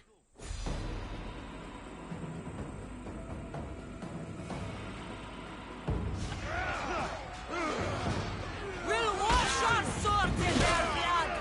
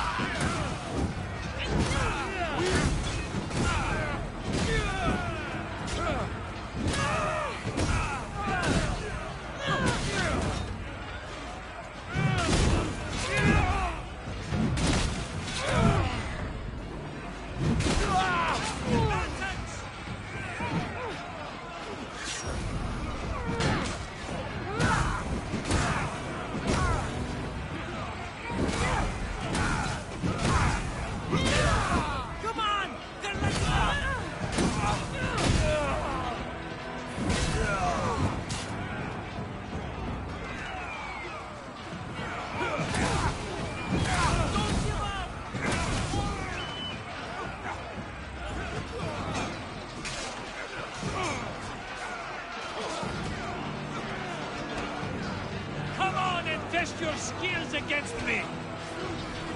Challenge me! Okay, so this mercenary.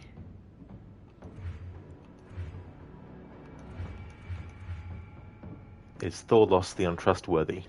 The favorite tactic of Thalos was using local thugs for a frontal assault on a target. The men he hired often died, which is exactly what he wanted. It allowed him a distraction so he could sneak up on his target while also making it so he didn't have to pay the men.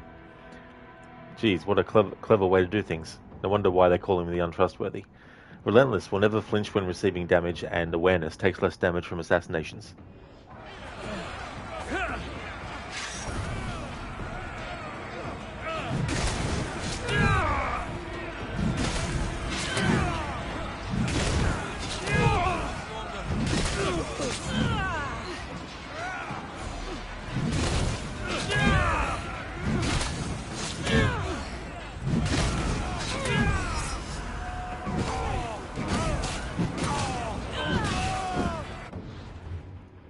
Okay, so Thalos the Untrustworthy has been defeated.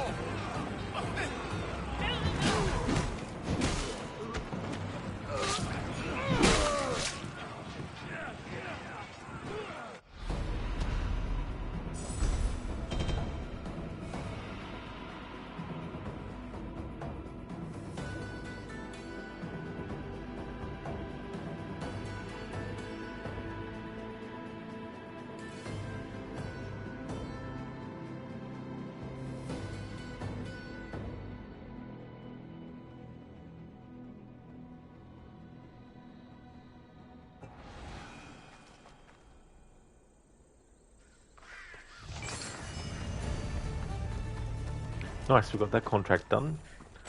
94,500 XP. So we're now in level 54.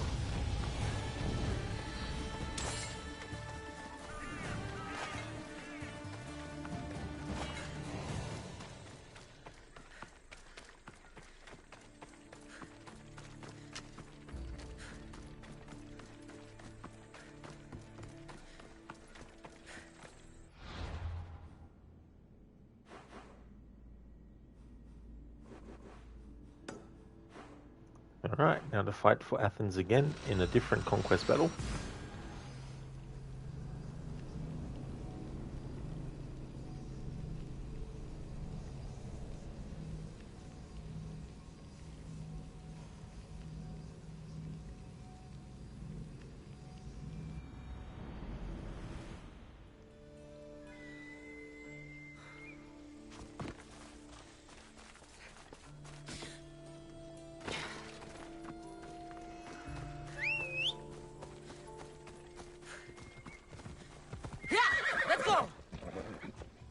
Hope you can swim, pirate scum! That's how the real Eagle Bearer deals with pirates! That is still glitched. It's related to a quest line that I haven't even touched.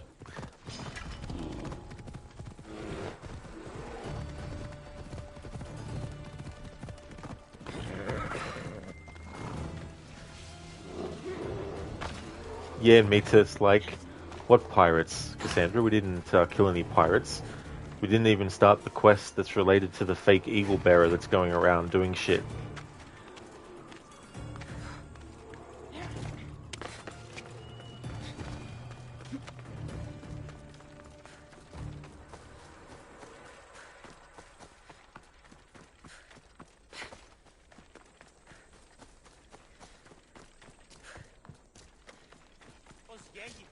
Your presence is a good omen, Eagle Bearer. It means Zeus is on our side. Only Zeus is on Zeus's side. We could certainly use your sword in battle. Will you help us send these Spartans home on their shields? I'll fight with you. Ha! A true warrior! Let's bring those filthy Spartans to their knees!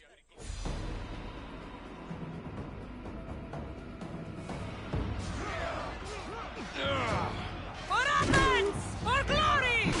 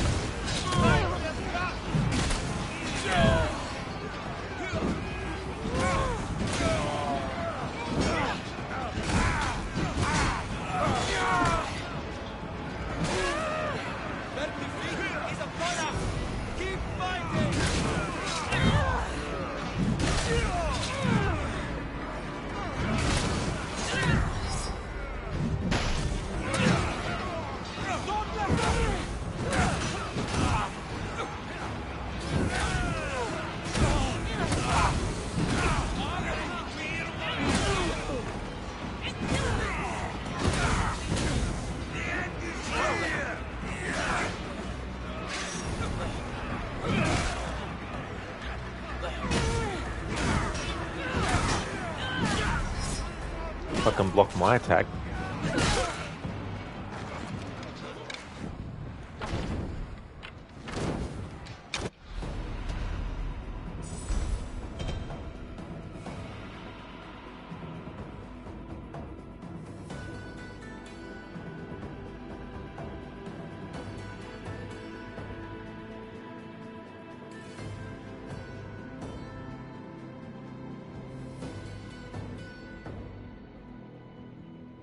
Zereth, what do you call a Monkey Island character that surprises others? Mam comb. Eep good.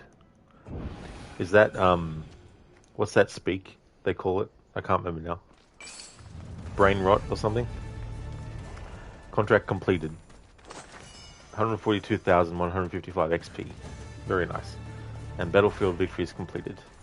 142,155 XP. Nice. We're almost at level 55 now. Probably Mancobe. Yeah. But no, I don't know the correlation between surprising someone and sleeping.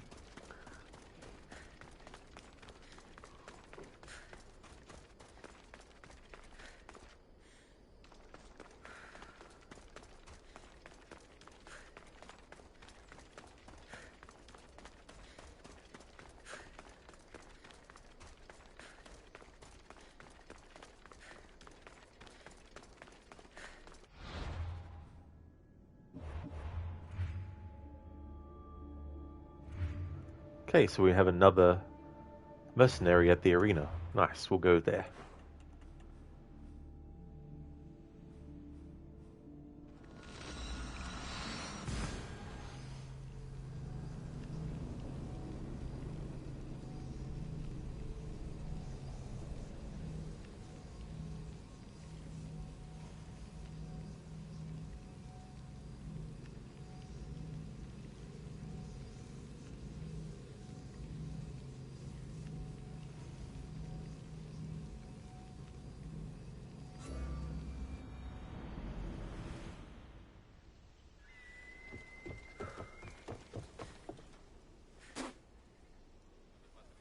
Gross.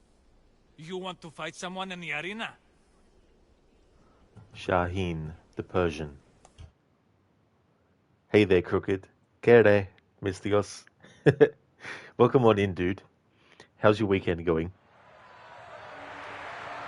Oh, I see, Mancomb. One of the uses for Eep is an exclamation of surprise. Eep, you scared me. Ah, I got you now. So that's what you were referring to. Shaheen, the Persian. Shaheen first decided to journey through the lands to spy on war tactics. He found the land beautiful and decided to buy a house and settle down, but the ongoing war pulled him into the mercenary life to profit from the conflict. Awareness takes less damage from assassinations, and pyrophobia takes more damage from fire.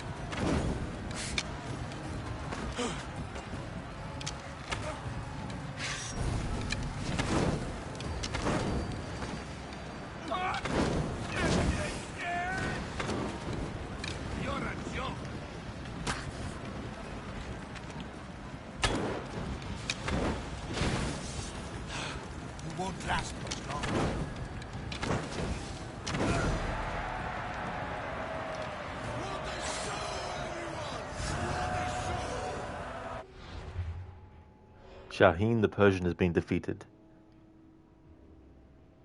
Crooked, going pretty good, thanks. Currently munching on some waffles and enjoying a nice iced coffee. How's the mercenary life going? Glad to hear that, Crooked. That's awesome, dude. Hope you enjoy the waffles as well.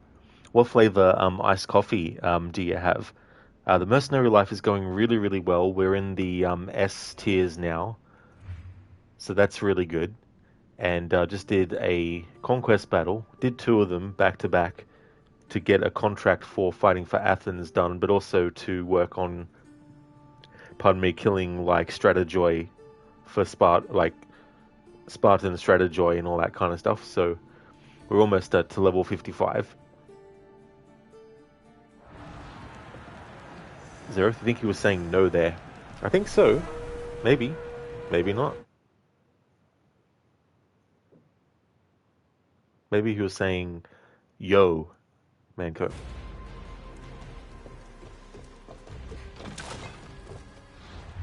Also, Crooked, earlier in the stream, I did the whole thing with Skura, with the arena stuff. Crooked just sweetened with a bit of brown sugar, brewed up some strong espresso and mixed it with milk and ice cubes. That sounds like a wonderful combination. I don't mind white sugar, but I usually, have brown sugar, and it's got a really nice taste to it.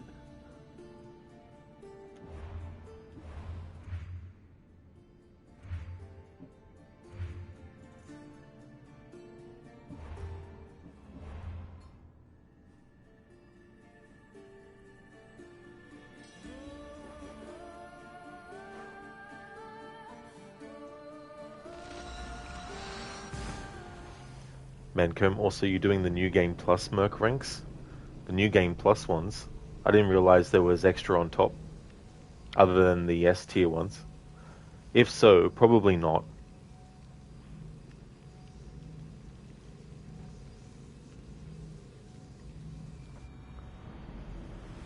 Crooked, for sure. It has a bit more depth to the flavour than white sugar. That's nice you got the storyline in the arena done too. So which tier are you up to now? Just S1 at the moment. And I wanted to wait until I was at a good level so I could just do all the fights back to back and do the storyline in one.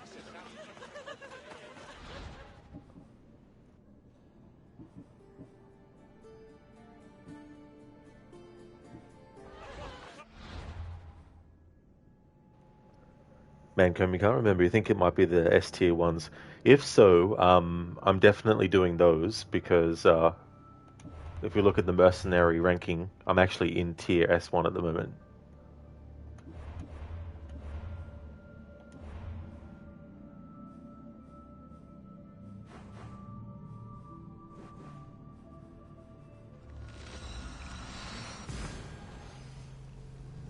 It's actually an interesting storyline with that guy, Skura. We also did the quest for Padakus the Cruel, but I just basically did what I needed to do to get him to trigger in the map, and then killed him, and then that was that done. We dealt with Dione as well. So with the cultists, only have 2, 4, 6 left. Oh, so it is those Zereth? Okay, gotcha, cool. Yeah, because you had me sort of thinking, oh, is there even further ranks than that on New Game Plus? But yeah, I'm definitely doing the S ranks.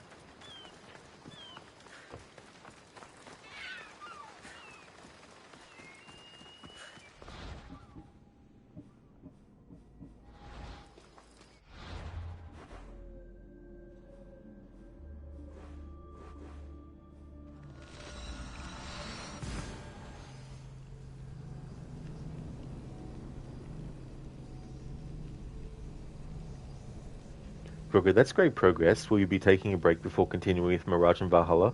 Thank you, Senny. Yeah, it's good to make all this progress. No breaks this time. It'll be straight into Mirage. And for Mirage as well, I've already got set up what my challenge will be. So that'll be my challenge that I've set up for Mirage, a basic Basim.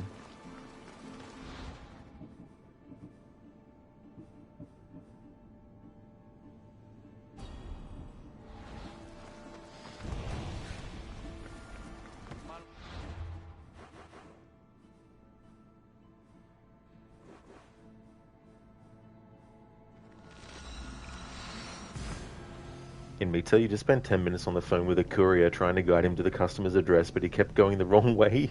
You felt like in those movies where they see where the person is in real time and they try to guide them. Man, that would be tricky as well, like, especially if they're going the wrong way too, because then that adds even more time on top of, their journey, but also you helping them as well. They'd have better luck finding where Gavin is. Gavin? Where are you?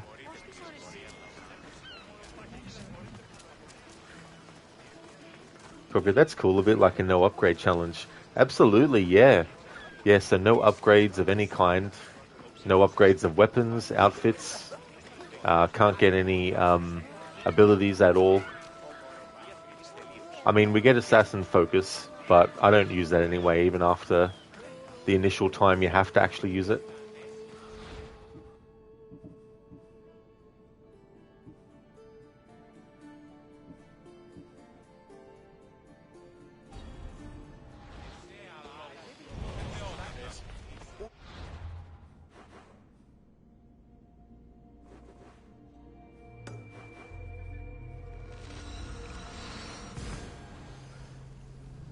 Mancomb Gavin is harder to find than a drunk Lenny. That is true, yeah. Hey Dumbledore, good morning. How's things? Amita, yeah, we can see where they are in real time, and you're telling him, go to where you were and I will guide you because I can see where you are, but he was lost and was like, I cannot find it. Talk about, like, looking for a needle in a haystack, like, holy shit. Kroger, they now officially teased the Saudi Arabia DLC for Mirage 2, supposed to release later this year and for free. Yeah, I was curious, because I had a look into it after it was mentioned, like Stan mentioned that they had actually announced it officially, and I had a look, because I was like, oh, it's set in 9th century Al-Ula. No, Al-Ula. So yeah, new story chapter and mission set in 9th century Al-Ula, gameplay improvements for the base game and the new location all for free. Yeah, so be interesting to see what that story will be and what approach they've taken, and hopefully it doesn't feel just attached, you know what I mean? Like, hopefully it feels natural to add it on top. And maybe they'll connect that DLC with Valhalla somehow. I mean, I wouldn't be surprised. It's good that they're doing something new with Basim, though. But yeah, it might be the only thing we get to see more of him in, I imagine. Don't make me come over there. This area will be well defended. Because there's still questions that won't be answered, probably. Maybe on a toilet roll. And maybe we'll see Sigurd again. Perhaps. Because, I mean, Basim is obviously going to be searching all over the world for others like him to get revenge against. But it's a bit bizarre, funded by Saudi Arabia to promote the country in a series that has the main protagonist take out, example, corrupt government officials, lol. Yeah, there's probably so much stuff too behind the scenes with the deal that they've made, maybe. It means they'll probably raise more questions. Probably, for sure. Yeah, I wouldn't be surprised if that happens. It just gets exhausting, though, because there's all these different story threads going all over the place that never get finished, and if they do, they get half-assed finished in media that wasn't even the initial thing that they began in. Mancomb, don't make me come over there. Stay close, stick with me. Eaglebear, maybe Athena walks with us after all if you're here. What's going on? Those shit-eating Spartans have us pinned down here. We could use someone with your skills in the coming battle. All right, I'm in. Glad to hear it. Let's send those Spartans to Hades.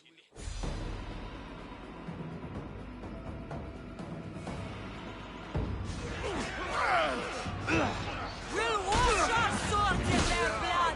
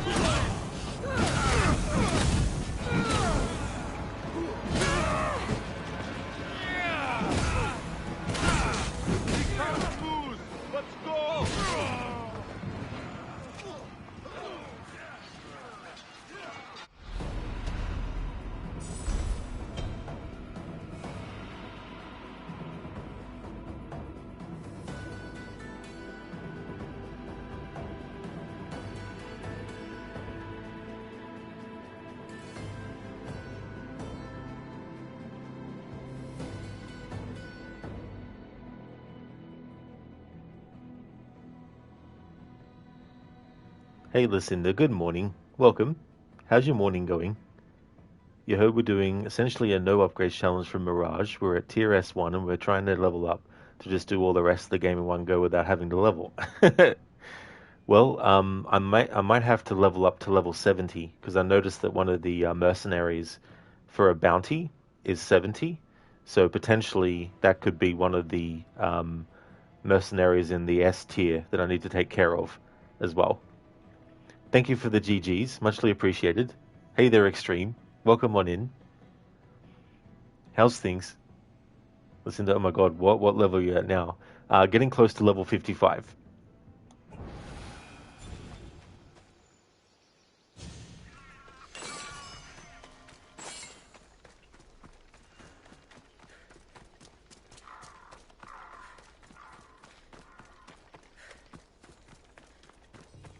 Listen, those levels take longer and longer to grind out.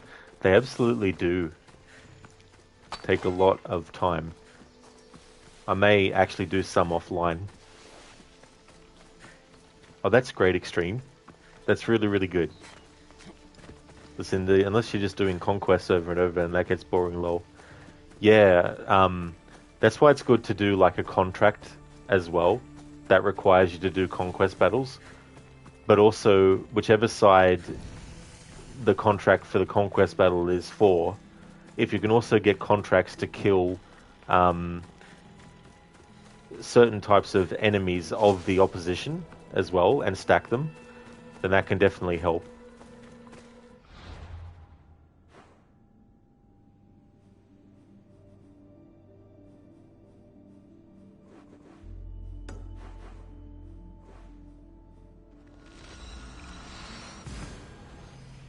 Listen, true, I forgot about the contracts.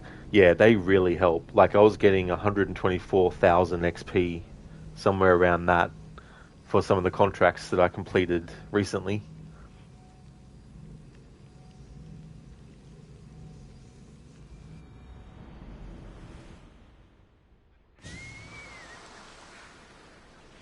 Listen, the mythological creatures after the main story. Well, it depends, because the way that they programmed it, like the way that they organized it, it interlocks. So there's some cultists that you can only actually kill if you do the mythological stuff as well, like Swordfish, for example. You can't kill Swordfish without initiating the quest related to him with the whole thing with the Minotaur and everything. Yeah, so unfortunately, I mean, it'd be good if you could just do it cut and dry like that. So really, like, if you do the family quest line first, you're pretty much doing the cult and the mythological in tandem with each other.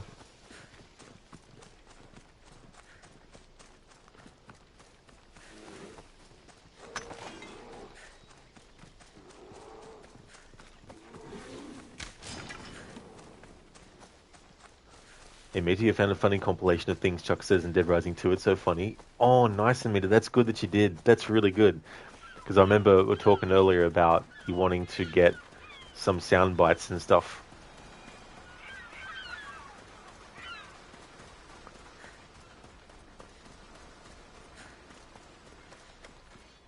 Eaglebear, maybe Athena walks with us after all if you're here. What's going on?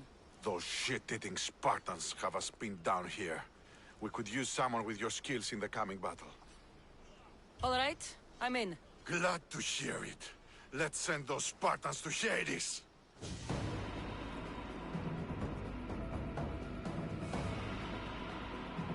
Here we go!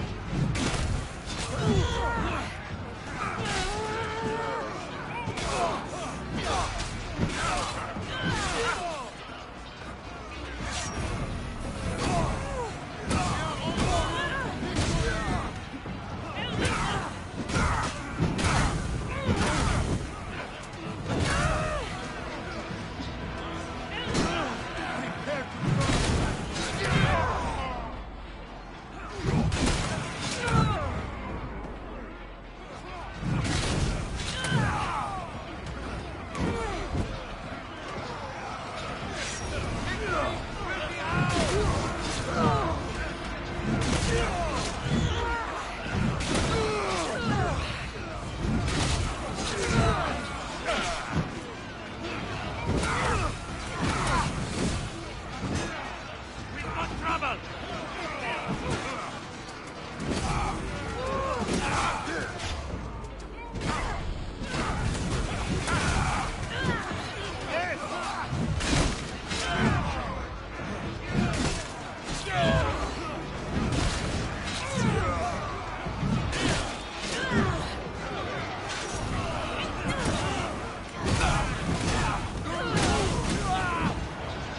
Get over here!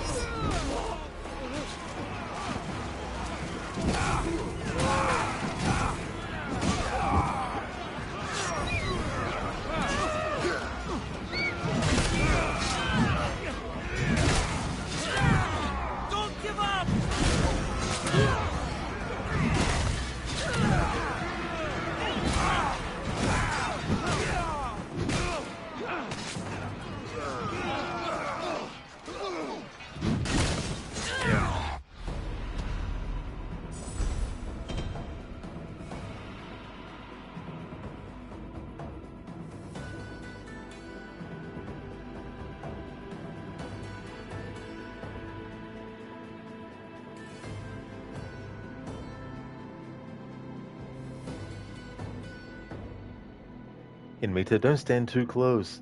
Do you know what personal space is, Frank? Yeah, that'd be one from Case West, where Frank West joins Chuck, which is where Dead Rising. That's the how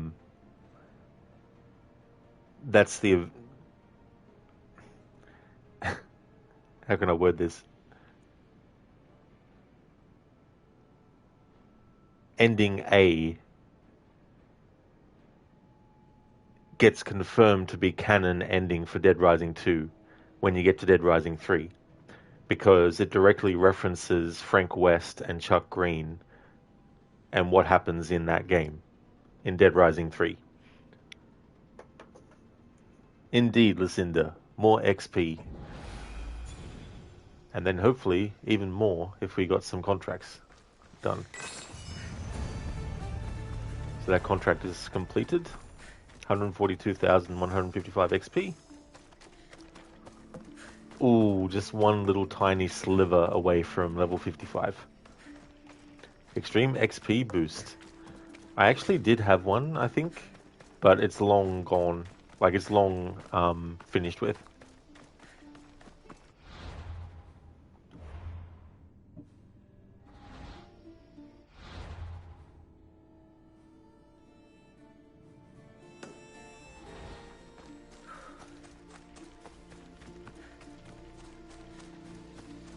So when we get to level 55, I'm going to upgrade my weapons that are currently at level 50.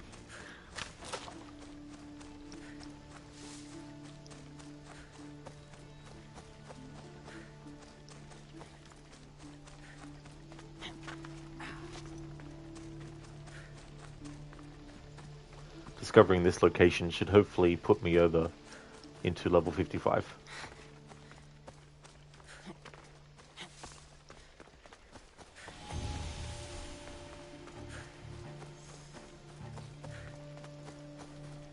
Nope. Okay, fair enough.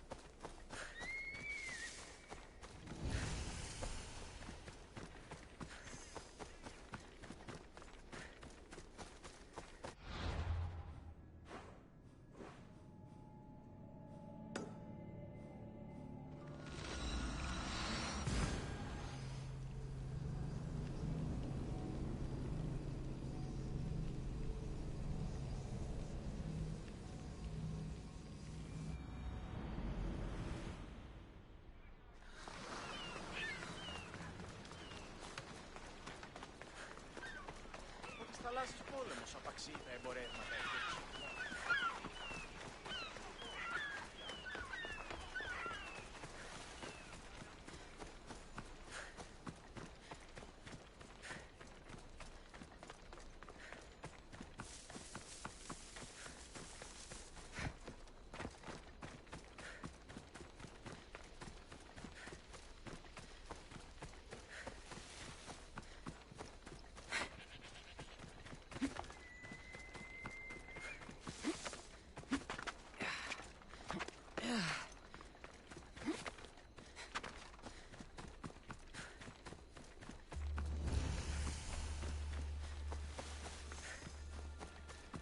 It's still not.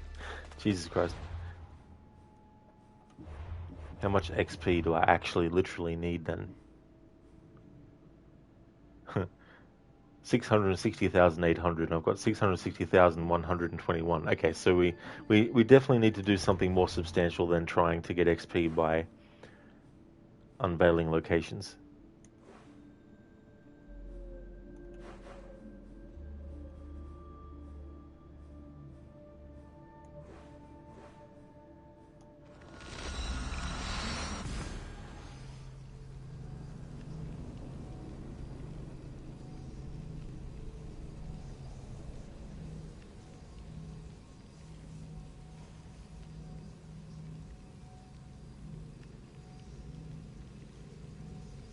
Arena looking for an extreme challenge? Find the arena in Pefka and face off against extreme fighters. Been there, done that.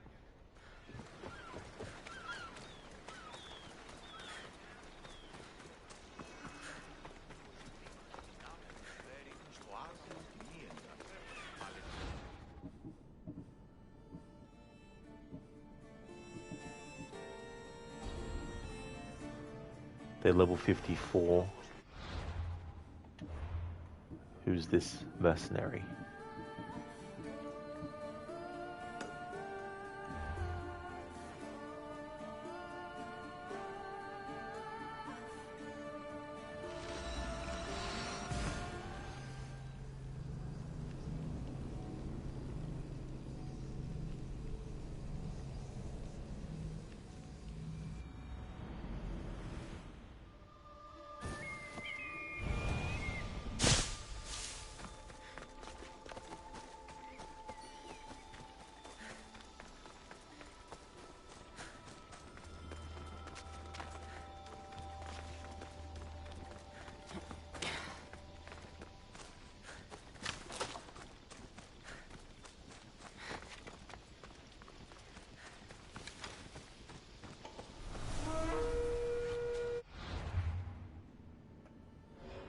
Trypho the Obscene became known for his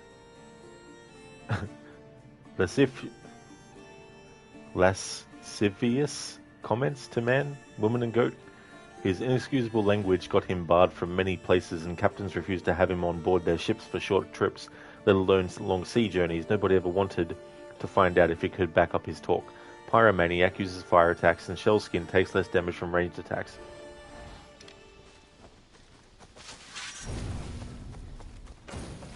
You're giving mercenaries a bad name. Malaka, help me!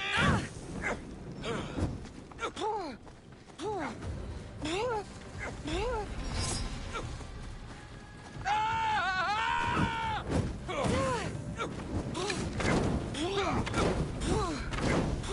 can't. Let me put an end to your suffering. I'll drink to you.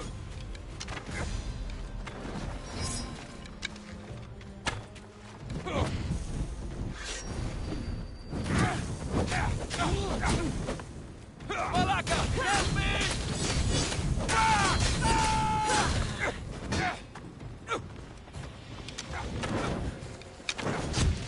There will be no...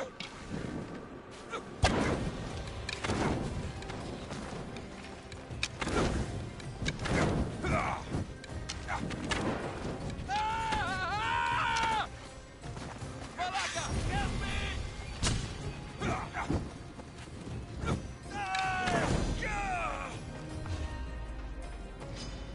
You're going down, Mistio! Thank the gods that's over.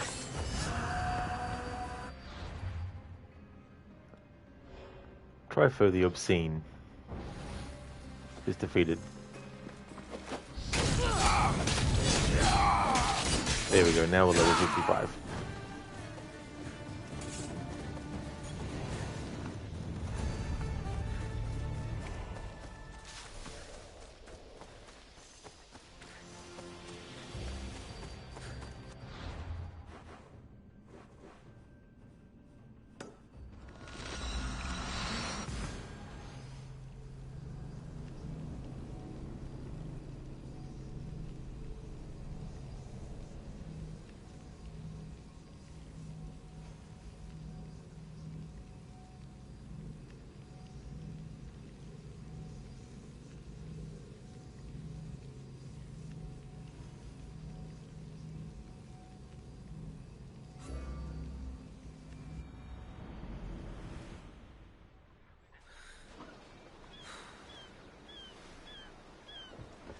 Thank you for the GGs. Oh, hang on. GGZ, level 56.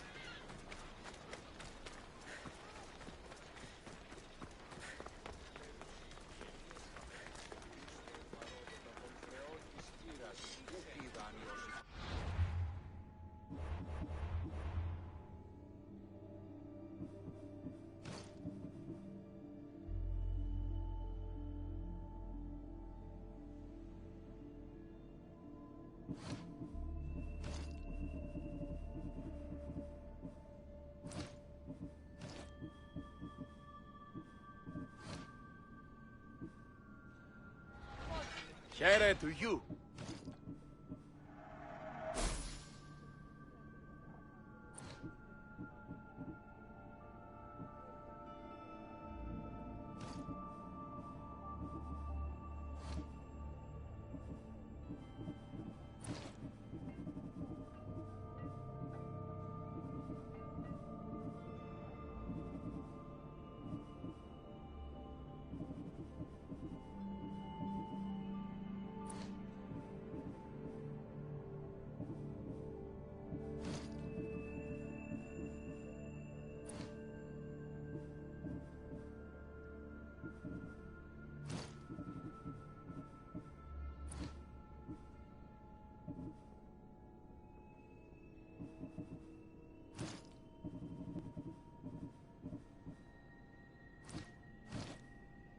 Hey, Gorky.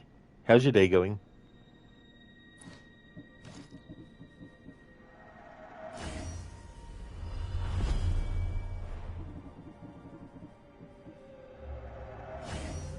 Oh, nice. That's great.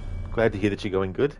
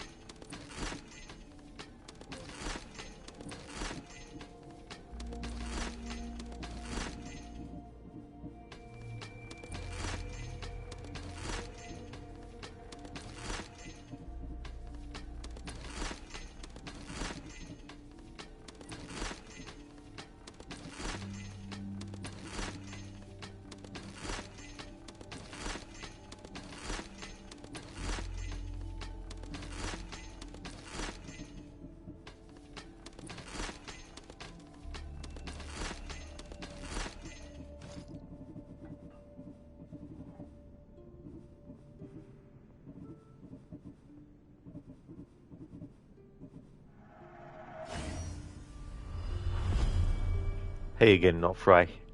How's things?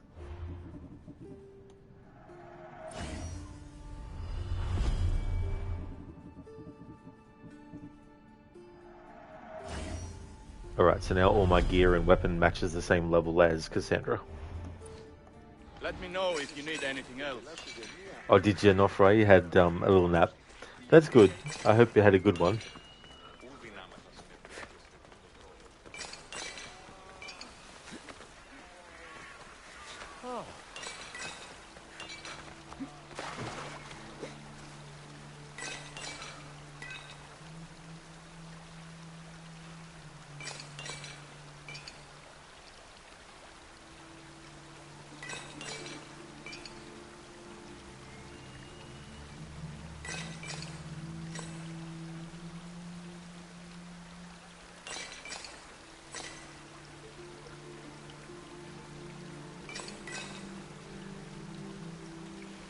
Oh, good. That's really good. It's always good to get some good sleep.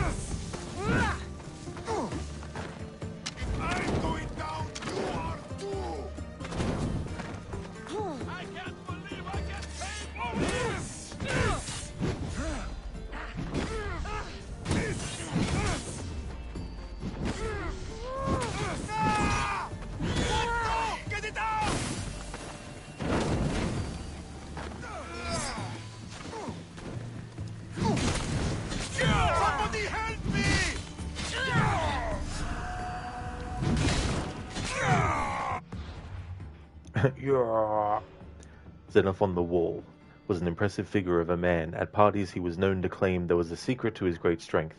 He boasted that his constant obsession with training paired with rigorous drinking imbued him with an almost godlike fortitude. Afflicted takes more damage from poison and rage, enters a rage state when close to death.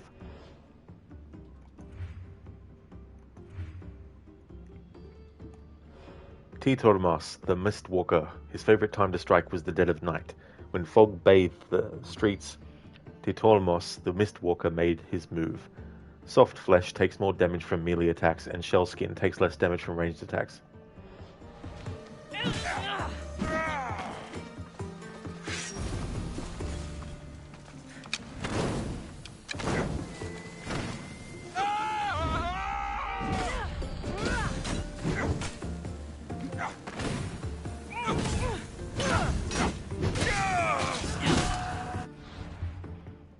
go. And Titonomos, the Mistwalker, is now dead.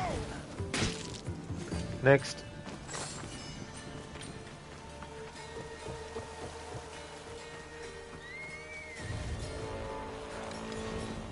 Life is simple. You die, I get a reward.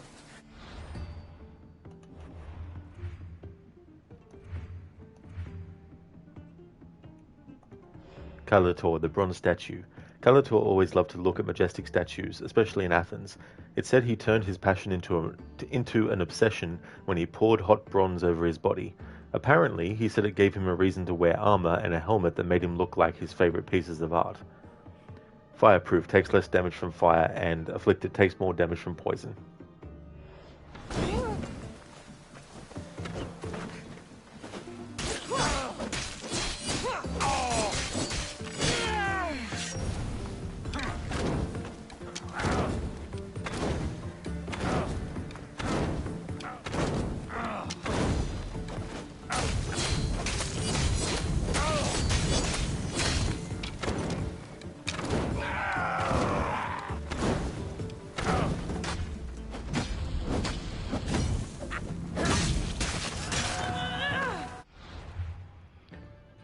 Kalitor, the bronze statue, is now defeated. Crooked poured hot bronze over his body. Oh yes, like what the fuck, dude? Like seriously? Why the hell would you do that for?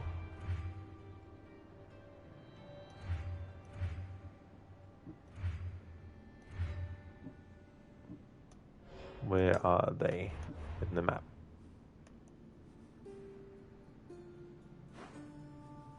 They're pretty nearby.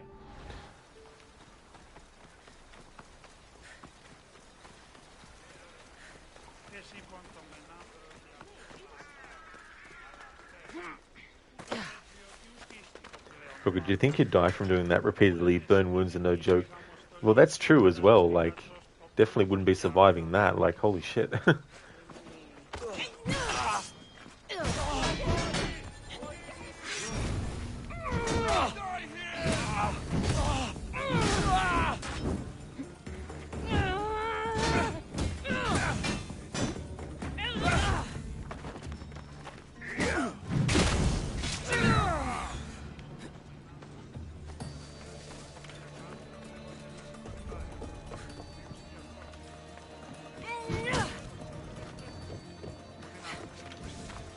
Yeah, extreme. Lots of fire.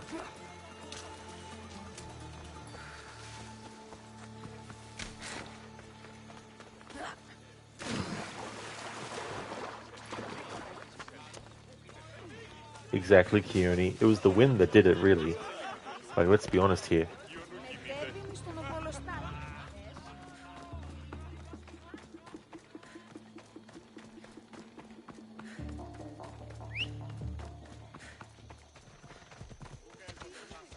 Move!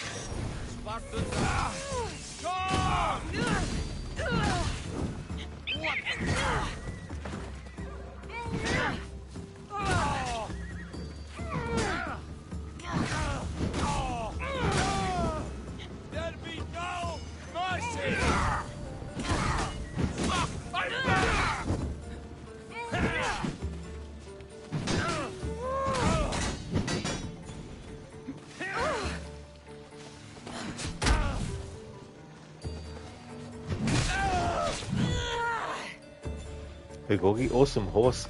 Yeah, if you reach tier 1 in the mercenary rankings, you'll unlock that skin for Phobos.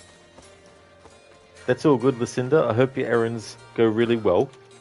I'd like to highly recommend people check out Lucinda's channel if you haven't before. Lucinda is doing games like Resident Evil 2 Original. Also going to be doing a playthrough when it comes out of Dying Light the Beast.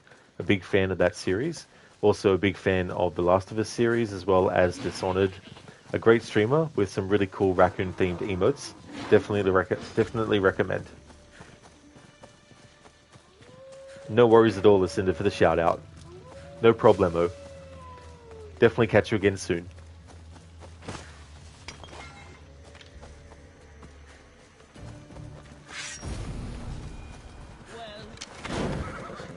Wait, what?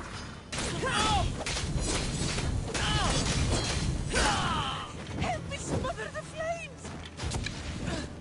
This will be my last fight! And yours! Malakas! Someone help me!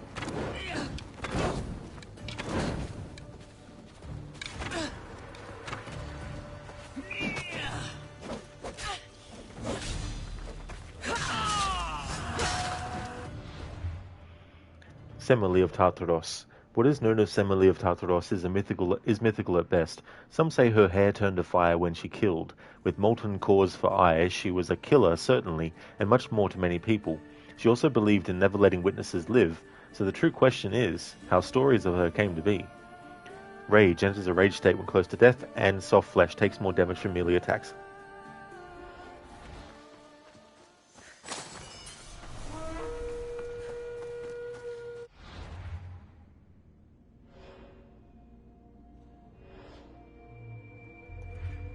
Alright, so they're a fellow,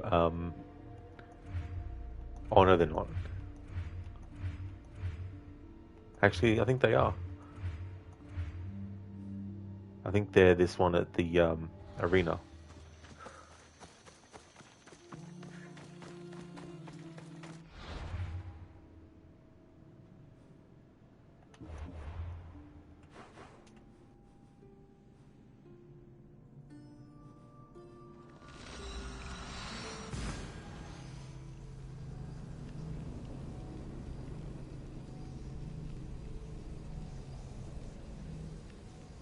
Extreme, you shout too hard. Your ears. Oh, for the shout out.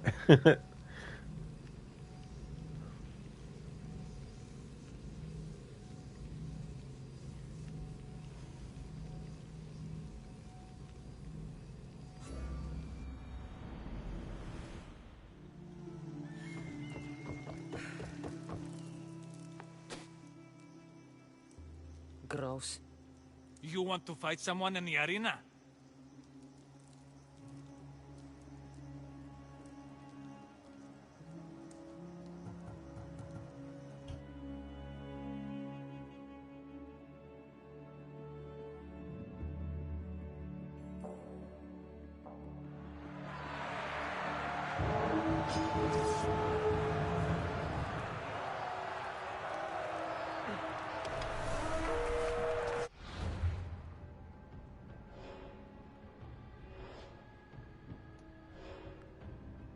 Teomas, the Beast. Most people said Teomas was a beast due to his speed, his reflexes, and the power he delivered with his mace.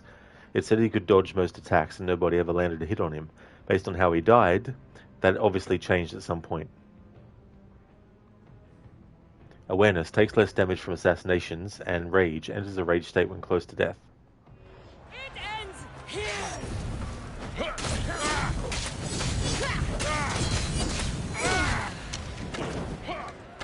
Malaka!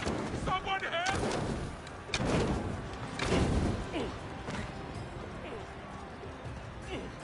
Come with me to Hades!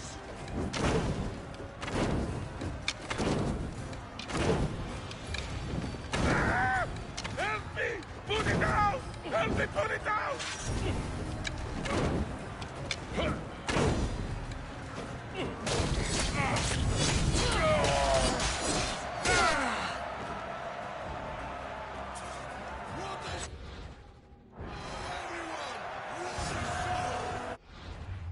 Theomas, the Beast, is now dead.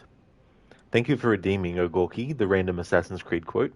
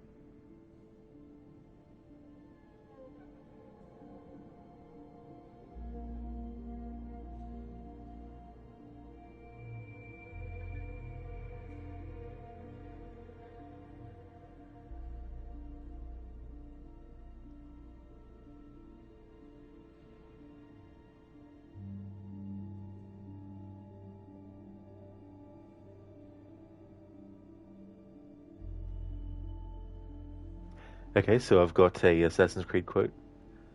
Oh my, that wasn't the billiard room at all, was it? We are pursuing an interloper, Mademoiselle de la Serre. Have you seen him? No, I shouldn't think they can climb stairs, not with those little hooves. And how did they get out of the royal menagerie? Not an antelope, an interloper, a suspicious person. Have you seen anyone like that? Oh, there was Madame La Pognac. Her hair has a bird in it. I think she stole it from the royal menagerie. Please move aside so we may check this room, mademoiselle. You'll only find me, I'm afraid. I've been searching for the billiard room for almost an hour. We can show you there, mademoiselle, and we'll lock the door to prevent any further misunderstandings.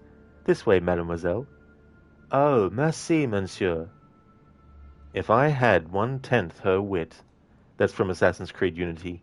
It's a very funny exchange that you can actually skip if you don't stick around after the cutscene to actually hear it, where a guard looking for Arno and Elise have a conversation where she pretends that she misheard the word interloper and thought that they said antelope, and there was a running gag where there was like conversation you could hear leading up to that point of people mentioning that someone had a weird hat or something that looked like someone had a bird in their hair and all that kind of stuff. Thank you for redeeming that, Ogorki.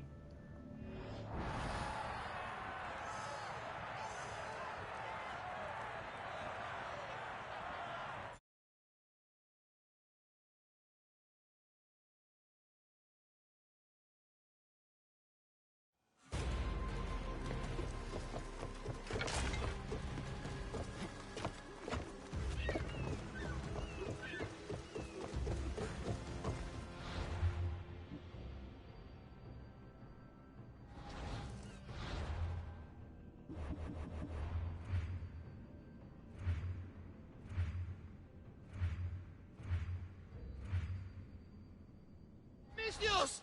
Oh yeah! Oh yeah! Misius! Get it! Go! Misius! Woohoo!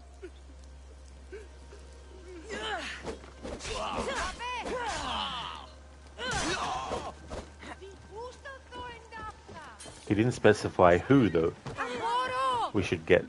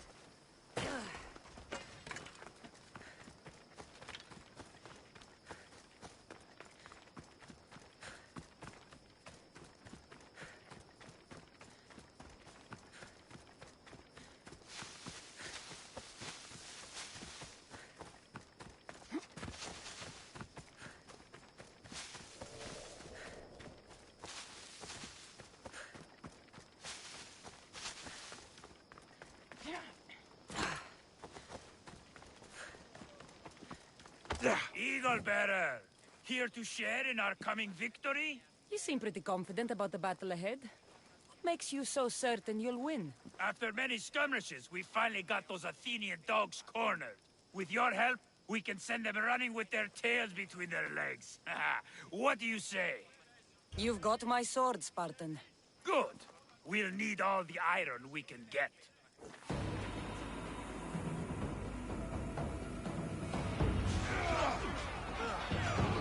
For Sparta!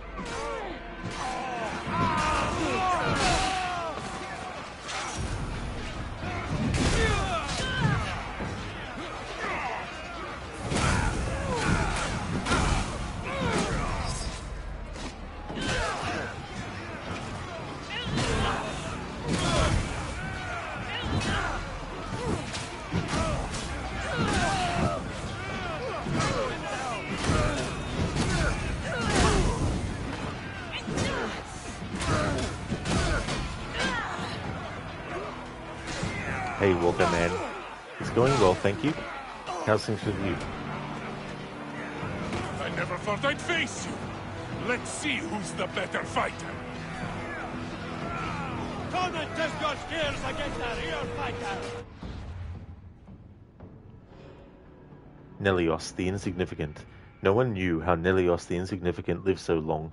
Many betted on his demise against superior opponents, and yet Nelios often came through with a surprising and devastating attack when it seemed his defeat was imminent. Perhaps he was so skilled he simply toyed with his opponents. Pyrophobia takes more damage from fire, and rage enters a rage state when close to death. Walker Man, not too bad. You just started a new job 3 months ago. Oh, really good. Congratulations on that. That's really good. I hope it's going well. And I'm going to get AC Shadows when it becomes available on PlayStation Plus, because I don't want to pay for it. I already know what happens in the story, and I already know the present-day story, and I'm not very happy with the changes that they've made or what they've set up for future Assassin's Creed lore and that, but I'm only going to play it for the gameplay. You really enjoy it? Oh, that's good. That's good to hear. Yeah, the stealth stuff in AC Shadows looks really fun and all that kind of stuff. I'll play as Yasuke as well. But yeah, my interest in the game has nothing to do with any story-related stuff. You really enjoyed Shadows? You really loved Shadows? Well, that's good. That's good that you enjoyed it.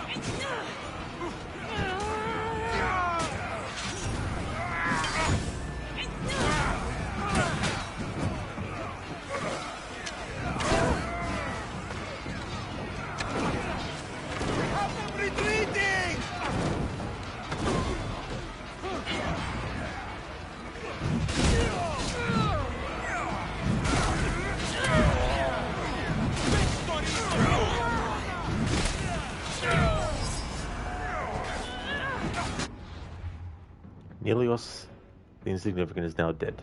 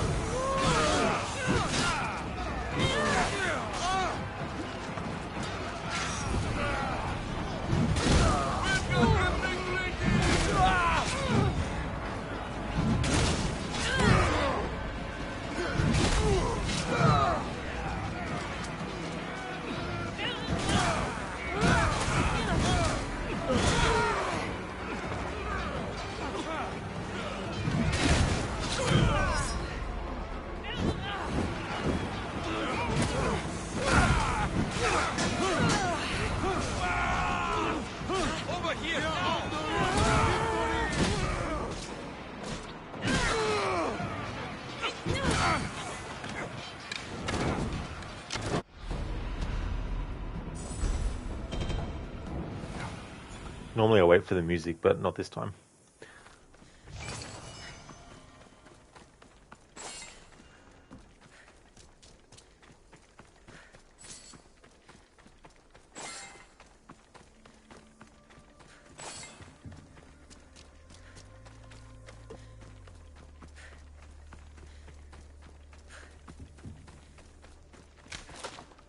Wonder who this mercenary is. What level are they?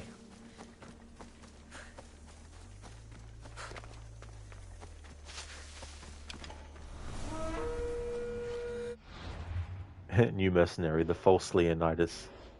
He's only tier 4. The false Leonidas. This older mercenary claimed to be the great Leonidas resurrected, but no one fell for this trap. Well, almost no one. Some impressionable fools gave him contracts solely because they believed him. Of course, when he succeeded, it only confirmed what they thought. Rage. Enters a rage state when close to death, and death from above takes more damage from ranged attacks.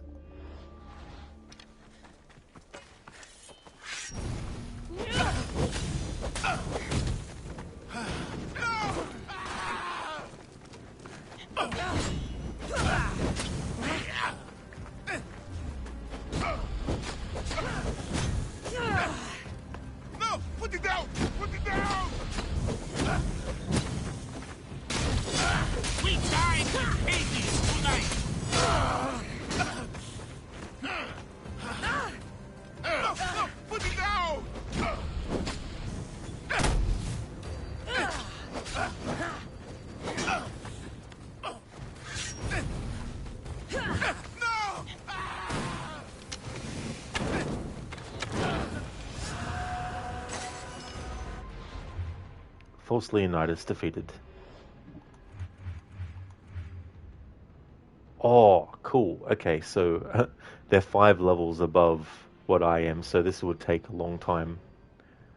Wise Pedasos was always more placid than his fellow comrades. Always thinking about the future, he once made a plan to conquer the world as a whole, corrupting anyone in his way. It was unclear for some time if he failed, or if his master plan was still ongoing. Awareness takes less damage from assassinations, and Mithridatism takes less damage from poison.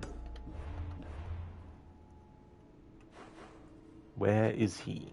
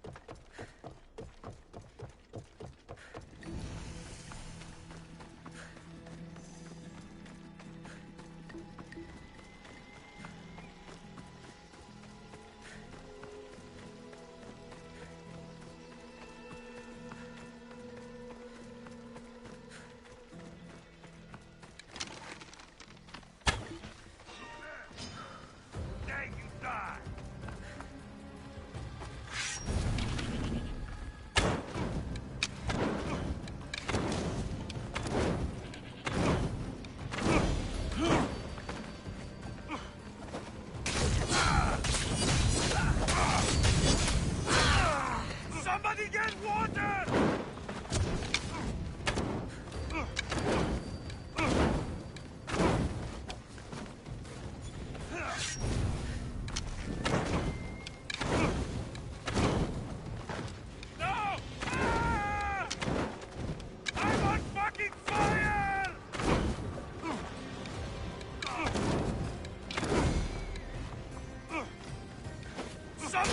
water!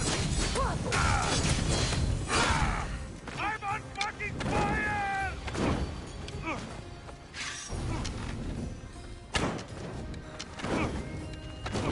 No!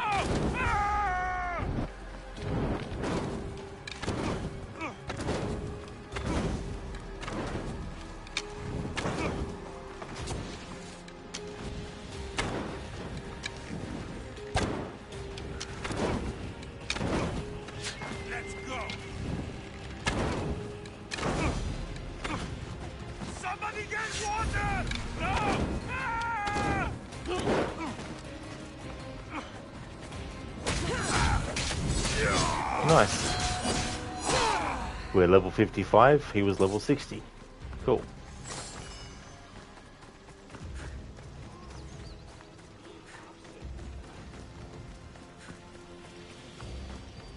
I have a feeling though it was more because of the fire damage I've got than it was the actual weapons and stuff.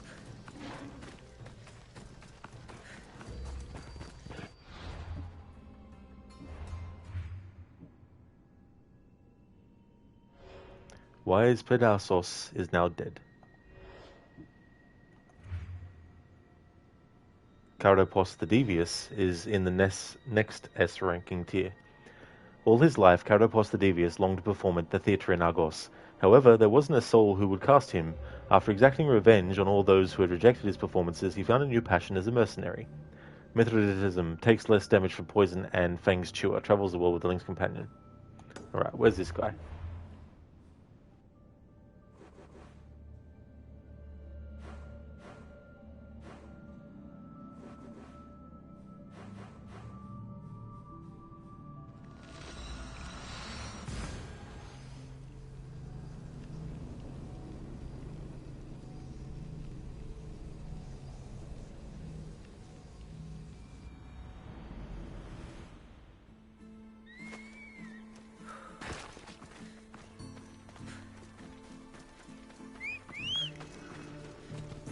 Come on.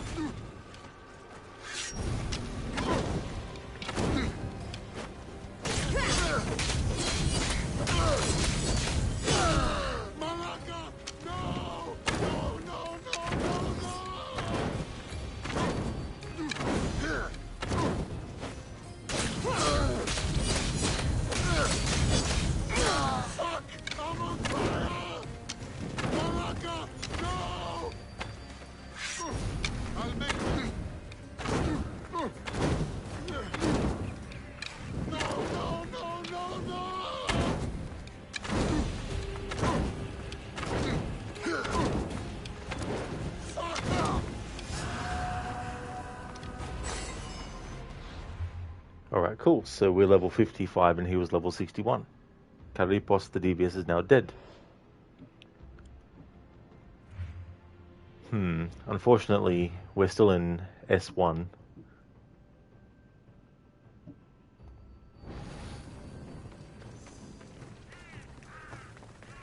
Because I think before I killed him, he was in ranking S2.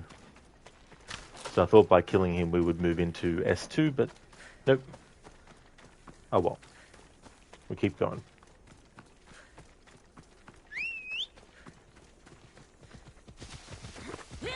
Hey there, Rosie. The voice acting really captures the reality of being on fire and getting shot with an arrow every second.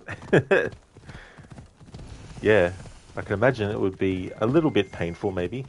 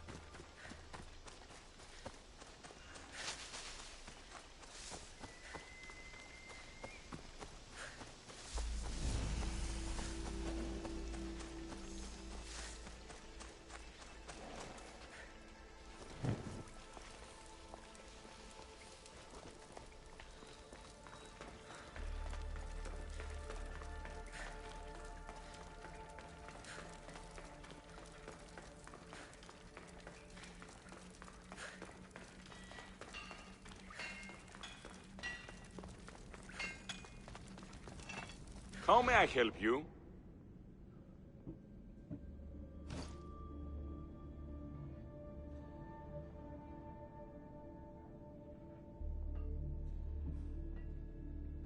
Nice. We could learn 24% fire damage. And then 28% fire damage. And then 32% fire damage. And then 36% fire damage. There we go.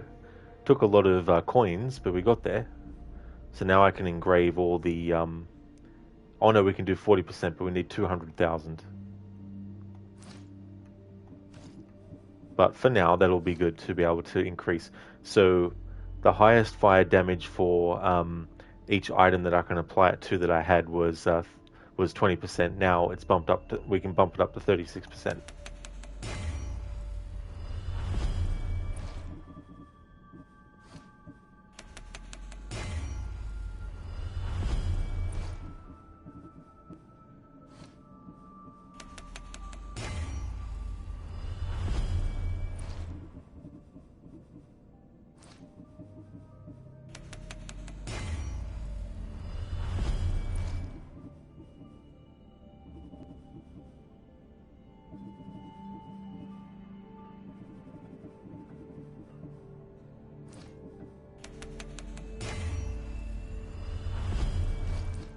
If I can help you again, let me know.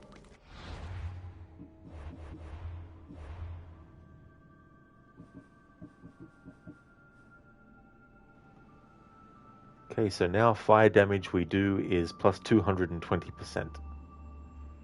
15-second duration and 160% build up.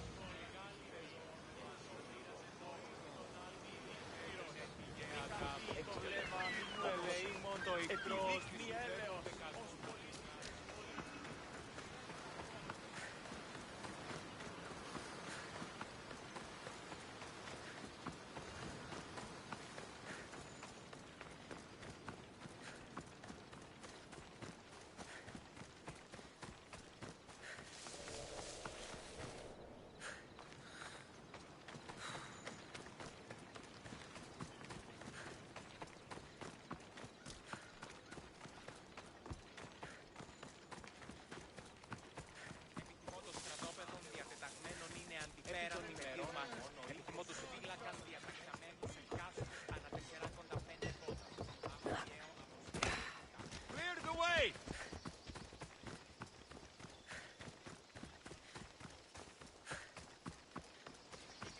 Maybe Zeus is favoring Sparta after all, if the mighty Eagle Bearer has arrived. Have you come to defend our borders against the Athenian scum? I'll join you. Good. We're glad to have your sword.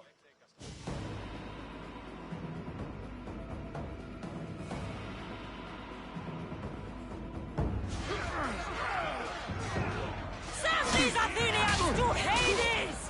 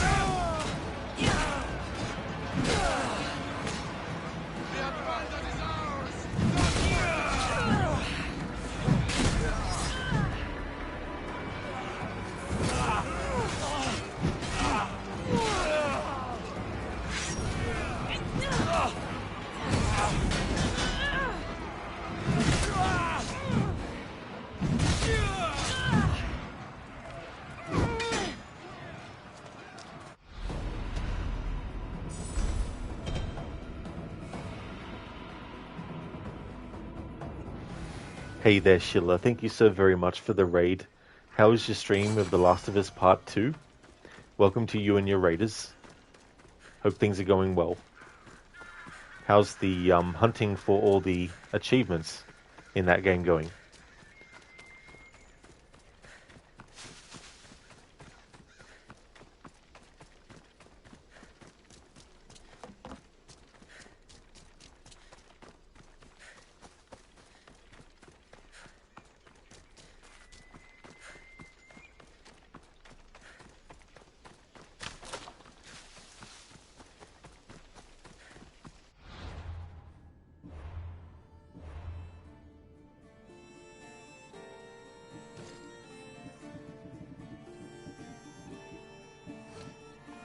Sheila, thanks for the shout out.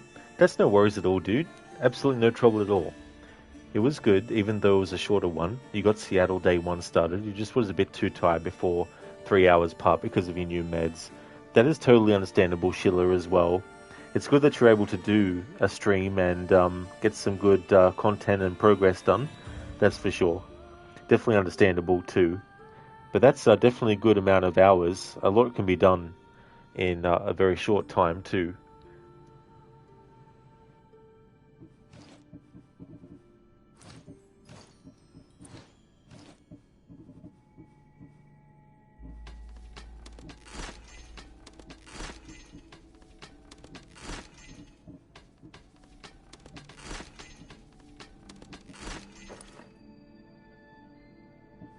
Oh shit, whoops. I thought I was in the screen where we could... I'm so used to doing the selling of items at the merchant.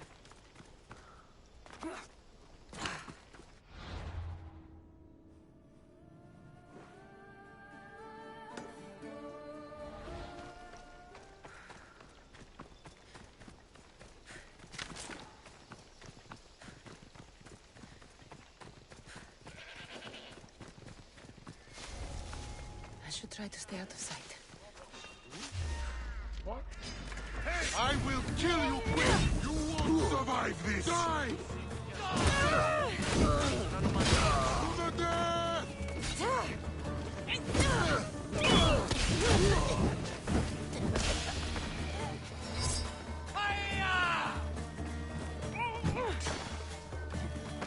Do you even know what most of your weapons hold? Oh, Jesus!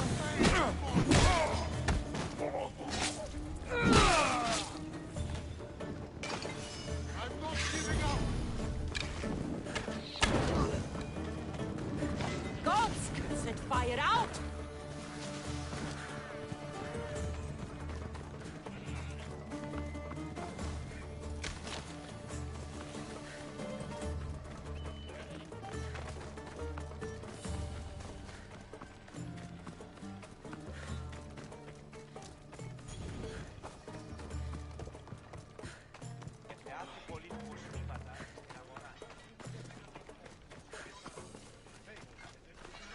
A customer.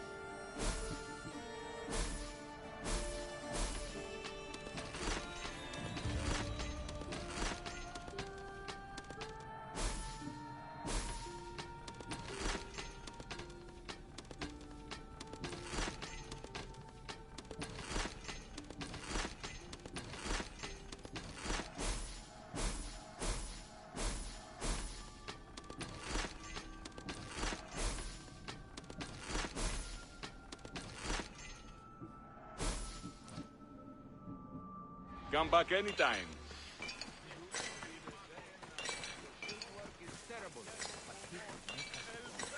I get it. We might both live longer if we are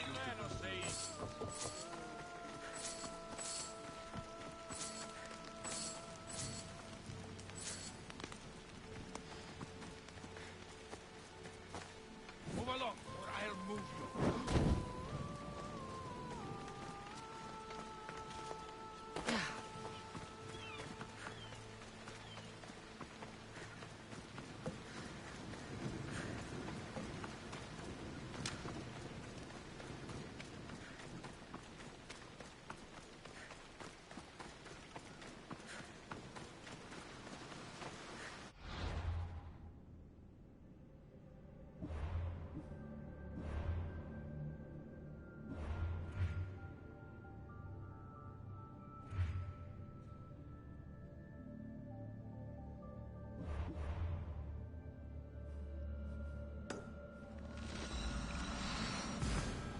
Hey there, Dex. Welcome. Welcome on in. How's things going? We've reached level 55. We're in the S1 tier of the mercenary system. I've only got like 6 cultists left to deal with. And then I've also got the mythological stuff.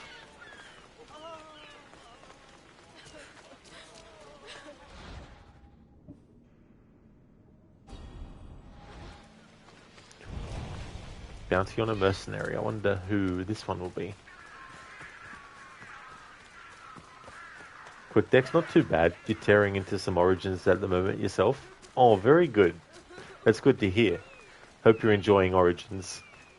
What part are you up to at the moment?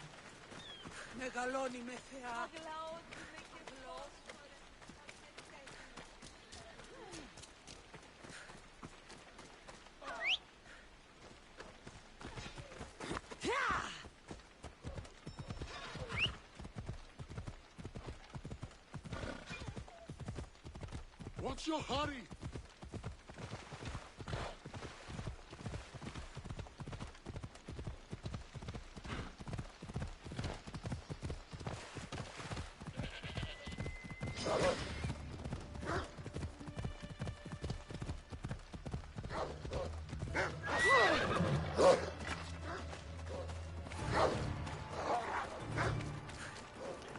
Dex, you're getting the last trophy for Curse of the Pharaohs DLC. Oh, very good.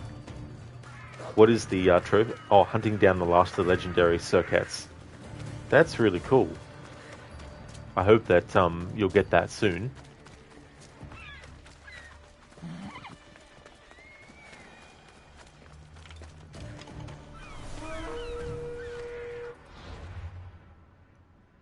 Just curious which ranking they're in. Okay, so they're in S2 rank. They're level 68. Aliona the Hopeless. Legend has it that Aliona the Hopeless fell in love with a swan, believing it to be Zeus in disguise. She spent years praying that one day Zeus would reveal himself, but that day never came. When the swan died, Aliona the Hopeless was possessed with a despair that scorched her soul raw. Relentless will never flinch when receiving damage, and Shell Skin takes less damage. Takes less damage from ranged attacks. Dex, it's been a joy looping back around Origin, such a great game. It really is. Absolutely. That's good that you've been enjoying getting back to it as well. A lot of really great stuff in that one.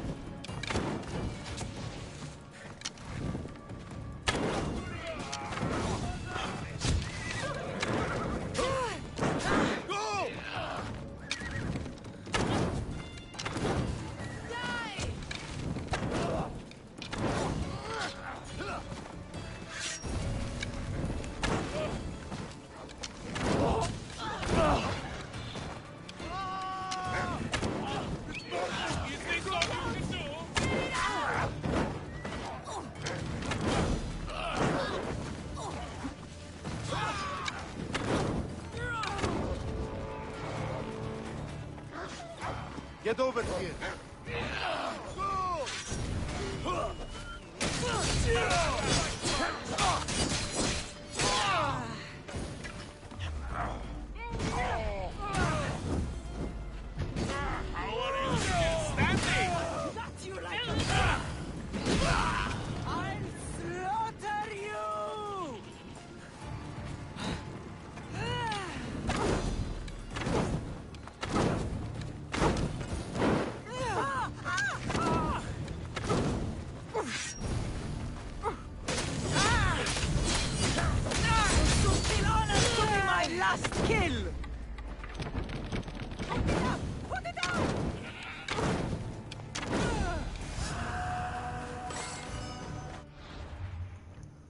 Alright, so that was Eudokia the Enduring. If you can name a hardship, Eudokia the Enduring dealt with it. Poverty, grief, war, torture. She saw it all and endured it endlessly.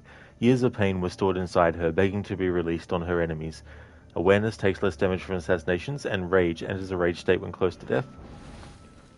So the bounty that we have taken care of, we're level 55, they were level 68.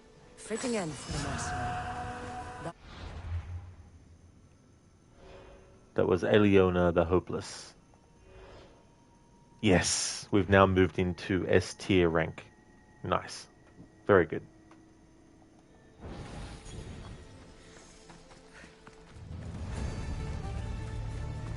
You should turn away, Mistios.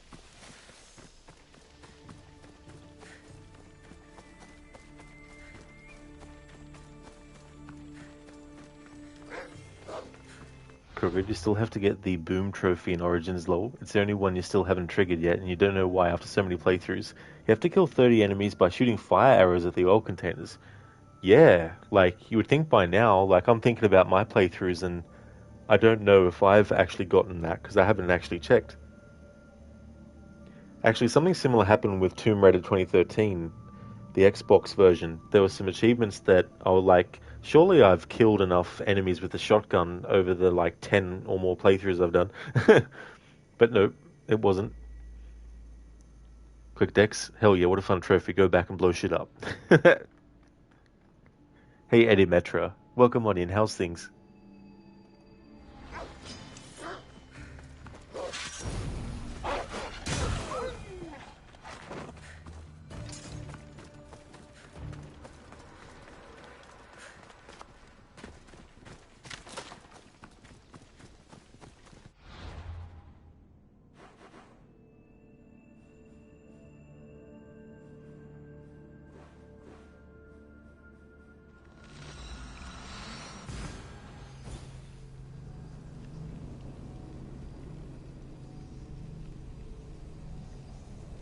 Crooked, do you think it might only count per save and only one container for one kill? That could be it. It could be something really, really ridiculous like that. In Meta, sometimes you don't understand if the customers are dumb or they pretend to be. You send them messages and they ask if you're still online. Who knows, sometimes in Meta, like, could be either one, or it could be both at the same time. They think they're being intelligent, and they think they're pretending to be smart, but they're not. Dex, the wise man, once said, Malaka, I'm on fucking fire! Very, very wise. Have to try not to get into that predicament, though, in the first place.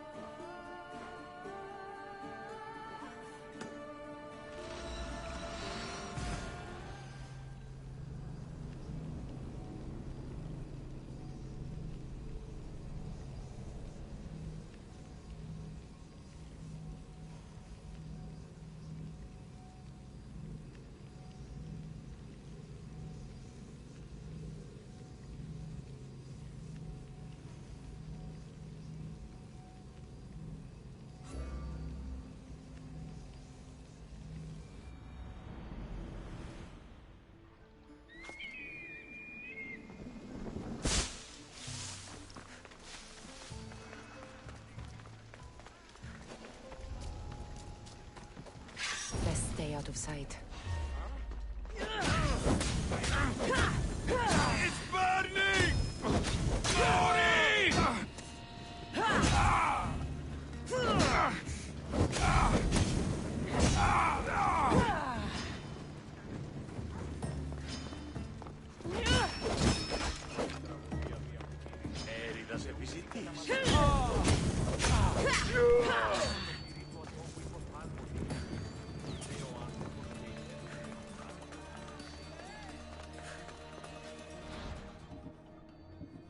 Whoa.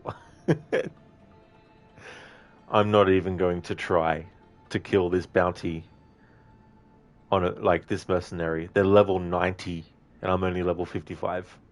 Yeah. I mean, I can do a lot of fire damage, but I don't think I'm going to do enough to make the fight take less than an hour. That's just crazy. Yeah, me to damn, I'll say. For sure. The good news is I'm now halfway through the S rankings in terms of like being actually in S rank 2 out of 4. But the bad news is it's going to take a lot of hours to get that. So what I might actually have to do is do some grinding between streams as well. But I mean, that's only that bounty as well. That doesn't mean that all the mercenaries at this point are going to be in level 90, but still, that's a major big difference. Like being level 55 and enemies being level 61, that is a big difference. But with the fire damage I can do, it's helped a bit. But yeah, level 90 enemy would be a very different story. Fuck! Put it out! No, no, no, no, no, no, no, no, no, no, no, no! Malaka! Get some water! I'm on fucking fire! Thank you, Crooked, for redeeming that as an Arnie impression. Thank you. And Mita, the most annoying thing is that these kind of customers come just when you're about to end the shift. Oh, that would be right, yeah. That would definitely be right. They'd turn up then, you know. And Mita, anyway, you'll go and get pizza for lunch. See you in a bit. No worries at all, Mita. That would be really cool. I hope you enjoy it. Krogadani didn't seem too impressed being on fire. He definitely didn't, no.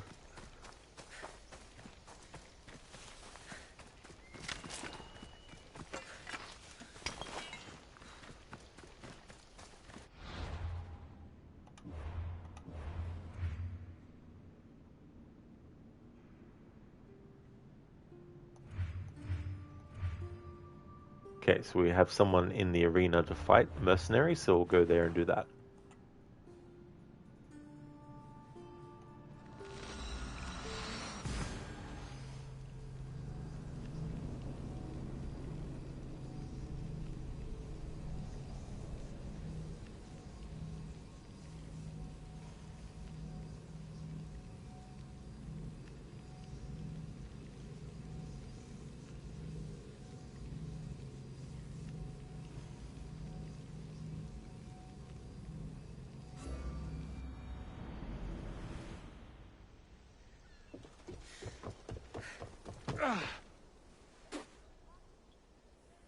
Gross. You want to fight someone in the arena? Tyro, the businessman.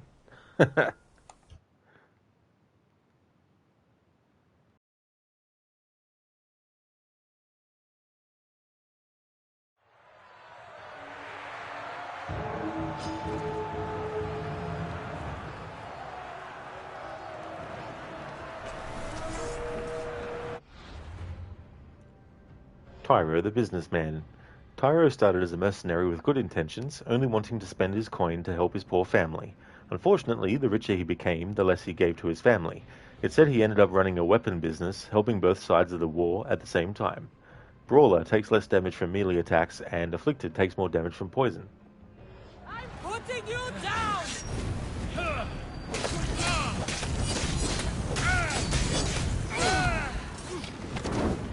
What should I do?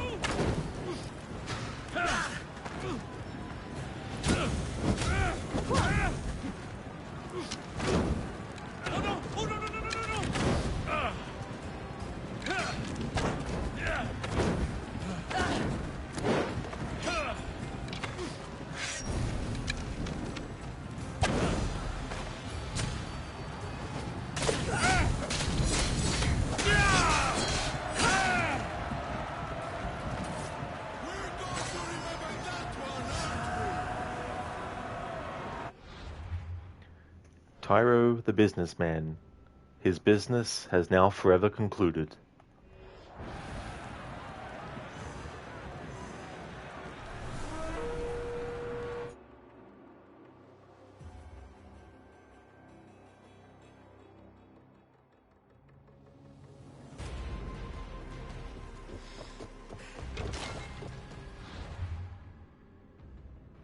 Ah, nice. A mercenary who's in our tier ranking. Cool. Rhea the Vulgar. Rhea the Vulgar was a poet in her own right. Those who met her blade were treated to a cacophony of slurs and oddities right before they died. Pyromaniac. Use fire attacks. And Brawler. Takes less damage from melee attacks. Okay, so where are they? All the way up here in Lemnos, is it? Yeah, Lemnos.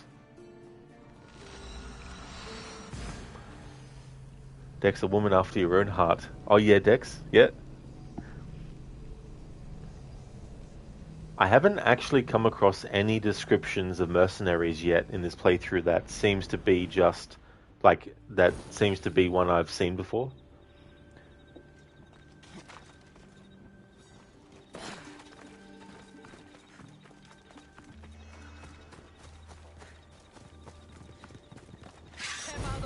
And I'm taking.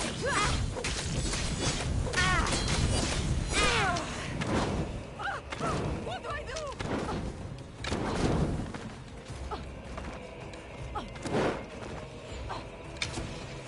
It burns!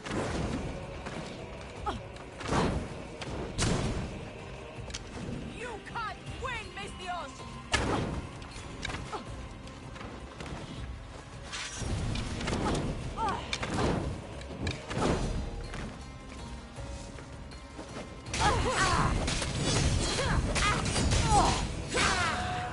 There we go, Rhea the Vulgar has been defeated.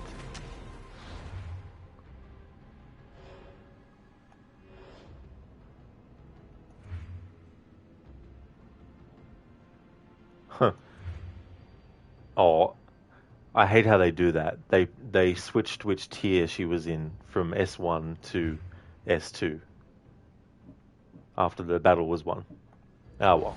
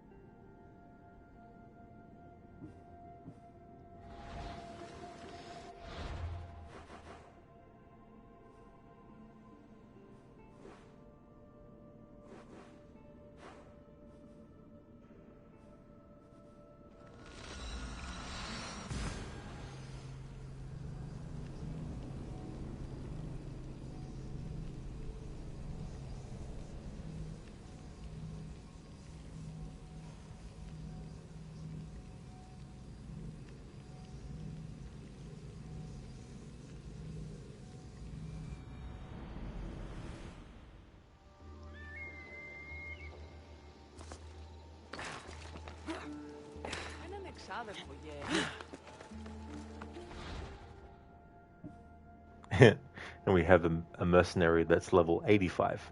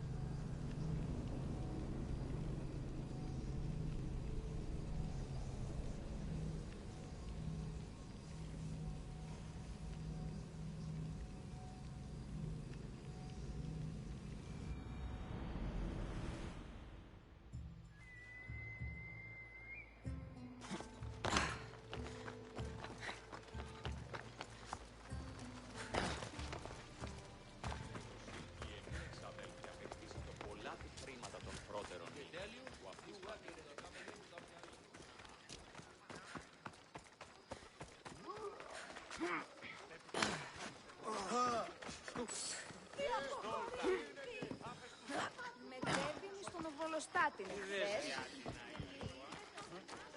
Μεγάλη είναι το όνομα γη. Το όντιο πληρώσει, το όντιο. Someone's going to kill you for that!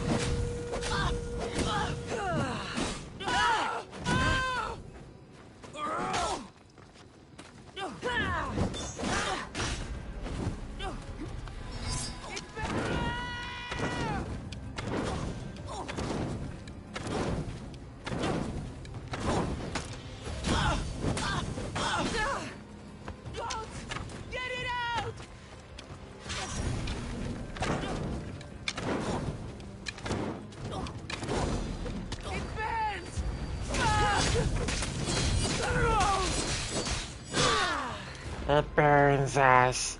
Burns us.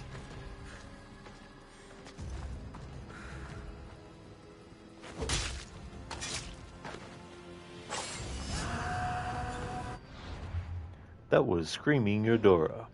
Not known for subtlety in her attacks, Screaming Eudora launched herself at her foes and howled with all her strength. Everyone saw her coming, but few got away. Rage enters a rage state when close to death, and Soft Flesh takes more damage from melee attacks.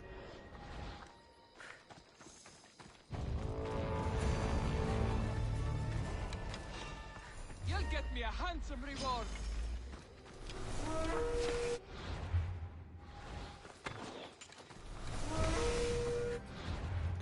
Helen the Brave. With Persia, in a time of relative peace, jobs for mercenaries were few and far between for Helen the Brave in Tyros. Here, however, were ample opportunities. Shell Skin takes less damage from ranged attacks, and Pyrophobia takes more damage from fire.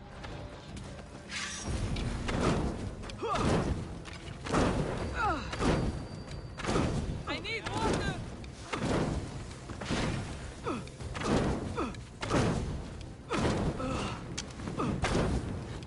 Somebody fucking help me.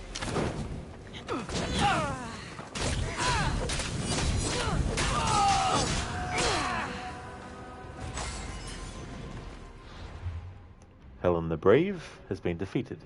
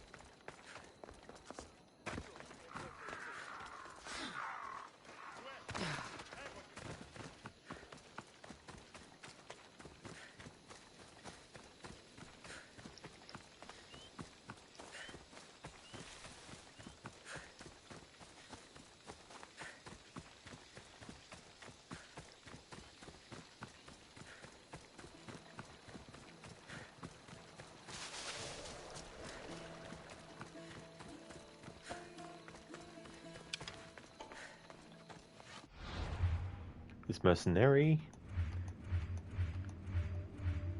is Fair-Weathered Kendake. Though skilled in a fight, Fair-Weathered Kendake's true talent had always been knowing when to run. She could hold her own in a battle of blades, but once things heated up, she would often disappear. Afflicted takes more damage from poison, and Relentless will never flinch when receiving damage.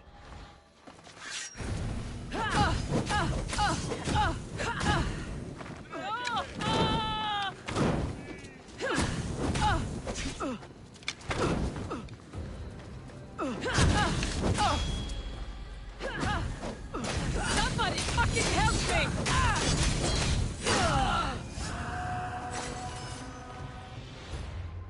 Fair-weathered Kandake is now defeated.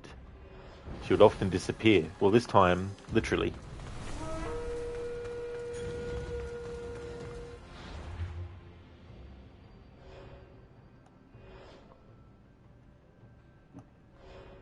Pythias, the Mad Captain. This former Athenian captain switched careers after a bewildering event. An old stranger entered his tent shortly before battle, and his men say he completely changed that day. No one knew what happened, but many learned to no longer stand up to Pythias, the Mad Captain. Brawler takes less damage from melee attacks, and Awareness takes less damage from assassinations.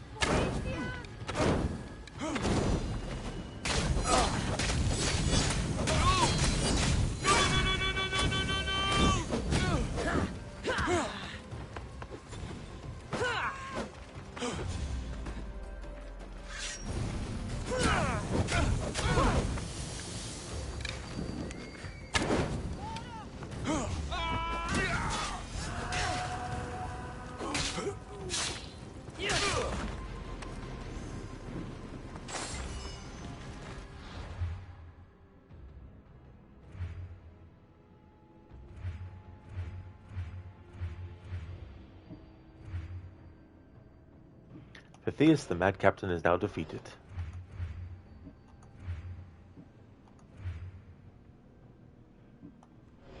Serghast, the Lynxman. It'd be so cool if you could actually unlock these kinds of like headpieces and stuff. Serghast, the Lynxman. Serghast was a charismatic bounty hunter who purred like his pet lynx. When possible, he liked to soothe his prey by purring in their ears before the final blow. He called this a beautiful death. Grrr. That'd be quite weird. I don't think that would be soothing. It's like in Outlast, the Whistleblower DLC, where the guy licks the ear of the main character, and the way that they've done the sound is whichever ear is the one being licked, that's where the sound effect of the ear licking goes into your headphones. Which is like, jeez. Fang's Chewer travels the world with a lynx companion. Soft flesh takes more damage from melee attacks.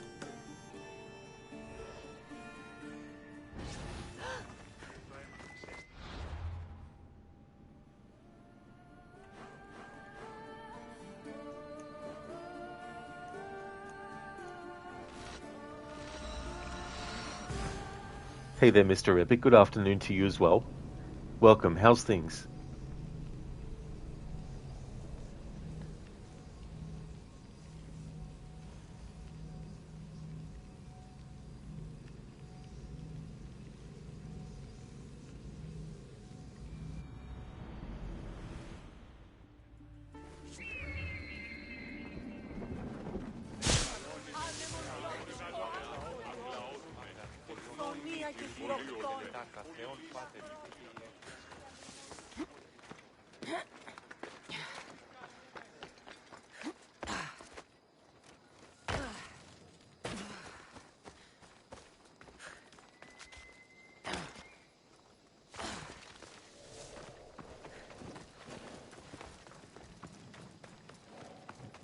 Better stay hidden.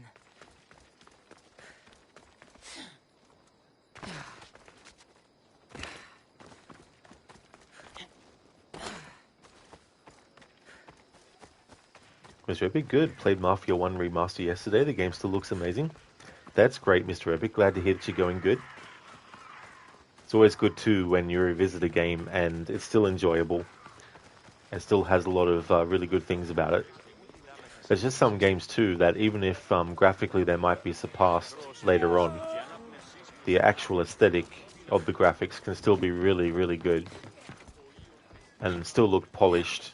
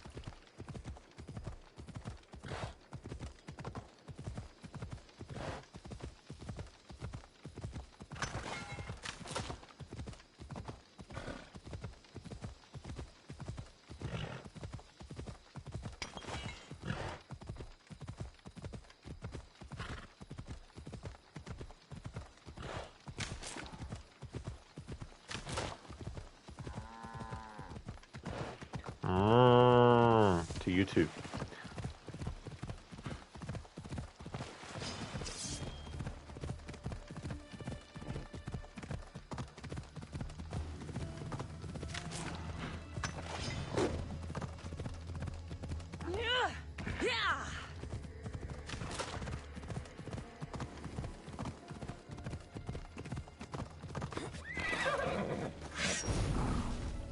That bounty on you is pretty tempting. Somebody get water!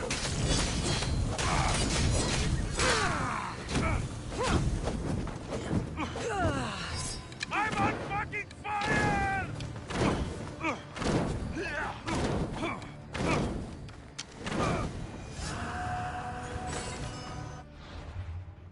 Sergas, the Lynx Man is now defeated. Mr. Epic, Assassin's Creed 2 on PC, when disabled, the blur looks still amazing, better than the remaster in your opinion. The art style and vibe in that game just feels so good to look at in here. Oh yeah, that's the thing too about the remasters of the Ezio trilogy, is that it's one thing to obviously improve the quality of textures and stuff, but they also go in and they actually change the artistic reasoning for certain visual choices, like for Lee, it's supposed to be depressing looking. It's supposed to be bleak, and the color palette is supposed to be really, really desaturated. It's supposed to be, that's an artistic choice to reflect the mood and everything of that location. But in the remaster, they brighten it all up and increase the saturation, which it might look more colorful, but that wasn't the actual artistic intention behind the original way it looked. Amita, you're back with a nice Four Seasons pizza. Hell yeah, Amita, that's good, dude. I really hope that you enjoy it. Haven't had pizza for a minute. I should actually have some soonish. Not today, though, unfortunately. But soonish.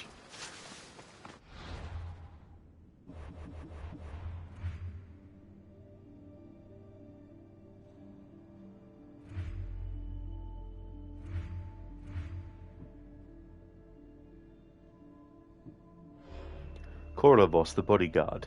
Ex-protector of a great Athenian lady, Corvos was accused of her murder and became a mercenary to get revenge on her true assassin. Judging by the information, the whole story could have been a conspiracy bigger than we know. Is that supposed to be a reference to Dishonored? Not sure. Canine trainer. Travels the world with a dog companion and shell skin. Takes less damage from ranged attacks. Where in the world is this mercenary?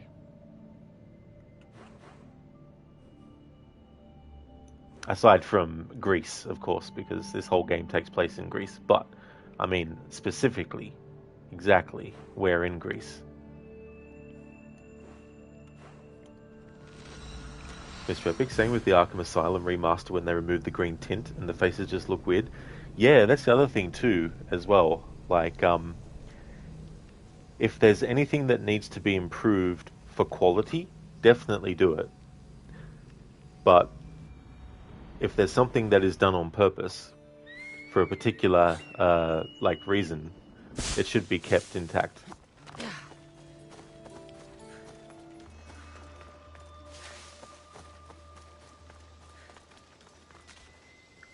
Amita, thanks. Hadn't had a pizza in 2 weeks. Oh, very nice to be able to have some and enjoy it.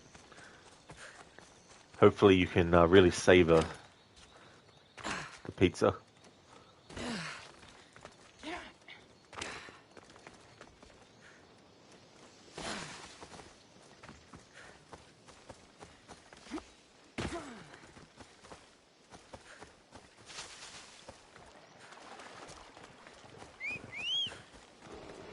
Giddy up.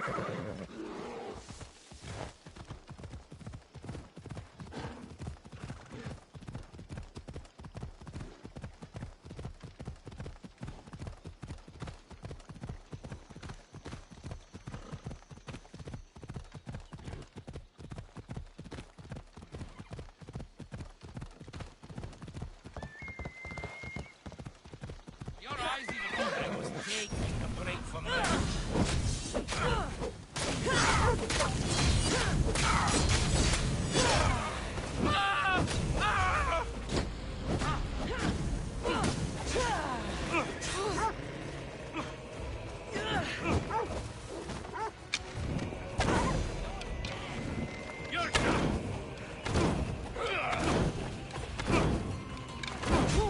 Fuck! Help me! Fuck! I'm burning!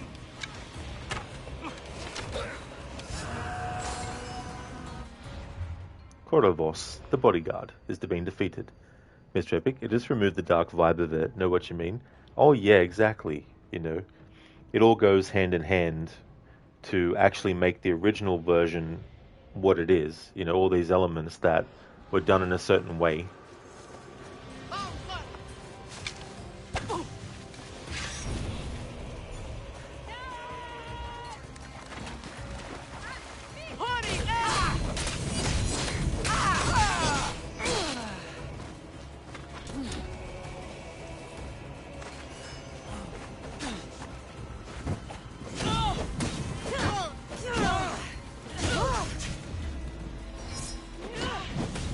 Somebody help me!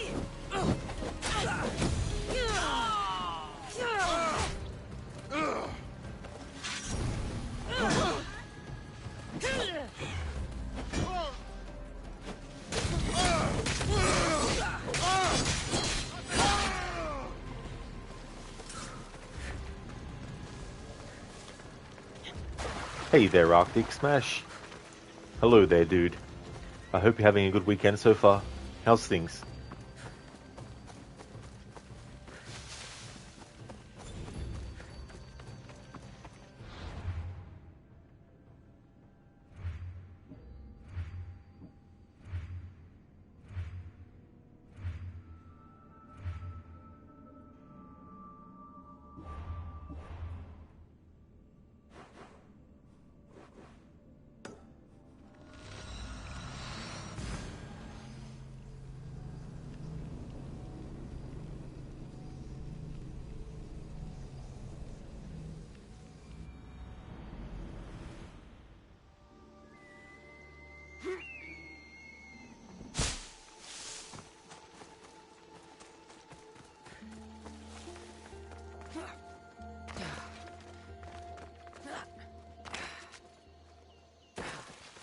Mr. Epic, by the way, have you seen that new Batman Lego game? It actually looks amazing. It has the Arkham fighting style and it actually looks fun. You think you might play it when it releases. You know, I still haven't actually checked out the trailer for that. But that is good. That's interesting, you know, because you wouldn't think that in a Lego game that they would do a fighting style in that way, you know. I mean, maybe they've experimented with the play style of their games since the last time I played one. I think the last one I played when it was new was Lego Pirates of the Caribbean, I think.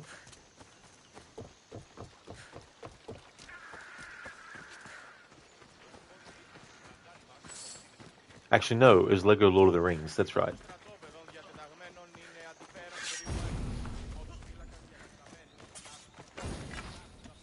Your presence is a good omen, Eagle Bearer. It means Zeus is on our side. Only Zeus is on Zeus's side. We could certainly use your sword in battle. Will you help us send these Spartans home on their shields? My spear is yours. We'll make good use of it. Now, on to victory.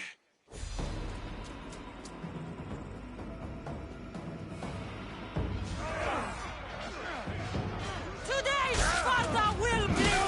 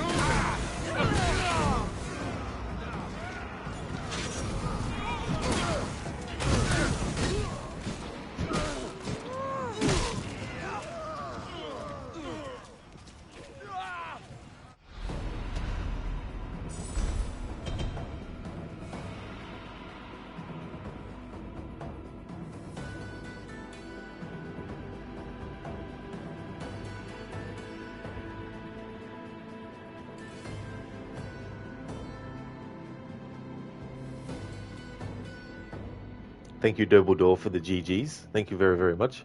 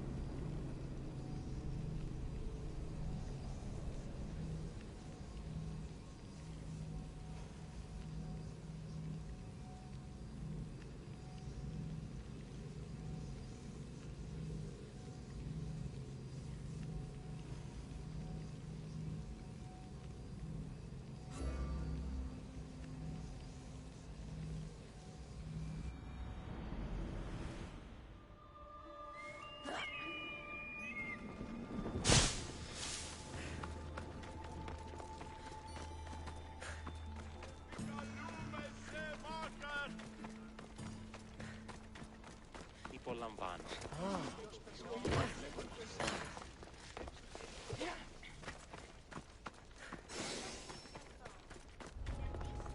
They'll keep a sharp watch here.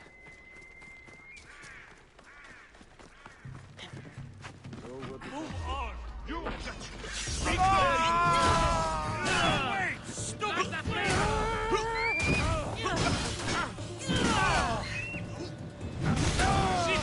They got the boss!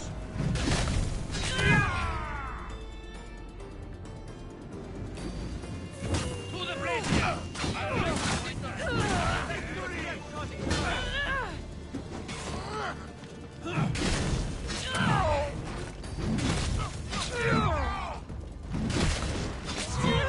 You won't survive! He's like, you won't survive, as he gets killed.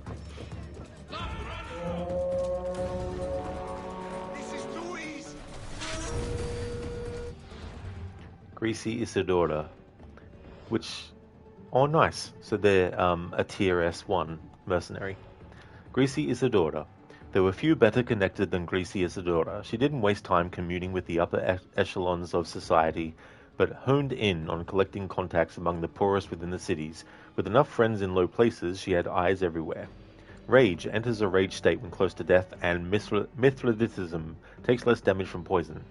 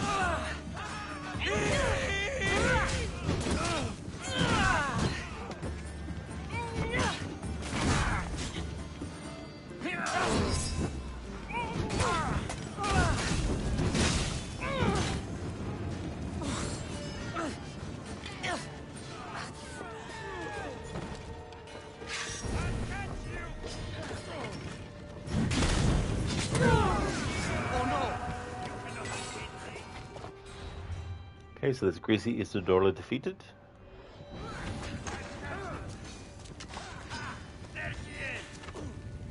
No!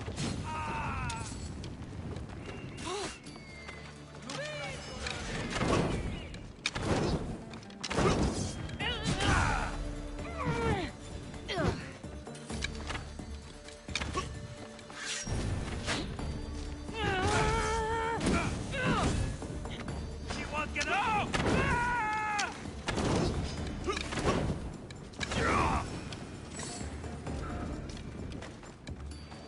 Okay, so this mercenary is...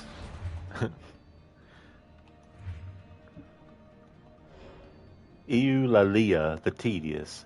Legend has it, men have died listening to Eulalia the Tedious drone on for too long. Some say victims starved to death. Others say that they were killed by the gods out of pity. Whether they were aware of what they were doing and how they were viewed, who can say for sure? Mithridatism. Takes less damage from poison, and Pyromaniac. Uses fire attacks. Let's make this quick. I only get...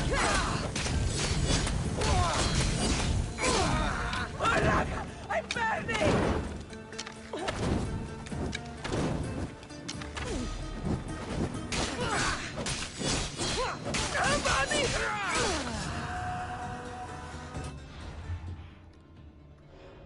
Eulalia the Tedious has now been defeated. Alright, who's next? Who's next? Who then now? Eolanthe, the poison drinker. After many years of slowly exposing herself to toxins, Eolanthe, the poison drinker's favorite party trick was to drink poison and live. It said those who didn't watch their drink around her would be found dead later on. Empty cup nearby. Mithridatism. Takes less damage from poison, and soft flesh takes more damage from melee attacks. Hey there, Maxi. Welcome on in, dude. It's going really, really well. We're farming for Malakas right now. No, just kidding. We're going through and killing mercenaries. I actually got into the S tier ranking categories now. And so we're now in tier S2. So it's been going really good. How's things with you today, dude?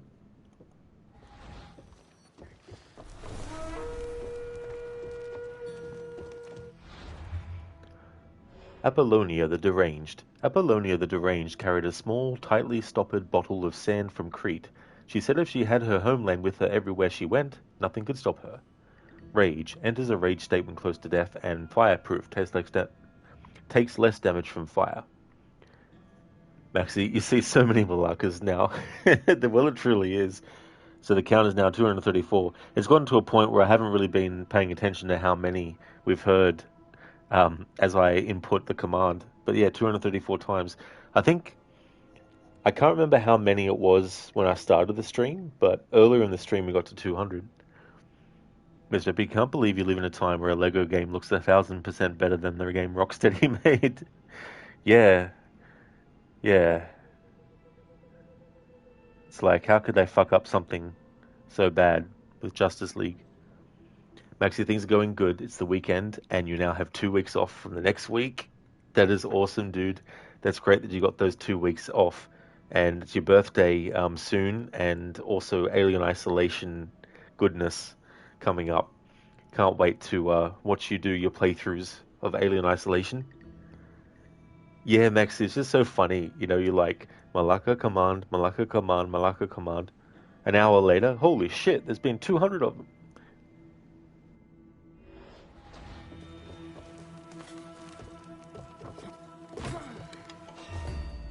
It's simple!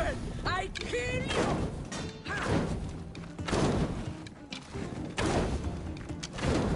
I'm burning!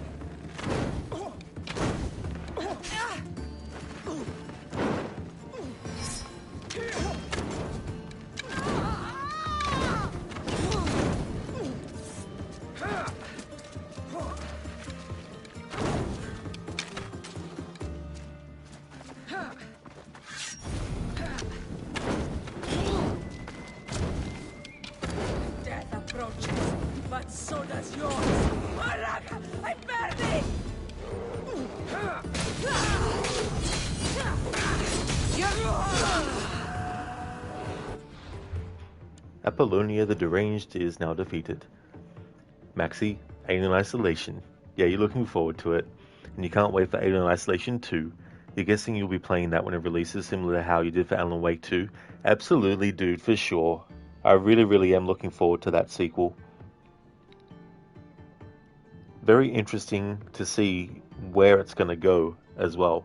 Because the thing about the first game is the location being so isolated, and even though it's a big, massive space station, there's still a lot of areas to explore and for the alien and other enemies to be in as well. So be interesting to see whether they're going to keep it to the same, I guess, linear aspect, or if they're going to do something more open worldish. Like, just don't know.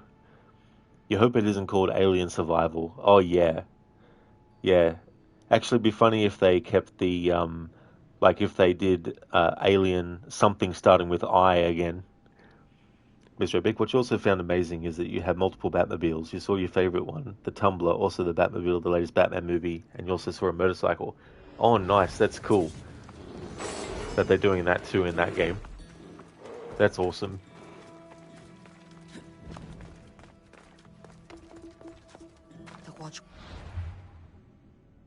The watch will be vigilant. It always keeps time. Admit you finally found the Dead Rising 2. Hello? Dialogue on repeat without any background noise? Oh, dude, that's really good. It's always good when you've been searching for something for a while and you finally find it.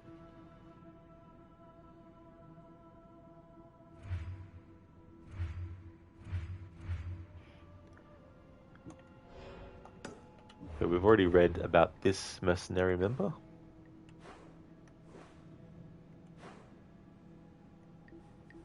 Oh, they're actually there at the location that we're at. Okay, that's interesting. I'll think of you when I spend a drachmi from your bounty. It's hot!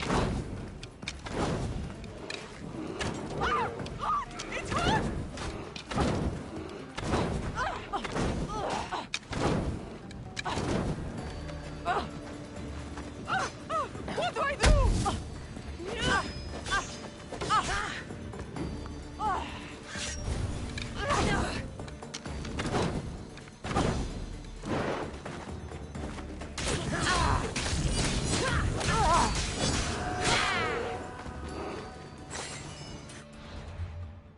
Ianthe the Poison Drinker is now defeated.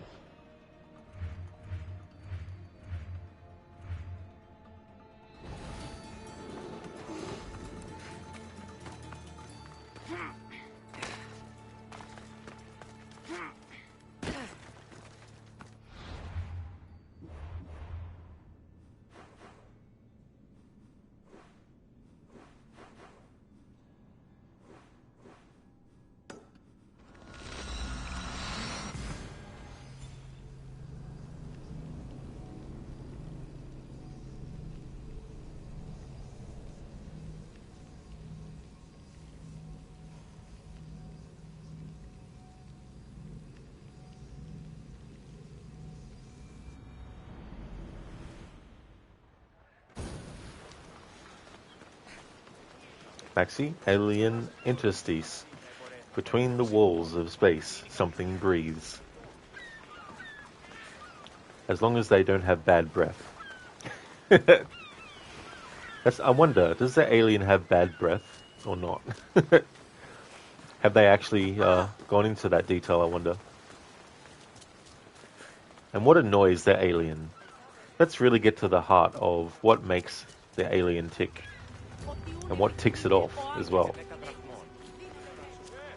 Maxie, you sure it does? I don't think I would want to actually be the one trying to find out. Bounty on a mercenary. Yeah, we can take this 94 level mercenary at level 20, level 55. Easy. No problem at all. Not. No fucking way.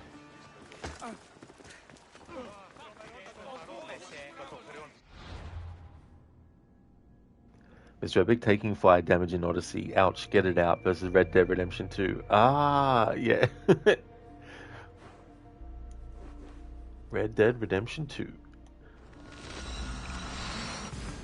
Such a great game. It was interesting doing a low honor playthrough all the way through, and also adding things on top to reduce honor. And then in Red Dead Redemption 1, like, what I added for Jack in the epilogue for low honor was for him to actually kill each member of Ross's family that he spoke to. So in the epilogue, you go to the guy in Blackwater who tells you about the fact that he's now retired, and then you find his wife, and then she tells you that he's with his brother. So in my recent playthrough of Red Dead Redemption 1, the low honor approach, I actually had Jack kill her after speaking to her, and then when we found the brother, spoke to him, and then killed him, and then of course killed Ross at the end. So yeah, well and truly went into the low honor aspect with that playthrough. Bounty on a mercenary. Level 70.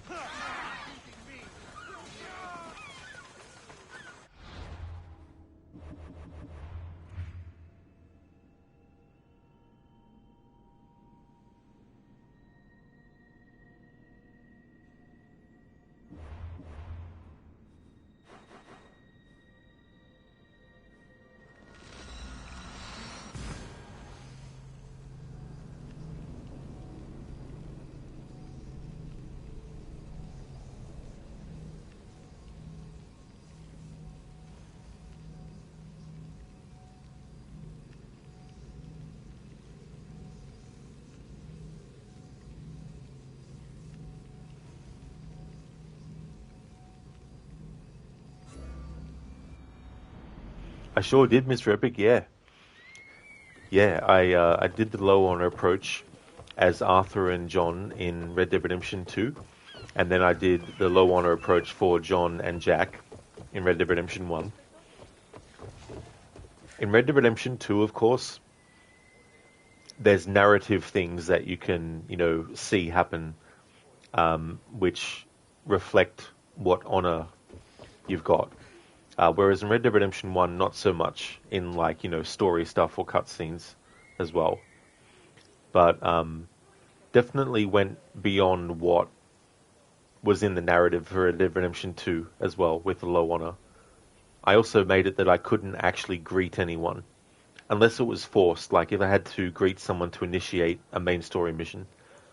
But otherwise, I couldn't actually greet. I had to antagonize characters whenever I spoke to them. Yeah, Mr. Evic. And in Red Dead 1, even though there's no prompt for it, you can greet people by pressing a button. And you press the same button when you're low honor, and then instead, John and Jack will actually have negative things to say to people. In Red Dead 1. But yeah, there's just no prompt. Gross. You want to fight someone in the arena? The arena? Not right now. I'm leaving. Fine by me. Already defeated all the champions in that earlier in the stream. But just wanted to see if there was a mercenary popped up in the arena.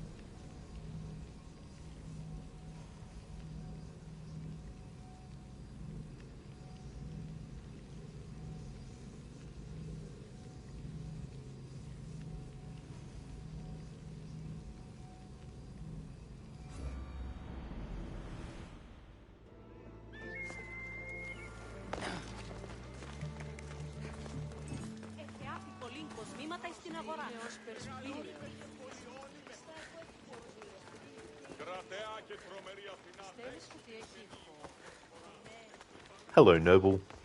How's your weekend going? You don't want to be... I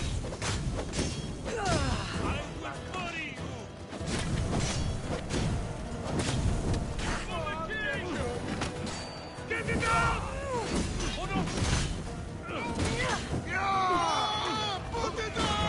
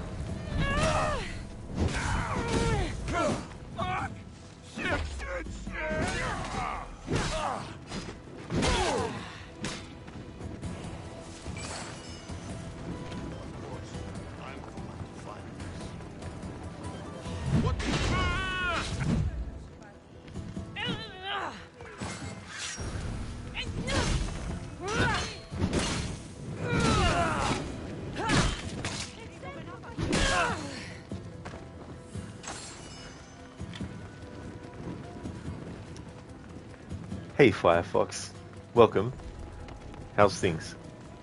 Noble, it's hot and rainy, not a good combo. Oh no. Hopefully it stops soon and you can also cool down as well. Definitely not a good combo. Mr. Epic, funniest thing you saw me do was GTA 3 when that NPC kept killing himself by running at the enemies. And the one time where the auto locked onto him instead of the enemies. Yeah, that was really, really friggin' annoying. It's like, why program it so that the auto aim will actually aim at your ally? It's like, what the hell? Firefox, big flaming battle axes. What could be better? Oh yeah, absolutely, Firefox. And it's so satisfying using it amongst a group of enemies. And the overpower attack and chaining them has been quite fun to use too. Who's this? That's a tasty bounty on your head.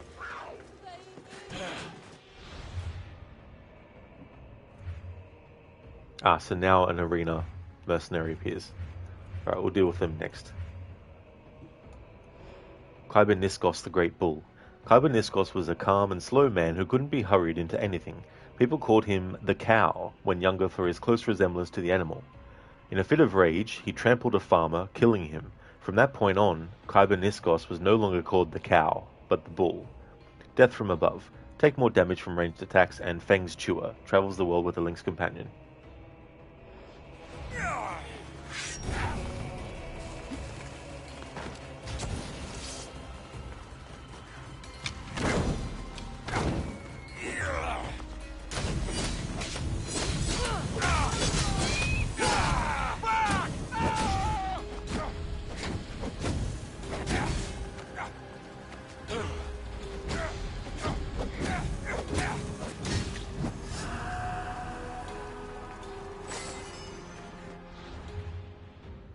Kyber Niskos the Great Bull has been defeated.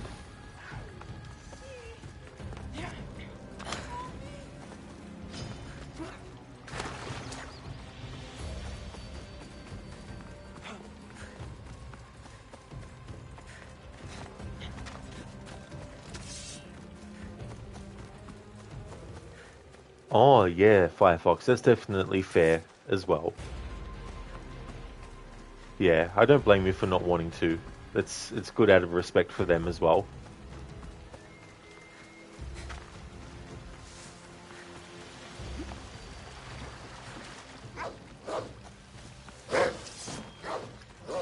Mr. Epic, fire damage was really nice in this game. In Valhalla they really nerfed it, and the activation time with how long it lasted was so short that you just didn't use it anymore. Yeah, that's annoying when they do that kind of stuff. Because you know they only do it because they don't want the player to have the slight advantage that they might have had. Well, that's good, Firefox. Yeah, hopefully whatever they're going through they're able to sort out, or, you know, things will look up.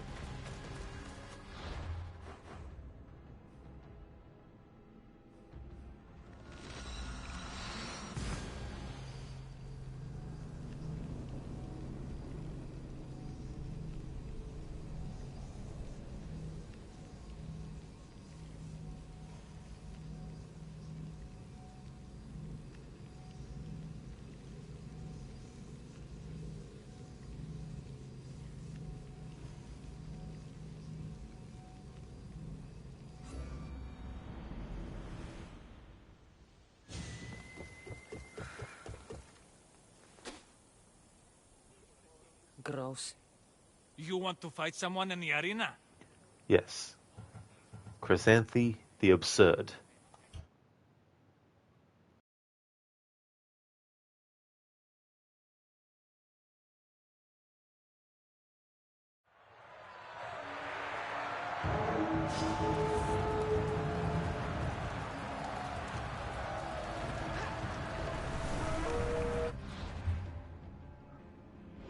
Chrysanthi the Absurd.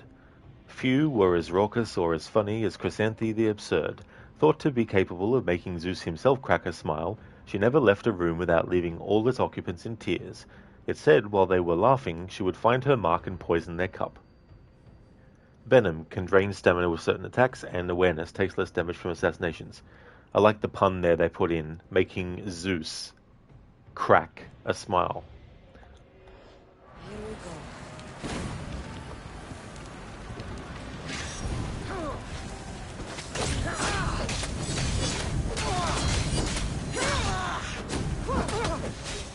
Somebody help!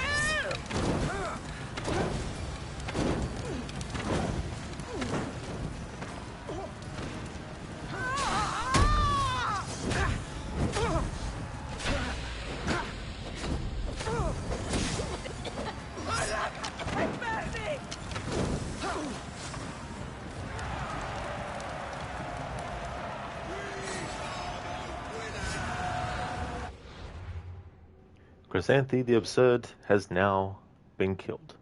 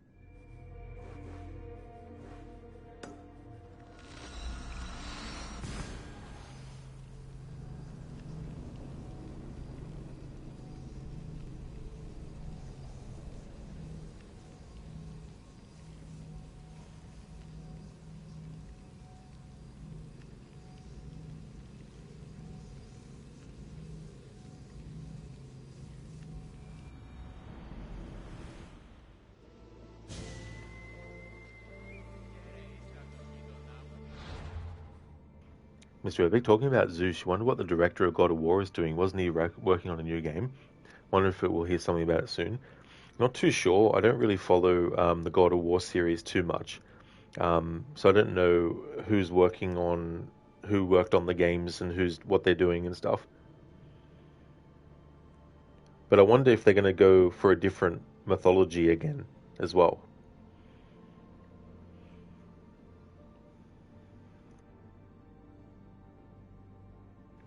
Rise and shine, Mr. Freeman. Rise and shine. Not that I wish to imply you have been sleeping on the job. No one is more deserving of a rest, and all the effort in the world would have gone to waste until, well, let's just say your hour has come again. The right man in the wrong place can make all the difference in the world. So, wake up, Mr. Freeman. Wake up and smell the ashes. Thanks for redeeming that, Noble. I never actually played Half-Life 2, but I assume that's from that. Or is that from the ending of Half-Life 1?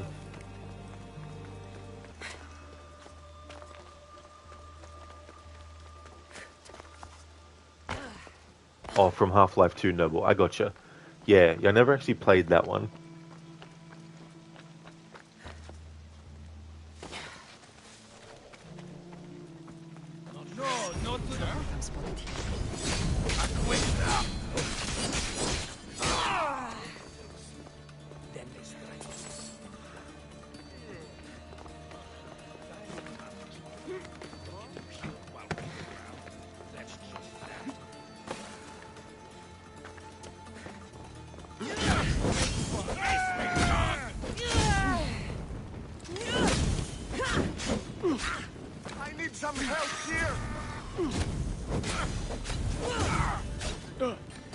Just are you all right?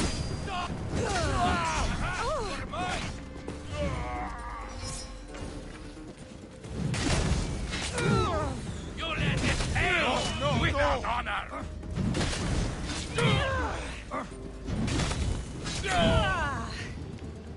I'm just making this more fun.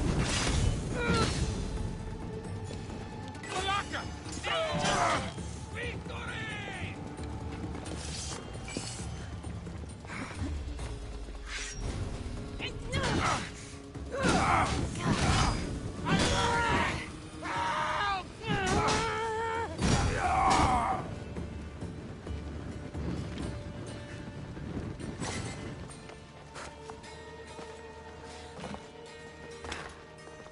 It's from the start of Half-Life 2.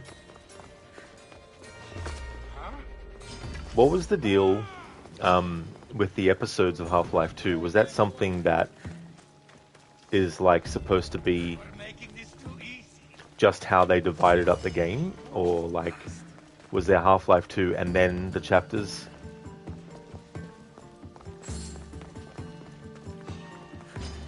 I'll bury you!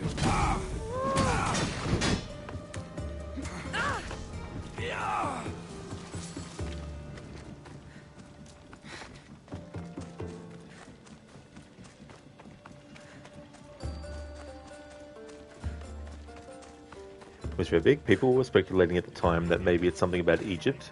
Kind of hope it is, because then maybe we'll have a new game where you see pyramids. It really looked amazing in Origins. Oh yeah. It was fun in Origins to go sliding down the pyramids as well. I just wish that the camera would actually zoom out wider when you did, because it doesn't let you see all of Bayek as he slides down and a decent amount of the pyramid.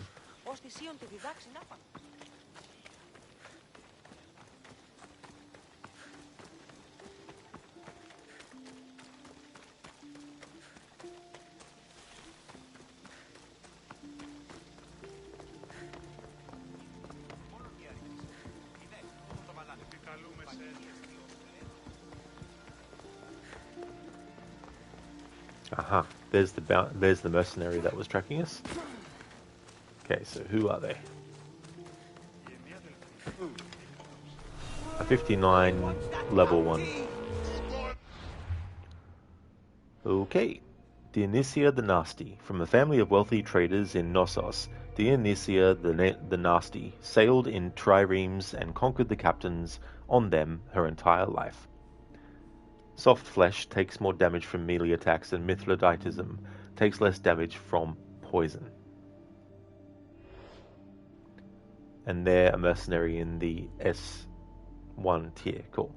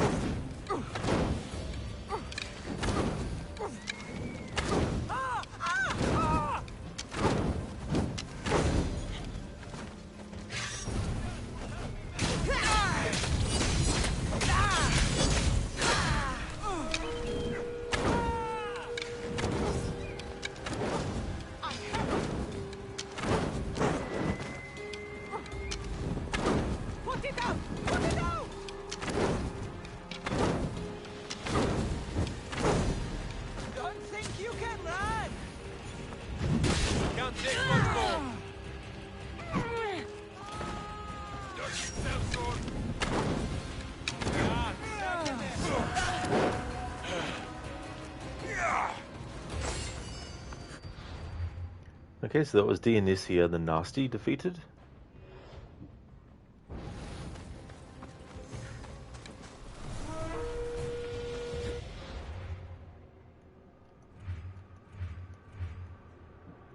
Hipponax the Sacrificial.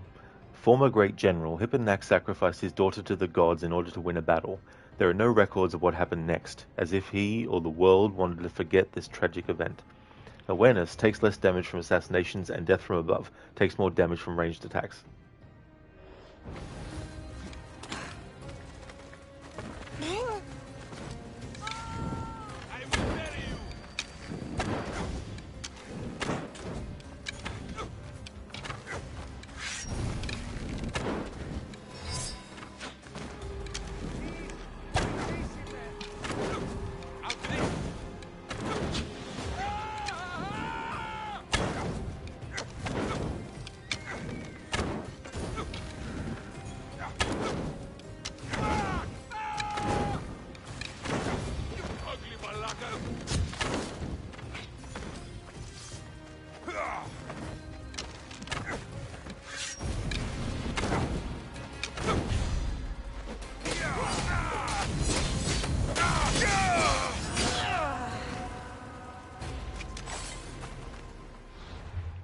Hippanax, the sacrificial, has now been killed.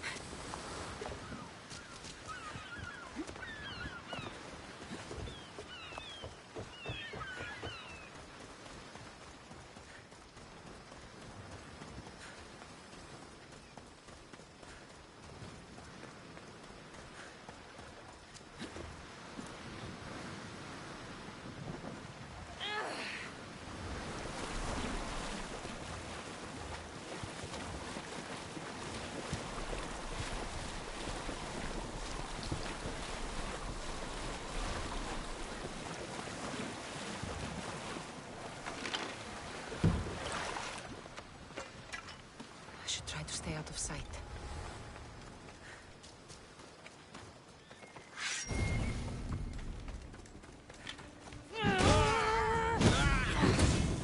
Put it out!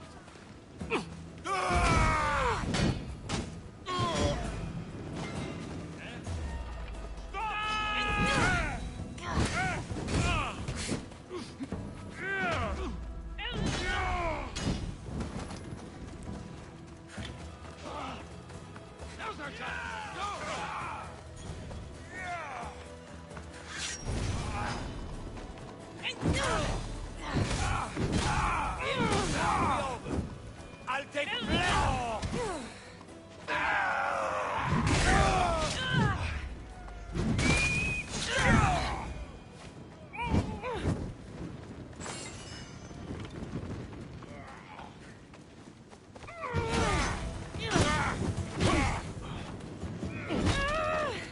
You help me put it out!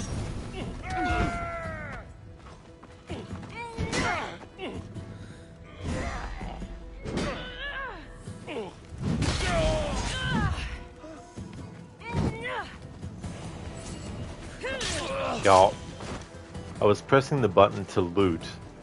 I didn't realize that that enemy was going to be in the line of the prompt. I don't have a punishment in this playthrough for stealth killing someone, but I do try to avoid it as much as possible. To be fair, in all the hours I've put into this playthrough, haven't actually done it too many times. But still, it is annoying when it happens.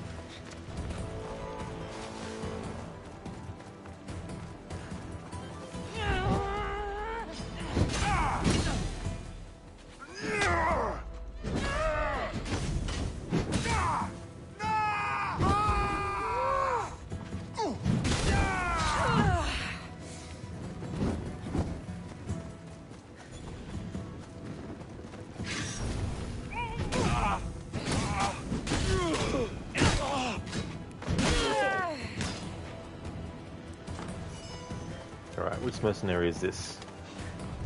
South put on the mouth.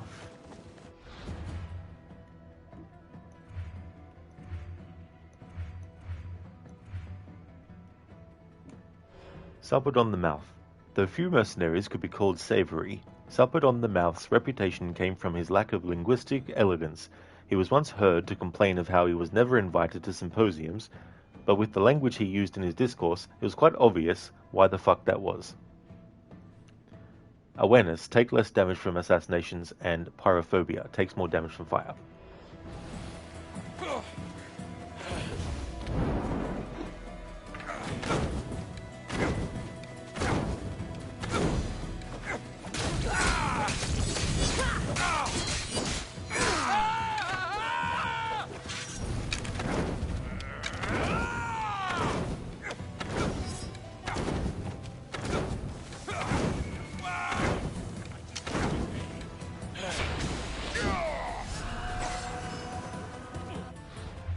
Suppered on the Mouth has now been defeated.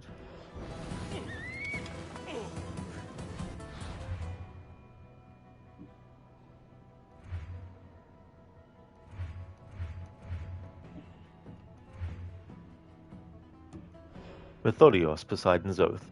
Methodios was a hired spearman aboard an Aeolus ship when, in a night of drunken mania, the crew pledged its servitude to Poseidon if he sank their ship.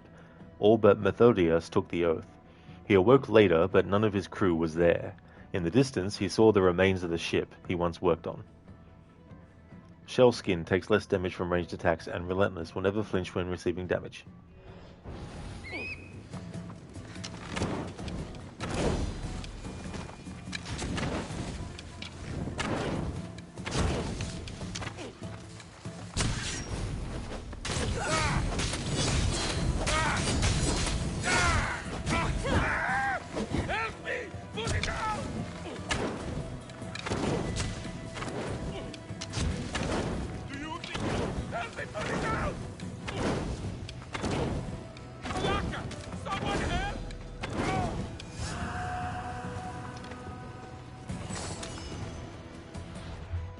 Methodios has now been defeated.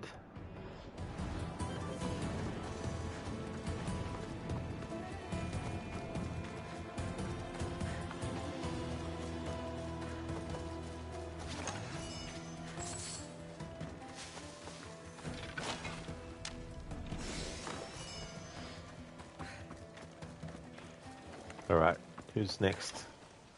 Evios the Blundering.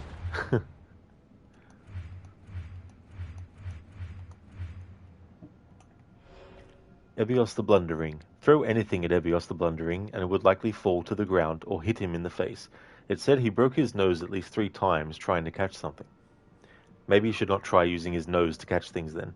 Fang's Chewer. Travels the world with a Lynx companion, and Shellskin. Takes less damage from ranged attacks.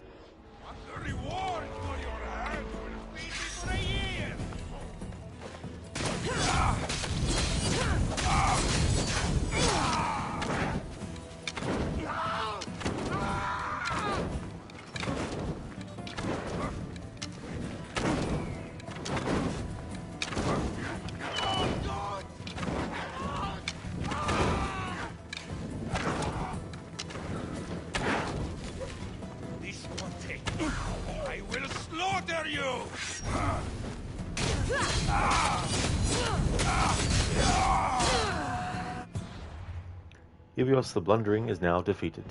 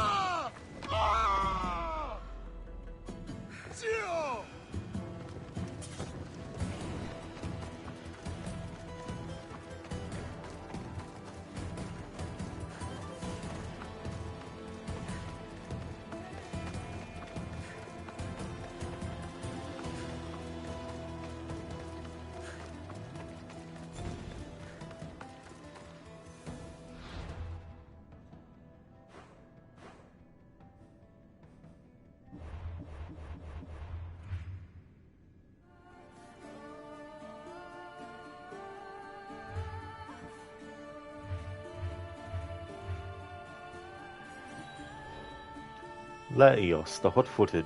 When young in Carthage, Laos played a game to see who could jump over the remains of a fire the most times. Laos lost on his 10th jump. Ouch. Fireproof, takes less damage from fire, and Plains Traveler, travels the world with a lion companion.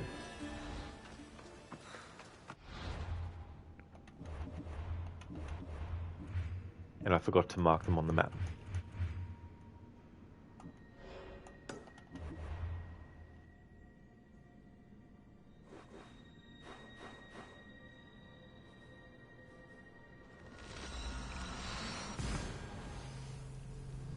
I am vengeance. I am the night. I am Lego Man. Thank you for redeeming that as a Bane impression, Mr. Epic. So is that actually what they what he says in that trailer?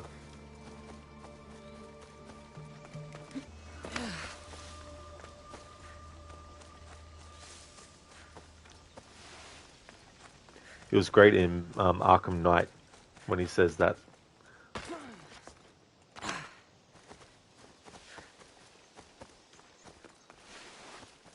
Obviously, he says Batman, not Lego Man, but...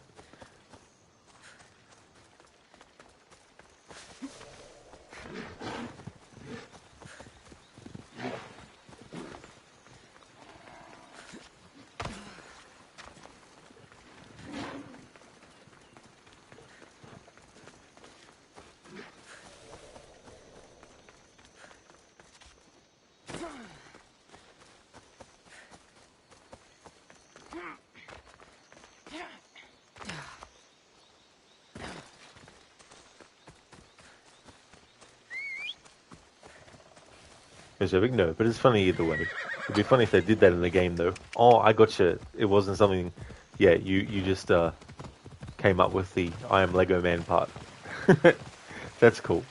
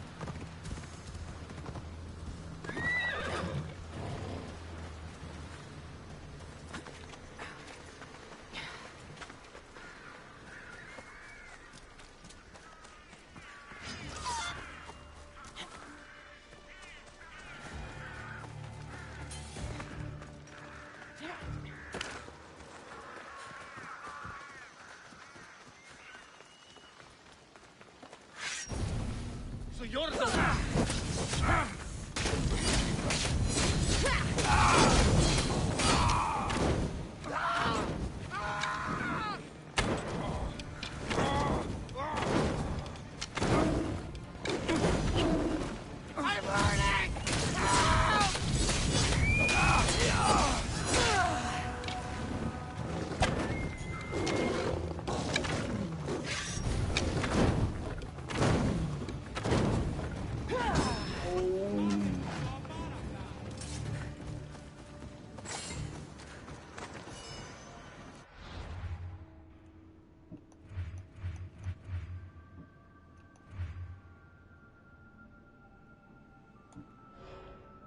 Laos, the hot-footed, is now defeated.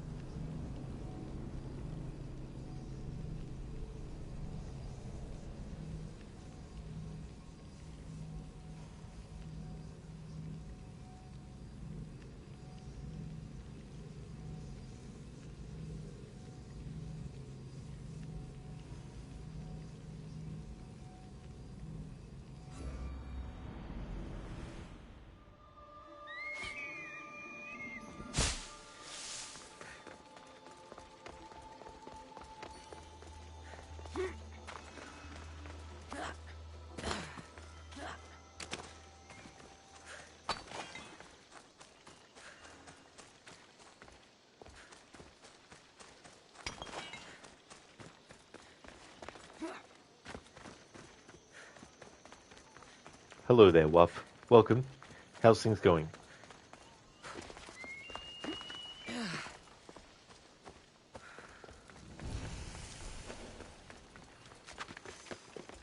I should stay hidden if I don't want to fight. By me.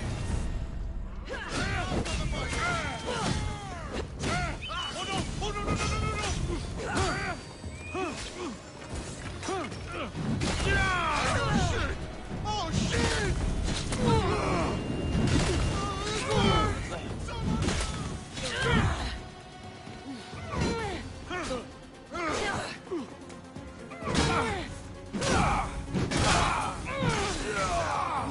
You son of a ghost! Won't last much longer.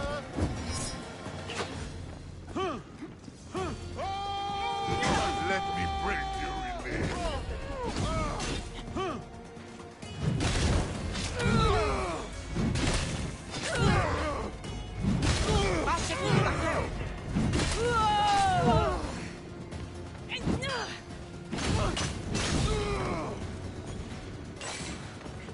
Found you!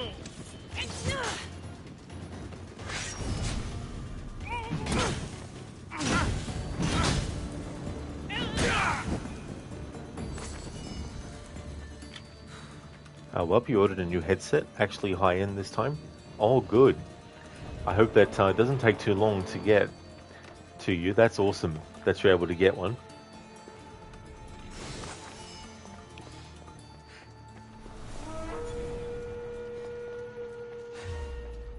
Sorry, Eagle Bearer.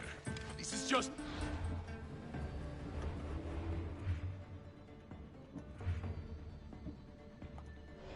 Leokeds the Vigilant. Leokeds the Vigilant knew to watch the skies. Spotting arrows from a mile away started rumors that the gods made him invulnerable to them. Shellskin takes less damage from ranged attacks and Relentless will never flinch when receiving damage. So it'll be on Monday when you get it, Welp. Hope it lasts you forever. Oh, hopefully so, for sure. Absolutely. But that's good that you don't have to wait too long then. That's pretty good.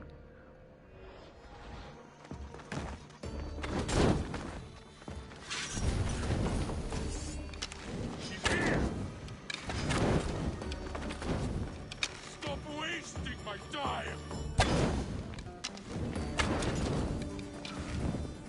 I see her. Do you think you can win?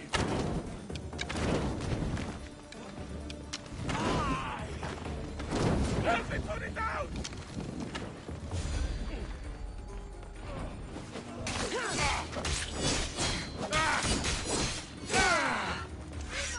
Malaka! Someone help!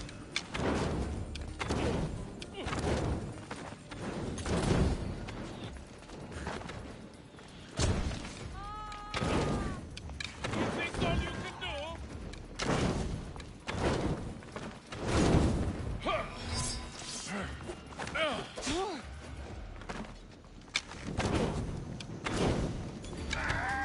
Help me! Put it out! Help me put it out! You don't look like...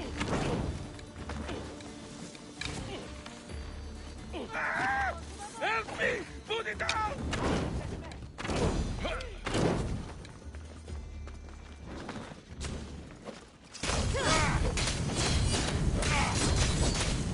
Malaka! Someone help!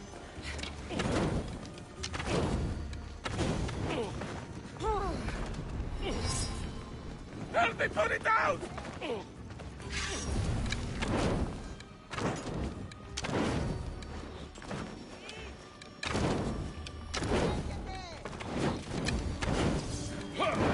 Malaka! Someone help! Help me! Put it out! You fight!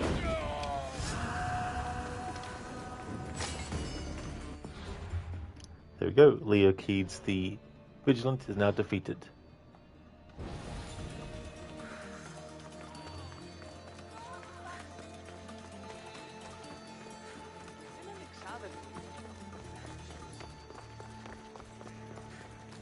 Which Assassin's Creed game do you think is the best out of the open world ones?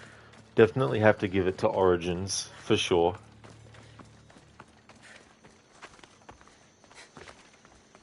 for me, no game since that has actually topped it.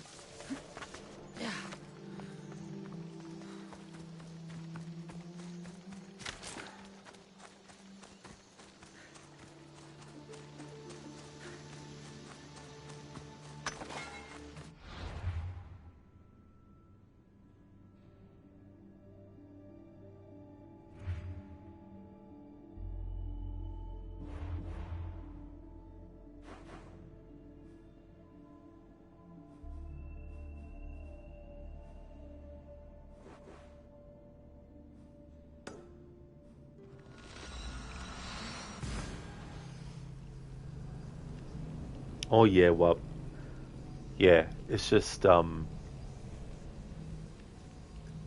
the actual like open world to the storytelling, writing, performances, it's just chef's kiss.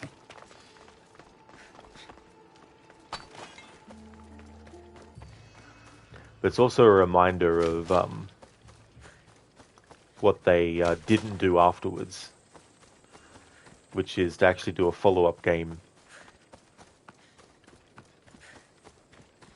It's another in a long line of missed opportunities that Ubisoft never took and never will.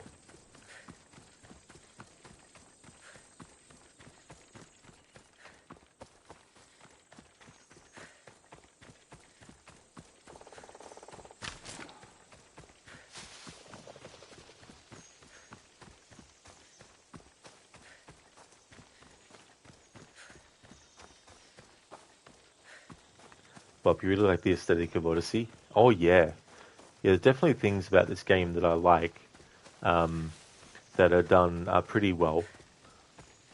But yeah, doesn't beat Origins. You're deciding what to play right now. Yeah, I know what that can feel like for sure. Hopefully you find out soon. Is there any sort of like choices that you've figured out, or you just have no candidates or anything?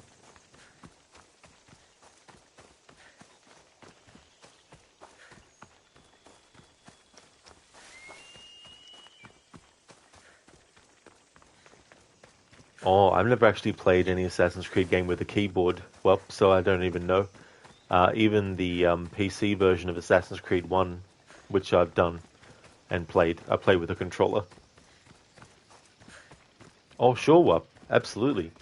Yeah, what games are in the pool of ones to choose from? Because a big buy could have been a new Ezio with maybe a trilogy, but Ubi has always dropped the ball with that one. Yeah, that is true. You know, like, there's a lot of years worth of Bayek and Armanet. So that was another big thing. It's like a sequel in Rome playing as Armanet with the hidden ones in Rome and everything would have been really cool. It would have been great to see that time period or that setting and that location in that time period, because we've only seen it in Ezio's time period. So to see it hundreds and hundreds of years earlier would be really cool. And they could have also added some really cool references and callbacks to Brotherhood as well. And they could have taken the chance to explain things like why Armanet isn't mentioned in the Scrolls of Romulus that detail what Brutus and Cassius, who at the end of Origins we see them joined with Armanet and everything. Like, I mean, I could see why they would, because Armanet wanted to try and hide her identity or name as much as possible, but that didn't happen, of course. But it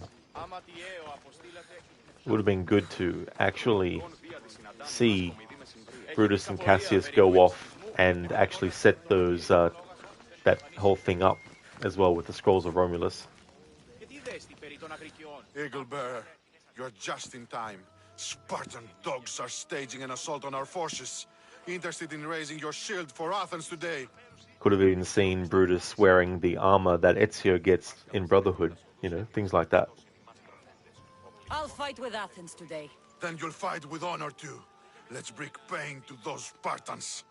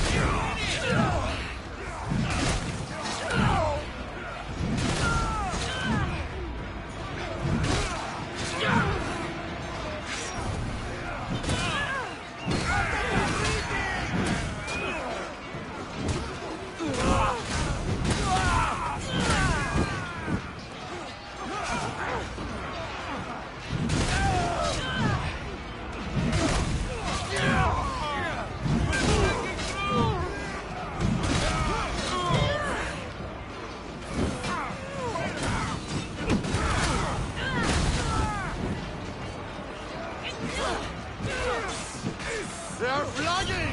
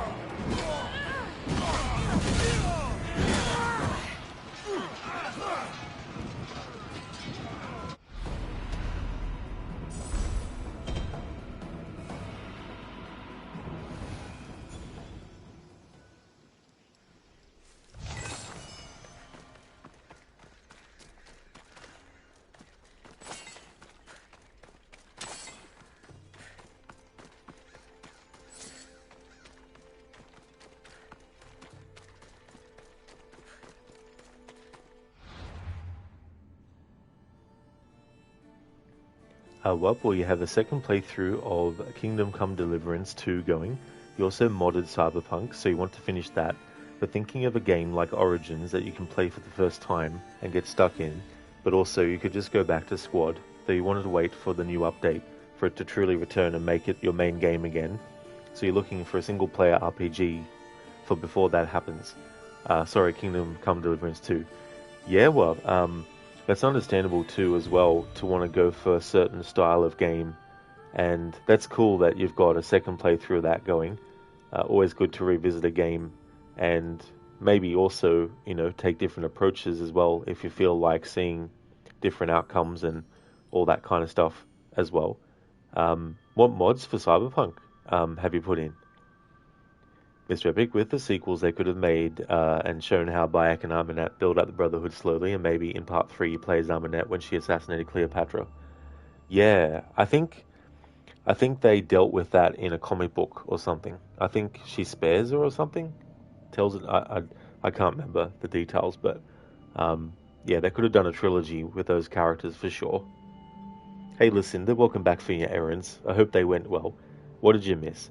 Well, we've killed a few mercenaries that were way higher level than us.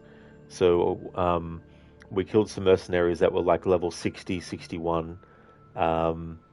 We now are in S2 tier, but we've kind of been stuck on this for a while now. And I've just been trying to test different things. Like I've been going to regions I haven't been to for a while and going to forts and seeing what mercenaries will track us and all that kind of stuff, just to see if any of these S2 mercenaries will actually appear for me. But as yet, not yet. But I've got a feeling that it is tied to your leveling as well. So I think maybe, because there was even some mercenary bounties that were level 90. I was like, holy shit. Then there was one that was level 95. Firefox, did you see that Mirage will be getting an update soon? I did, Firefox, yeah. Yeah, it's a new chapter of the story set in Saudi Arabia, and there's going to be some updates and improvements made to the base game as well for free. But we've put two, one so the nights are much longer and the other is a complete gun rebalance. Oh, well that's cool then, especially if you like the nighttime aesthetic in a game. Listen, how do you actually discover the mercenaries if they are unknown? Through a variety of things, like you might discover them when you're in a conquest battle, and the opposing side might have actually hired them. The arena as well, you can also discover them there, and you can also come across them just in the game world. If they have a grey icon above their head, it means that they're not actually actively after you and stuff like that. So you can find them in those locations. Yeah, level 90, I was like, yeah, we're not going to try and take on a level 90 enemy when we're level 55. It's been pushing it even with enemies that are like level 60.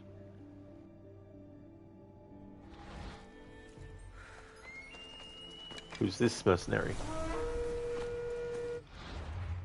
And which tier are they in? Okay, so they're another tier 1 mercenary. Licoritos, the bloody drizzle. Few knew what drove Licoritos, the bloody drizzle, to go where he went or why he killed who he killed. He seemed to merely happen upon a new city filled with fresh marks, but all knew to fear him.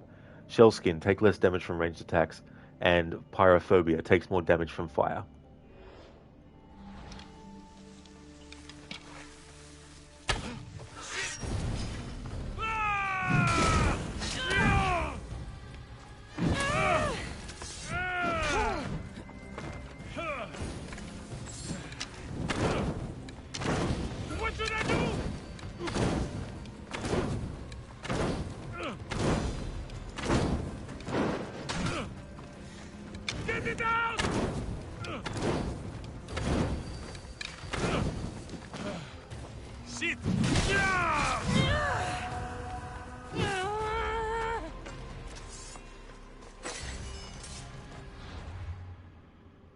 Alright, that's them sorted. That was Licoritos, the bloody drizzle. Well, but you think an Assassin's Creed game, one of the open world ones would be great, but you don't know which is the best combat in your opinion? Good kill. That's a good question. I mean, I've liked the combat in all the ones, including and since Origins as well.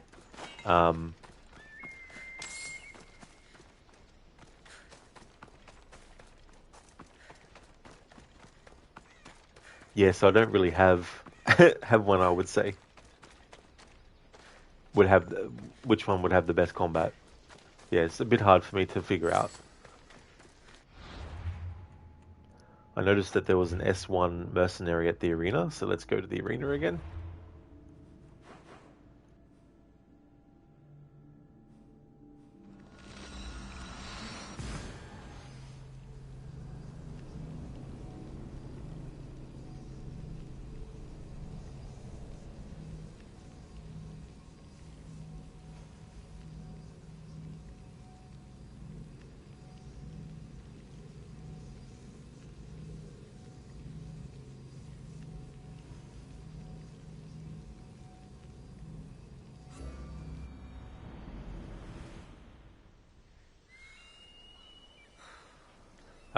Gotcha. Do you think one has the best character progression? Or do you mean like when you're sort of like leveling up your character and stuff? Or do you mean more like how the character goes through the story? Listen, you don't have to kill all the mercenaries for this challenge. Just reach tier S4, right? That is true, Lucinda. Yeah, I don't have to like if you look at the mercenary lineup, usually they put you in the 4th position. No, 5th position. Yeah, the 5th position before you move on to the next tier. So I'm sort of debating whether I want it to be that one in S tier or S4 tier or not. Oh, leveling up. Well, I actually like Valhalla's leveling up more because you get 2 skill points every time you do, whereas in the other games you just get 1 skill point.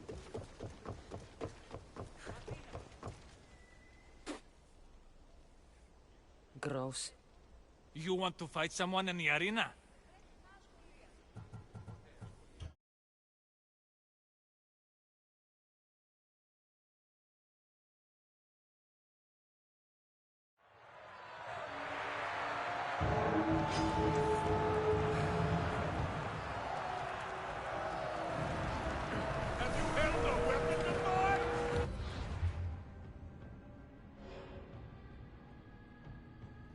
Potamon the Barbarian. Potamon the Barbarian was often misjudged because of his looks. Those who got to know him claimed he had a gentle touch, a curious mind, and a heart of gold. He sang beautifully and always questioned his fellow man. Of course, if all of these things were true, his nickname surely would have changed. Potamon the Barbarian. Relentless, will never flinch when receiving damage. Death from above. Takes more damage from ranged attacks. And for Valhalla, I guess I could look this up, but how are the difficulties? I've only ever played it on the default. They do have different names. I can't really remember. I think Dranger is the highest difficulty, but I've never played it on those ones with that game yet. On anything higher, sorry, than the default.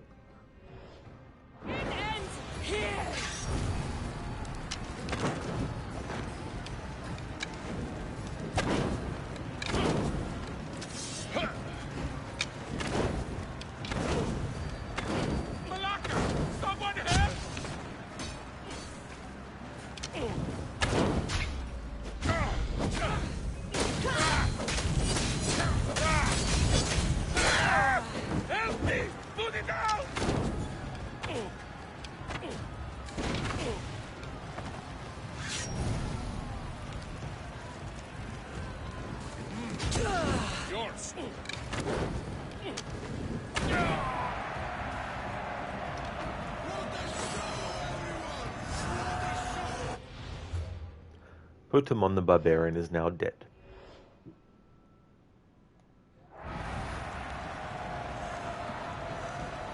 Well, how long to beat says 60 hours. Would you say you took about that long when you played it? Oh, I wouldn't be surprised if it definitely was. Because even if you do just the story stuff and not worried about doing 100%, definitely takes a lot of hours to do just the story. And it also suffers from what the games have suffered with since this game, actually, which is the pacing of the storytelling is really, really stretched.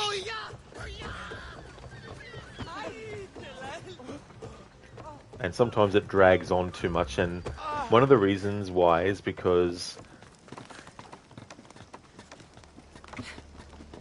every single story arc related to the Alliance and creating alliances has to be done. None of them are optional, which I think some of them should have been made optional. There's one story arc in particular where it's like, really? Do we actually have to do this? There's probably at least one for a lot of people, but for me, the story arc that I really wish was optional was the one with the Elderman who is married to a French woman, and they both want to separate, and he wants to get reunited with his old love, and she wants to actually leave. I will say, though, that the more interesting element of that story arc is actually the wife's side of the story, and also the character of Rolo that you meet. But the rest of it, the whole matchmaking thing, is just like, bloody hell. So I think that should have been a story arc that was optional. You don't think your mind stretch if the gameplay is decent and the open world is stuff to do? Yeah, like if I suppose if you can sort of divide your time with other stuff to not get burnt out and all that kind of stuff as well.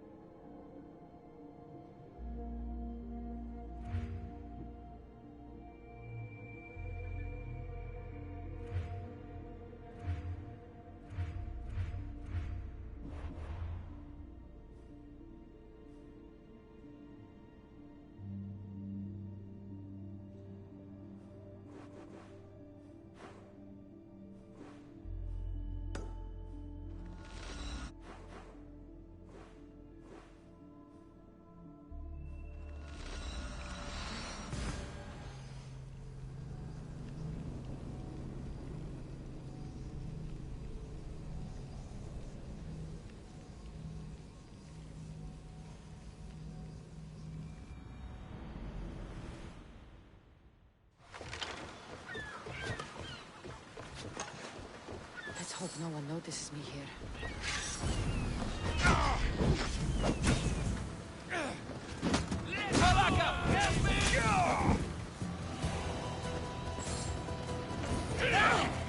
Get back here!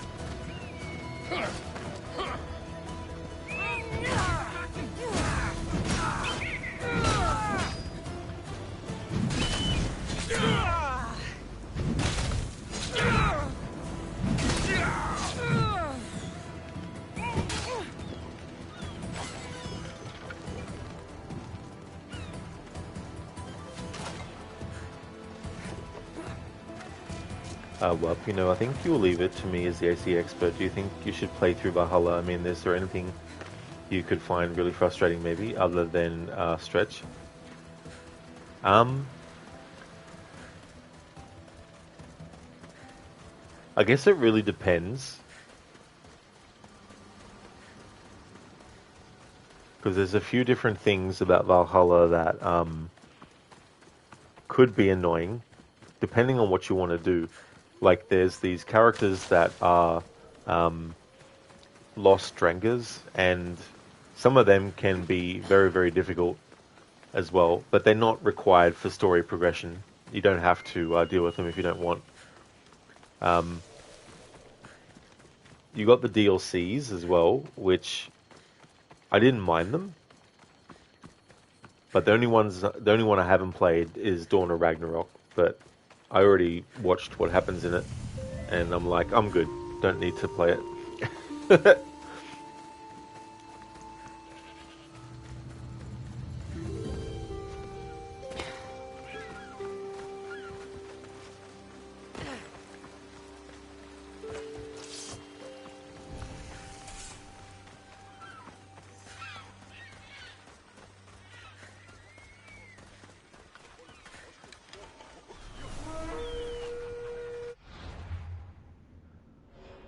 Lexa the Lionborn. Feral and vicious, many said Lexa was raised by lions. They claimed she exhibited strange tendencies, especially relating to where she slept and how she ate. A lover of raw meat, her mouth was often dyed red with the blood of the animal she killed. Plains Traveler, travels the world with a lion companion, and shell skin, takes less damage from ranged attacks.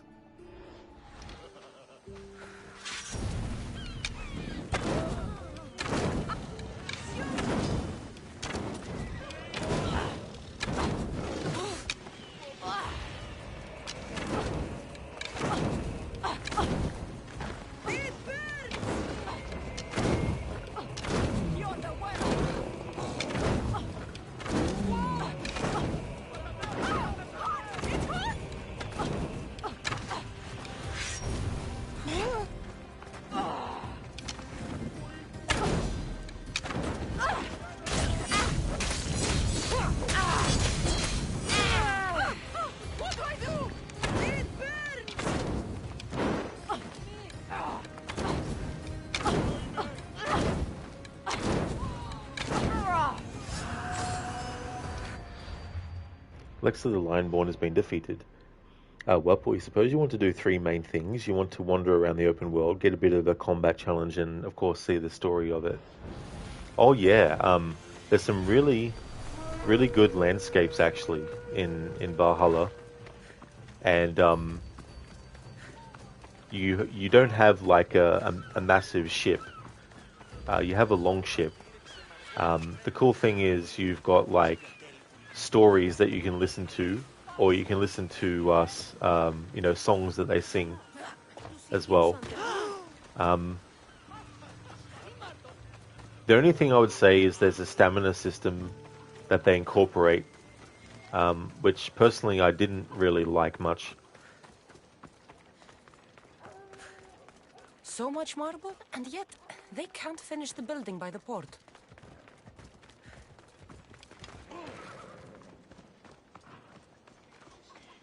Huh. I already fought a mercenary called this, so now they're recycling mercenary names. They're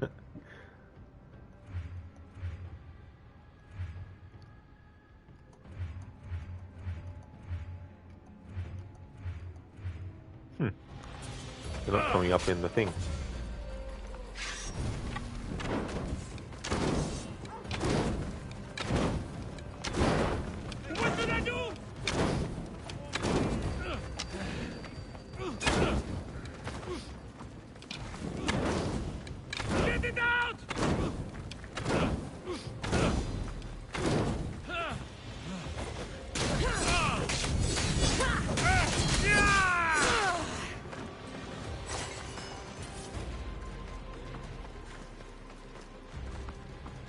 It is what it is, love. Thank you so very much for the follow. Thank you. Listen, he's been revived and reincarnated. Is there an Isu artifact for that?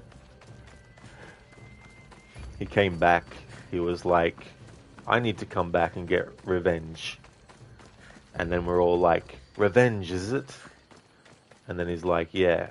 And then we're like, too bad, you're going to die again. And he's like, aw.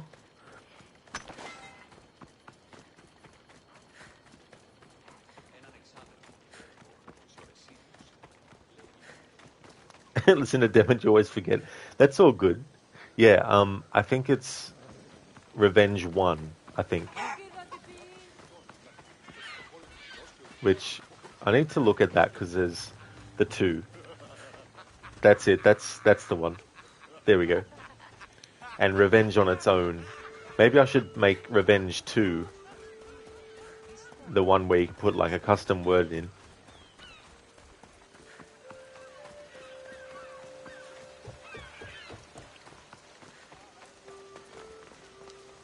Listen to, yeah, D, lol.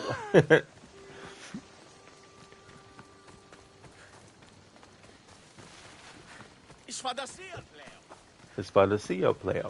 I don't know, I got no idea. I don't really know what that guy said. Listen, you don't know why you struggle with it, maybe because you don't use it enough. That could be it. Because there's even commands that I can't always remember when I go to put it in. Like Cesare or Father. Because I've got the command for the actual quote Cesare says in Brotherhood before he kills his own father. And then I've got the version where you can change the word for what he says. So you can change, if I want you to die, you die. You can change it to, if I want you to sneeze, you sneeze, for example.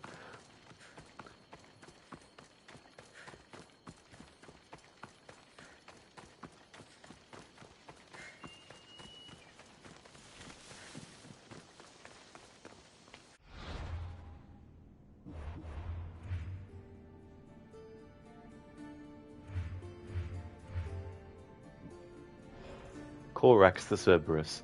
Corax was a prison guard in Athens before he took up the mercenary calling. No one dared run when he was on duty. There was a feral look in his eyes, as if nothing could escape him.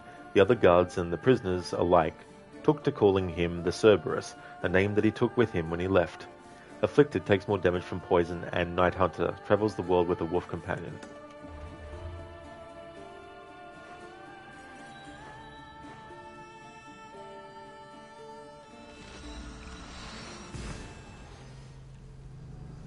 Zereth? Lucinda, is it? It sure is.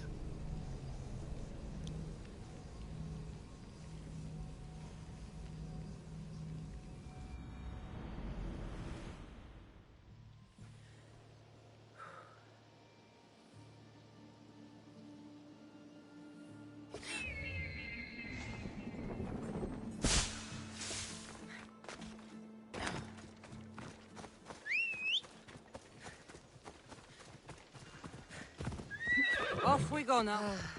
Sunrise. Ella. How up? Do you think Valhalla is doable mapless? I think it would be, but definitely would take a long, long time to do it that way.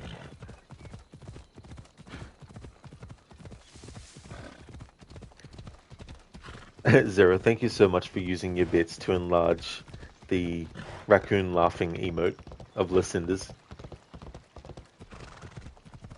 Listen, unfortunately it's not redacted mapless. I want to see that red map. Oh yeah, well, definitely wouldn't recommend for a first play, for sure. Yeah. Because it's got a really big sized map.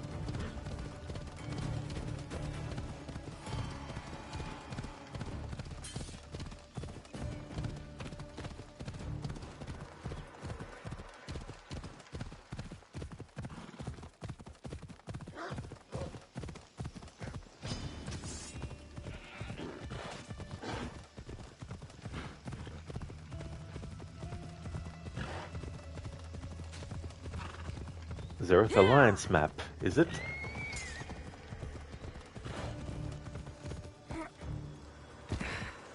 Bob, any tips is supposed to make it more immersive?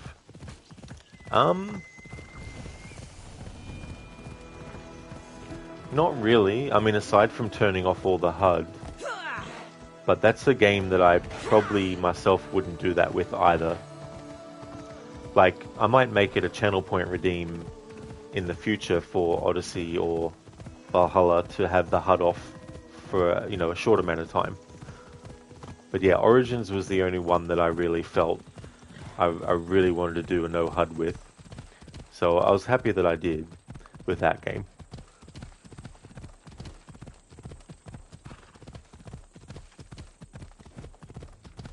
Learn some control.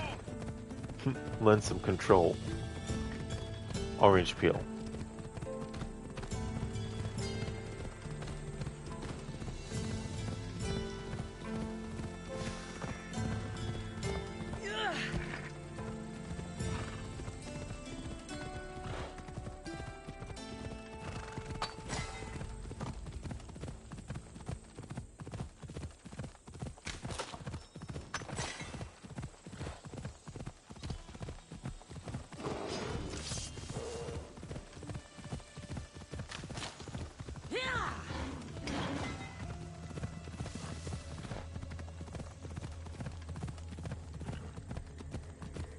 Well, you see, and I guess you'll experiment with the difficulty, but it should be interesting getting to learn it on a controller. Oh yeah.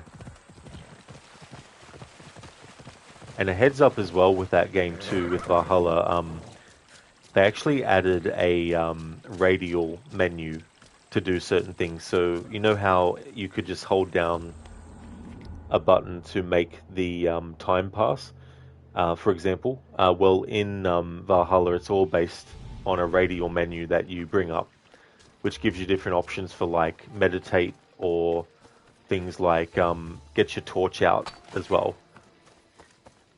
Because unfortunately they took away the shortcut to pulling a torch out in Valhalla.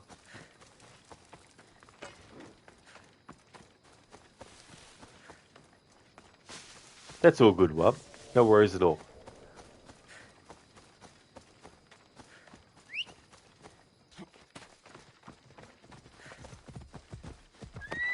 Let's go.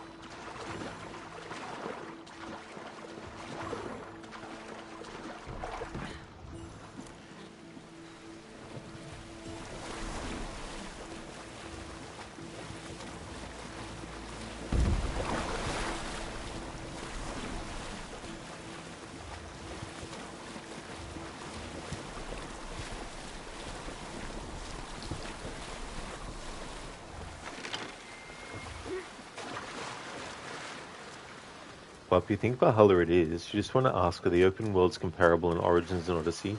Or is Valhalla much different, or are they all very different? Because you played a bit of Origins, so you know that slightly. Yeah, I mean, they're definitely a lot bigger game maps as well, so a lot more ground to cover and things like that. So that obviously affects like the scope and things like that too, as well. So they've got a bigger scope than Origins did.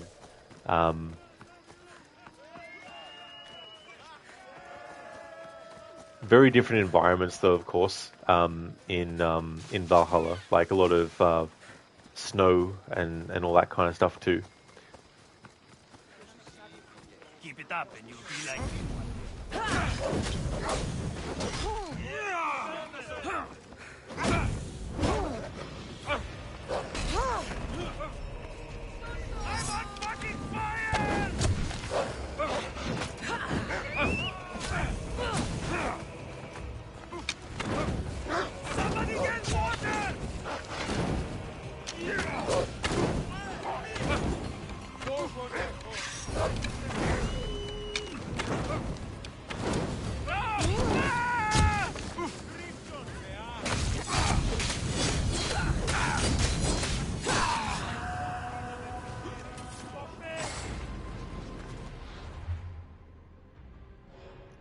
Corax the Cerberus is now defeated.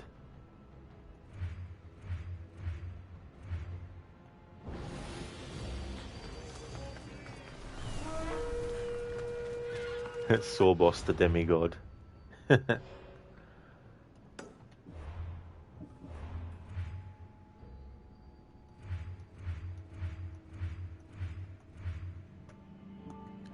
Sawboss the demigod. Sawboss wanted to be called a god for how well he fought. It is said he was always disappointed by how easy the fights were. His laments were so irritating that people began to call him a demigod, for a true god would never complain so much. Heart condition, takes more damage from assassinations, and brawler, takes less damage from melee attacks. It is what it is. Valhalla is almost overwhelming with how much stuff there is to do that the main story gets pretty convoluted, in your opinion. Oh yeah, that's the other thing too. It definitely can as well. It can make things a little bit difficult to keep track of. And there's also things where it's like not 100% clear on what's needed for main story progression, you know, a lot of the time. Listen, to it would be funny if Kassandra yelled Malaka every time she got on fire too. Oh yeah, listen, it's a shame they didn't actually do that. That'd be quite funny, I reckon. That's for sure. Amita, you got to go now, Rod. Thank you for the stream. Catch you next time. No trouble at all, Amita. Thank you so much for being here, dude. Would like to highly recommend people check out Amita's channel. Doing a playthrough of Far Cry 4 for the very first time. Also finishing off... he finished off... No, that's right, he's got still some stuff left to do in the Dead Kings DLC for Assassin's Creed Unity. He's almost finished the story in that. He's been doing a 100% run with that game, and he's also doing his first ever playthrough of Cyberpunk 2077. So definitely recommend checking out Amita's channel if you haven't before. And that's all good for the shout out, dude. Absolutely no trouble at all. I hope that you have a good rest of your day, and catch you again soon. Hope you have a great start to your stream of Far Cry 4 as well.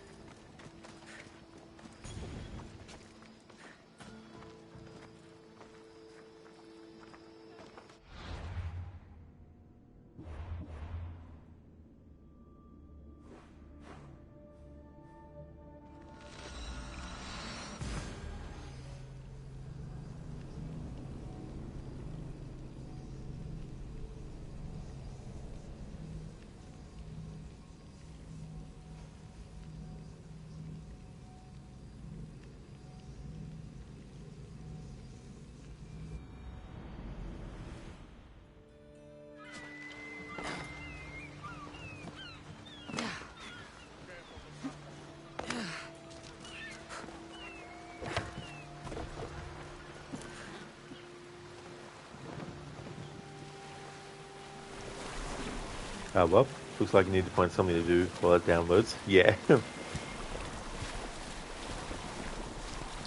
Yeah, sometimes when I'm downloading games, I like to time it with when I have to go and do things.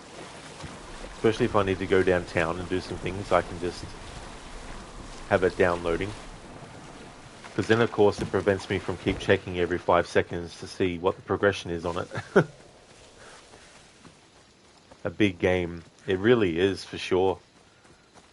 That's the other side of things too, how big in size games are with gigabytes and stuff. I should be careful. High security here.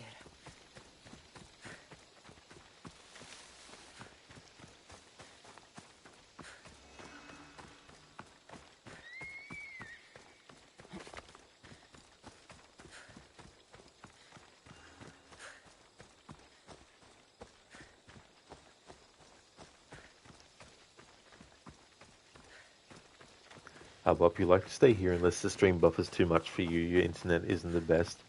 That's understandable too, you know, if it gets to that point and you want to make sure that your download speed is going towards the download of the game, for sure. Because that can definitely happen too. It can interfere with how fast something's being downloaded.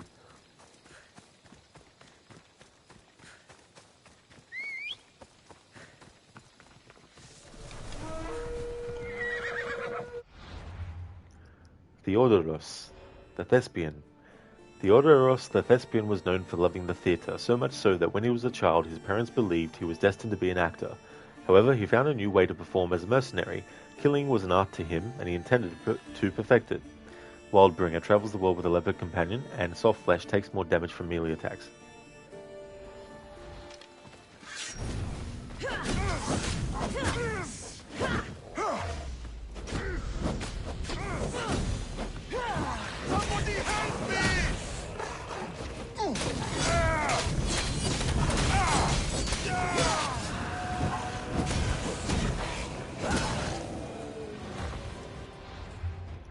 Theodoros the Thespian is now defeated.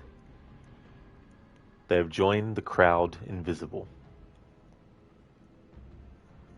Maxi, leaving a lurk as always, dude. Lurker Tool got you covered, watching a movie with the missus. Very nice, Maxi. That's awesome. I really hope that you both enjoy the movie that you're watching. Thank you so much for leaving the lurk. Really do appreciate it. Highly recommend checking out Zamaxi's channel as well. He's doing his first ever playthrough of Watch Dogs. He's going to be doing the Bad Blood DLC as part of that playthrough, in which you play as T-Bone.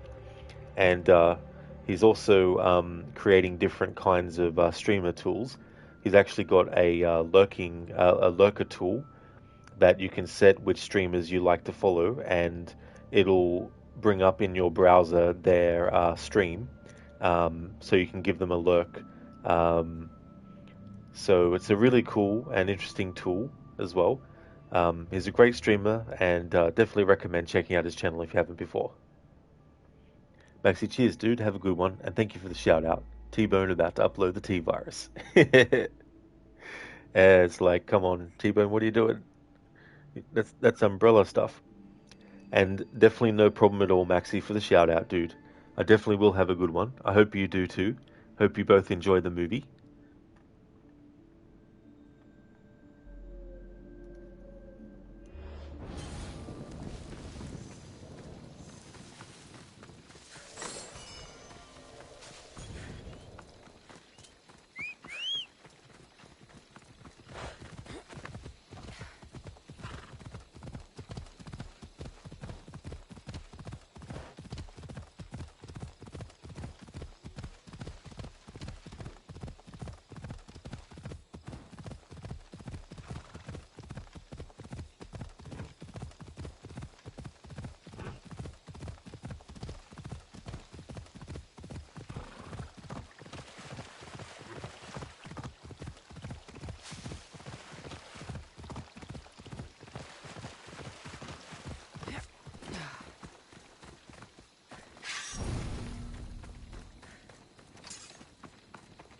Many amateurs around here.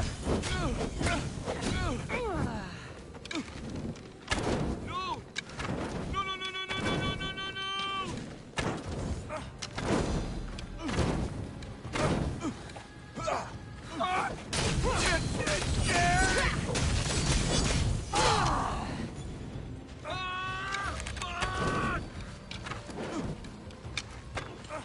Have you ever had them?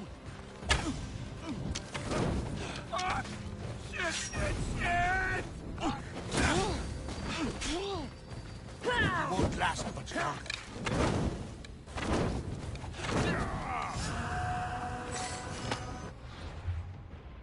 Sorbos the demigod defeated.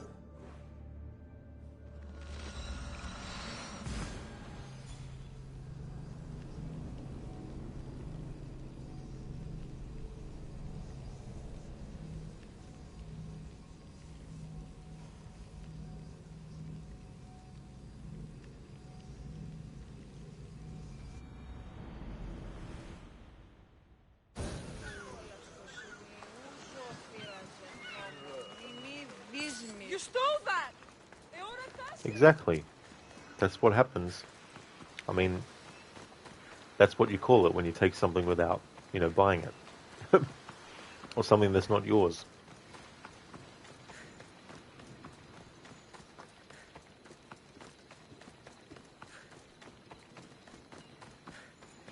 Hey there, Gizlek. Thank you so much for the raid. Welcome to you and your raiders. How was your stream of Apollo Justice, Ace Attorney Trilogy? Did you win the case? How did it go? We've just been going around killing mercenaries. Currently still in S tier rank. Sorry, S2 tier rank, I should say. Panties thief on the loose. Now that would be Bayek in a bath towel. If it isn't the mighty Mistios with the broken spear, how would you like to raise that blade alongside Spartan warriors? Depends how much true Spartan warriors can pay. A capable Mistios such as yourself would be well compensated. Care to share in our upcoming victory against the Athenians? Sure, why not? You've got my sword, Spartan. Good. We'll need all the iron we can get. Because this raises a question about Bayek and panties. Well, I don't know what fabrics were like back in that time period, but you'd want to make sure that they're ones that last a while. Glorious day for Sparta!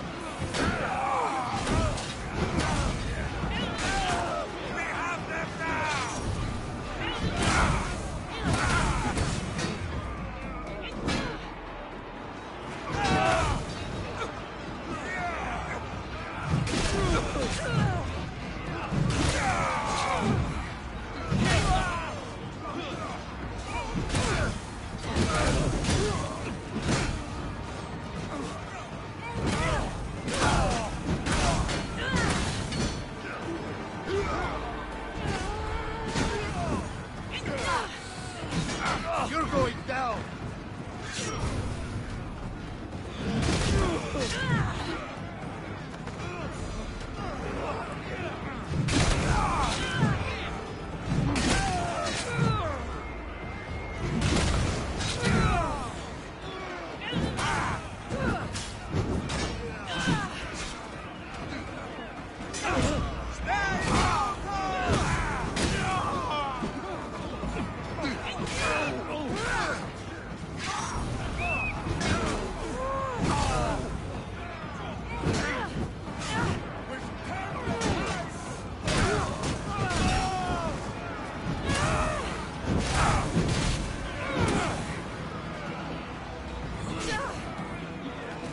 That's cool.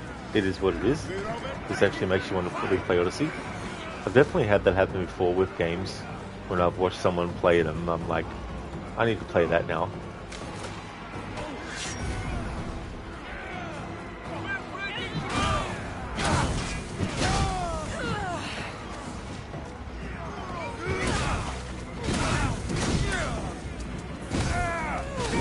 Push them back!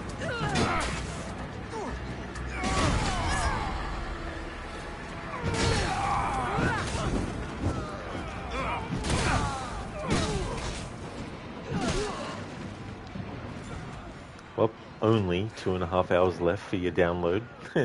Yeah, just that'll go by like a 2-minute time. That's still a lot of time to wait. Level 56. Yeah, it is what it is. That's a long time to wait for a download.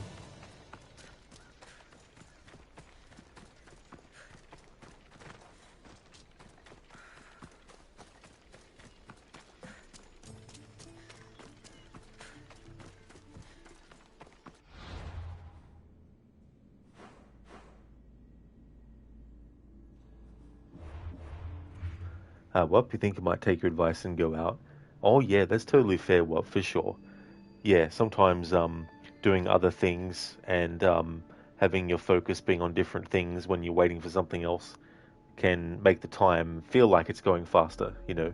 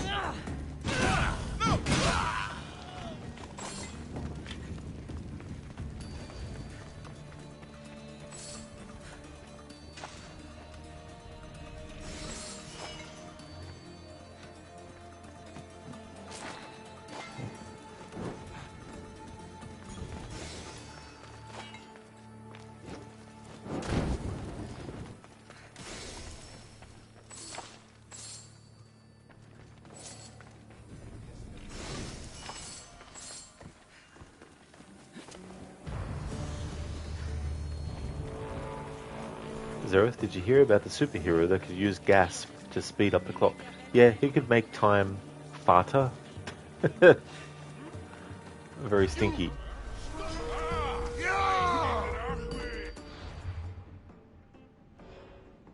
Oenios, lover of Euterpe, dedicated every victory to the muse of music and delight, Euterpe. He would play a song on his lute every day in hopes that she would descend from heaven to his bed. Unsurprisingly, Oenios was never married. Night Hunter travels the world with a wolf companion. Mithridatism takes less damage from poison. Well, Oenios has a cool sword.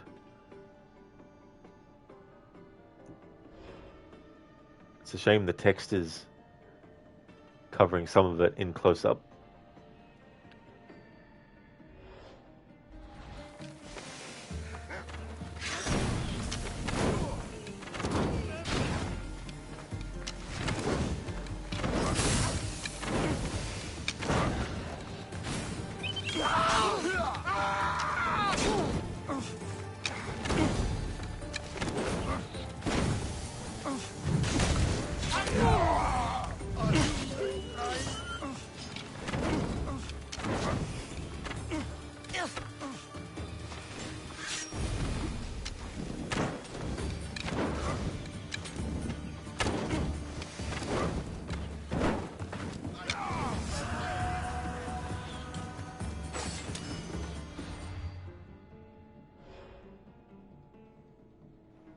Oenios, lover of Euterpe, is defeated.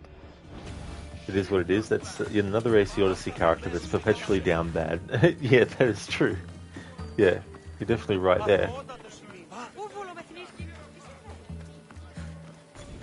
But that might be a great way to speed up time. You should make something, maybe a sword in Blender while you wait. Oh yeah. I find like anything that you enjoy doing means that you're less likely to keep tabs on how long something's taking. Whereas I find that things that I don't like doing seem to take longer, or feel like it, because I'm constantly checking the time to see how much time is left before it's actually done. Thalasios the Uncommitted, known for his inability to stick to his word, Thalasios the Uncommitted made many enemies. When infiltrating one city-state, the winds often changed with him. Inevitably, he soon found himself in another polis. Completely. Canine trainer, travels the world with a dog companion, and brawler, takes less damage from melee attacks. What's your favorite weapon from any game? You'll make it.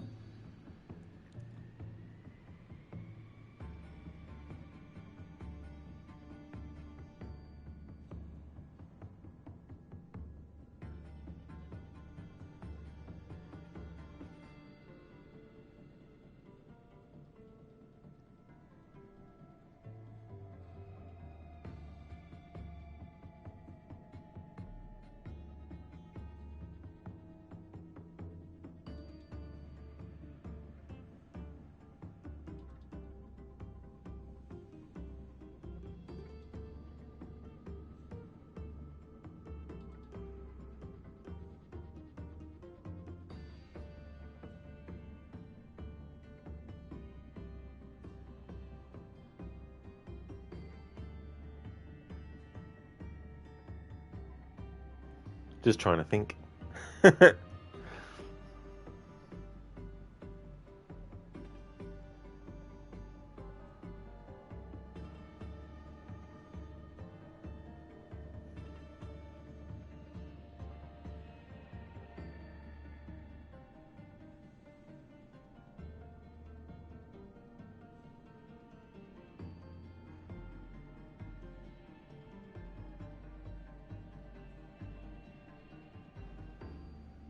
Yeah, not too sure, Wub. Sorry.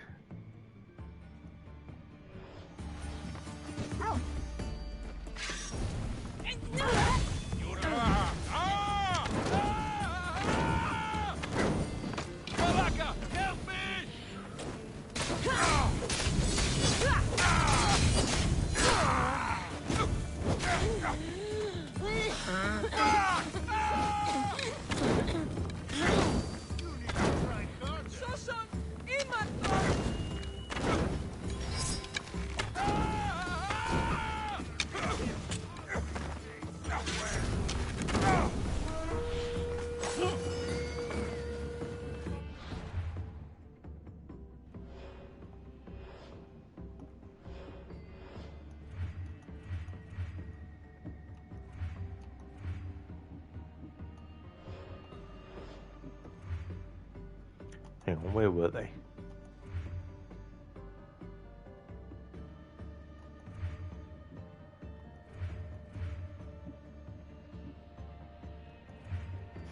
Where was the mercenary that I just killed? What was their name and stuff? It showed up the name of the new mercenary that's come along. Oh. Belasios, the Uncommitted, is defeated. Well, it's okay if you can't think of any. You'll just find something from an AC game. There's no worries, Wop, yeah. Thank you, Crooked, for redeeming the This is Sparta.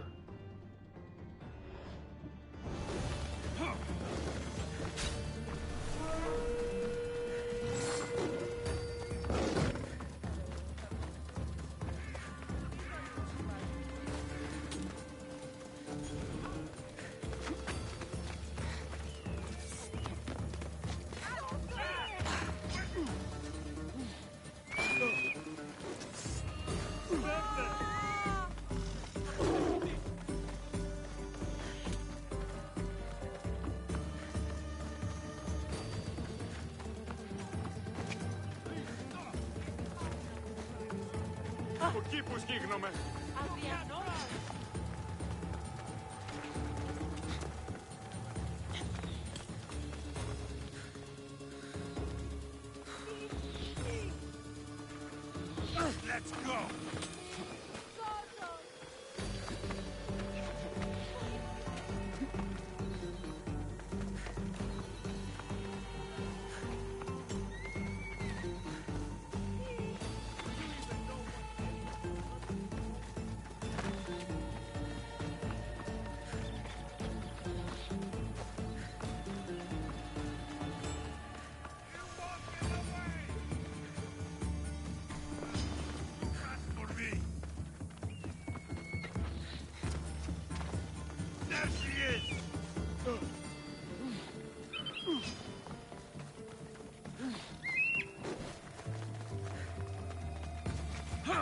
This is Sparta!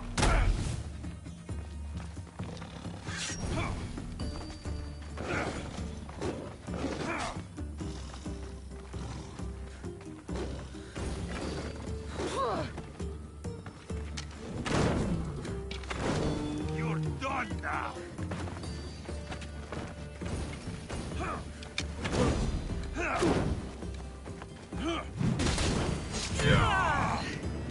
Somebody get water!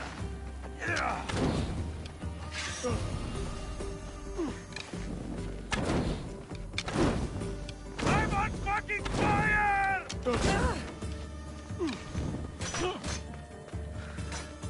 This is Sparta!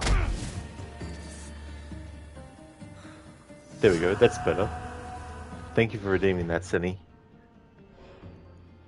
Kassandra the Lion Tamer. Kassandra learned the art of taming lions from his parents to use in hippodromes, but the war proved to be more conducive to this kind of art. Records of 2 lions by his side exist, but most use lion in the singular form. Maybe Kassandra was the second lion. Plains Traveler. Travels the world with a lion companion, and afflicted, takes more damage from poison.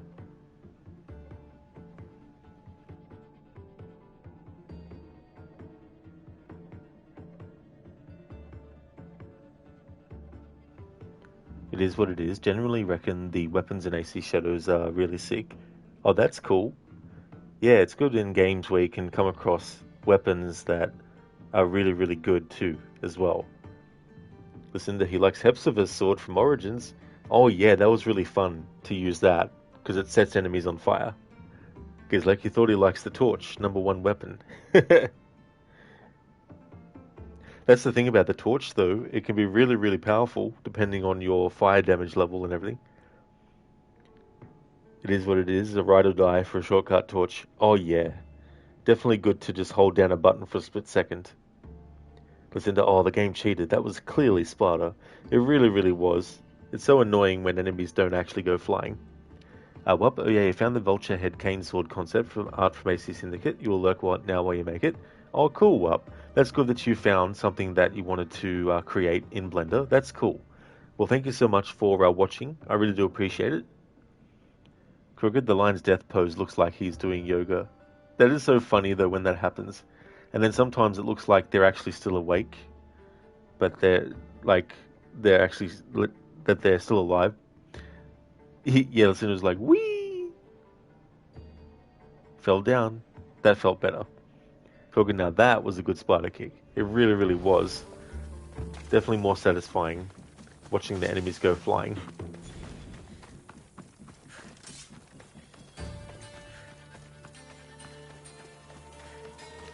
Actually, that might be a good note to end the stream on. Just want to thank everyone for watching. I'd like to go and raid out to Shillerlock, who's playing for the first time The Last of Us Part 2. He's playing the remastered version, and he's going for, I do believe, all the achievements, and he's also doing the game on permadeath mode as well, and on the hardest difficulty. But I think he's doing, I don't know if he's doing that all together at once, or if he's doing back-to-back runs of it. But before we do that, I'd just like to give some shout-outs.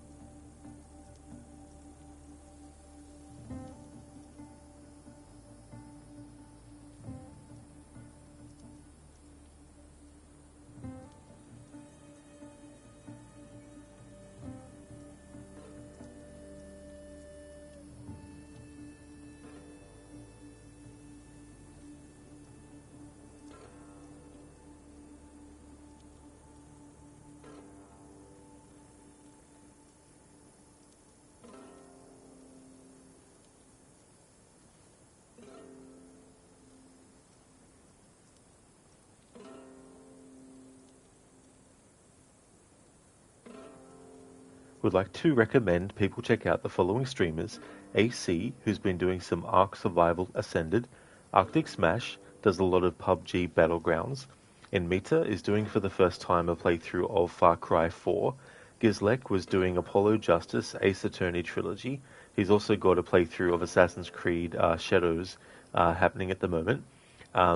G.S. Barnes, who has been doing Mafia the Old Country; Hipsuit, The Wandering Village; Crocodiles, playing through for his first time ever Clair Obscur Expedition 33. Lucinda, who's doing games like Resident Evil 2 Original, will also be doing the Altars to finish off that playthrough, doing a first run of that. Shaky, who's doing Fallout New Vegas, and Zamaxi, who will be doing the Bad Blood DLC for Watch Dogs 1. He's already finished the main story, and coming up on his channel, he's got some playthroughs of Alien Isolation with different challenges that he's actually going to be doing. One of them is going to be to get through the game without dying. In that game, you can, even if you're about to die, you can actually obviously reload a save. So he's going to be doing that as one of the things for Alien Isolation. So definitely recommend checking out all those streamers if you haven't before. Lucinda, no problem at all for the shout out. Absolutely no worries. And Crooked, same to you as well, Senny. No problem at all for the shout out. More than happy to give you one.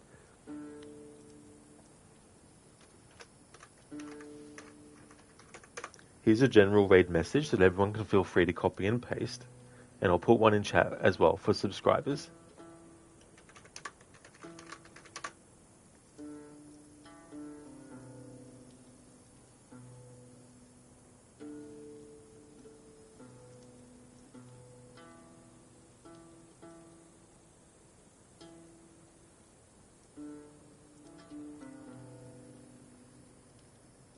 So proud of the boy.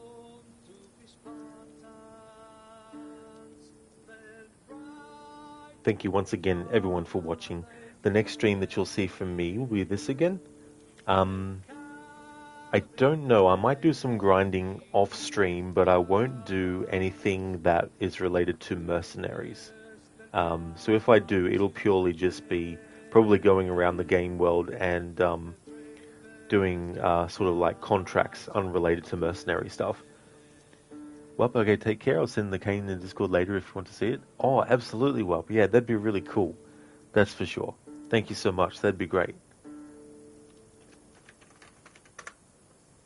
Not sure how many more streams it will take to finish this playthrough, but the current schedule is this game for Saturday through to Tuesday. On Wednesday, I'll be getting back to Tomb Raider annual series with Tomb Raider Chronicles to continue that playthrough series, doing what I've called a Fall Hard challenge, where basically Lara can't drop herself down safely down ledges and stuff like that. And then on Friday, we'll be doing Case West as part of celebrating Dead Rising 2's 15th anniversary. See you, Sona. Hope you have a good one too. And no worries at all for the stream, Zereth. Have a good one. Thanks everyone again for watching. Have a good one.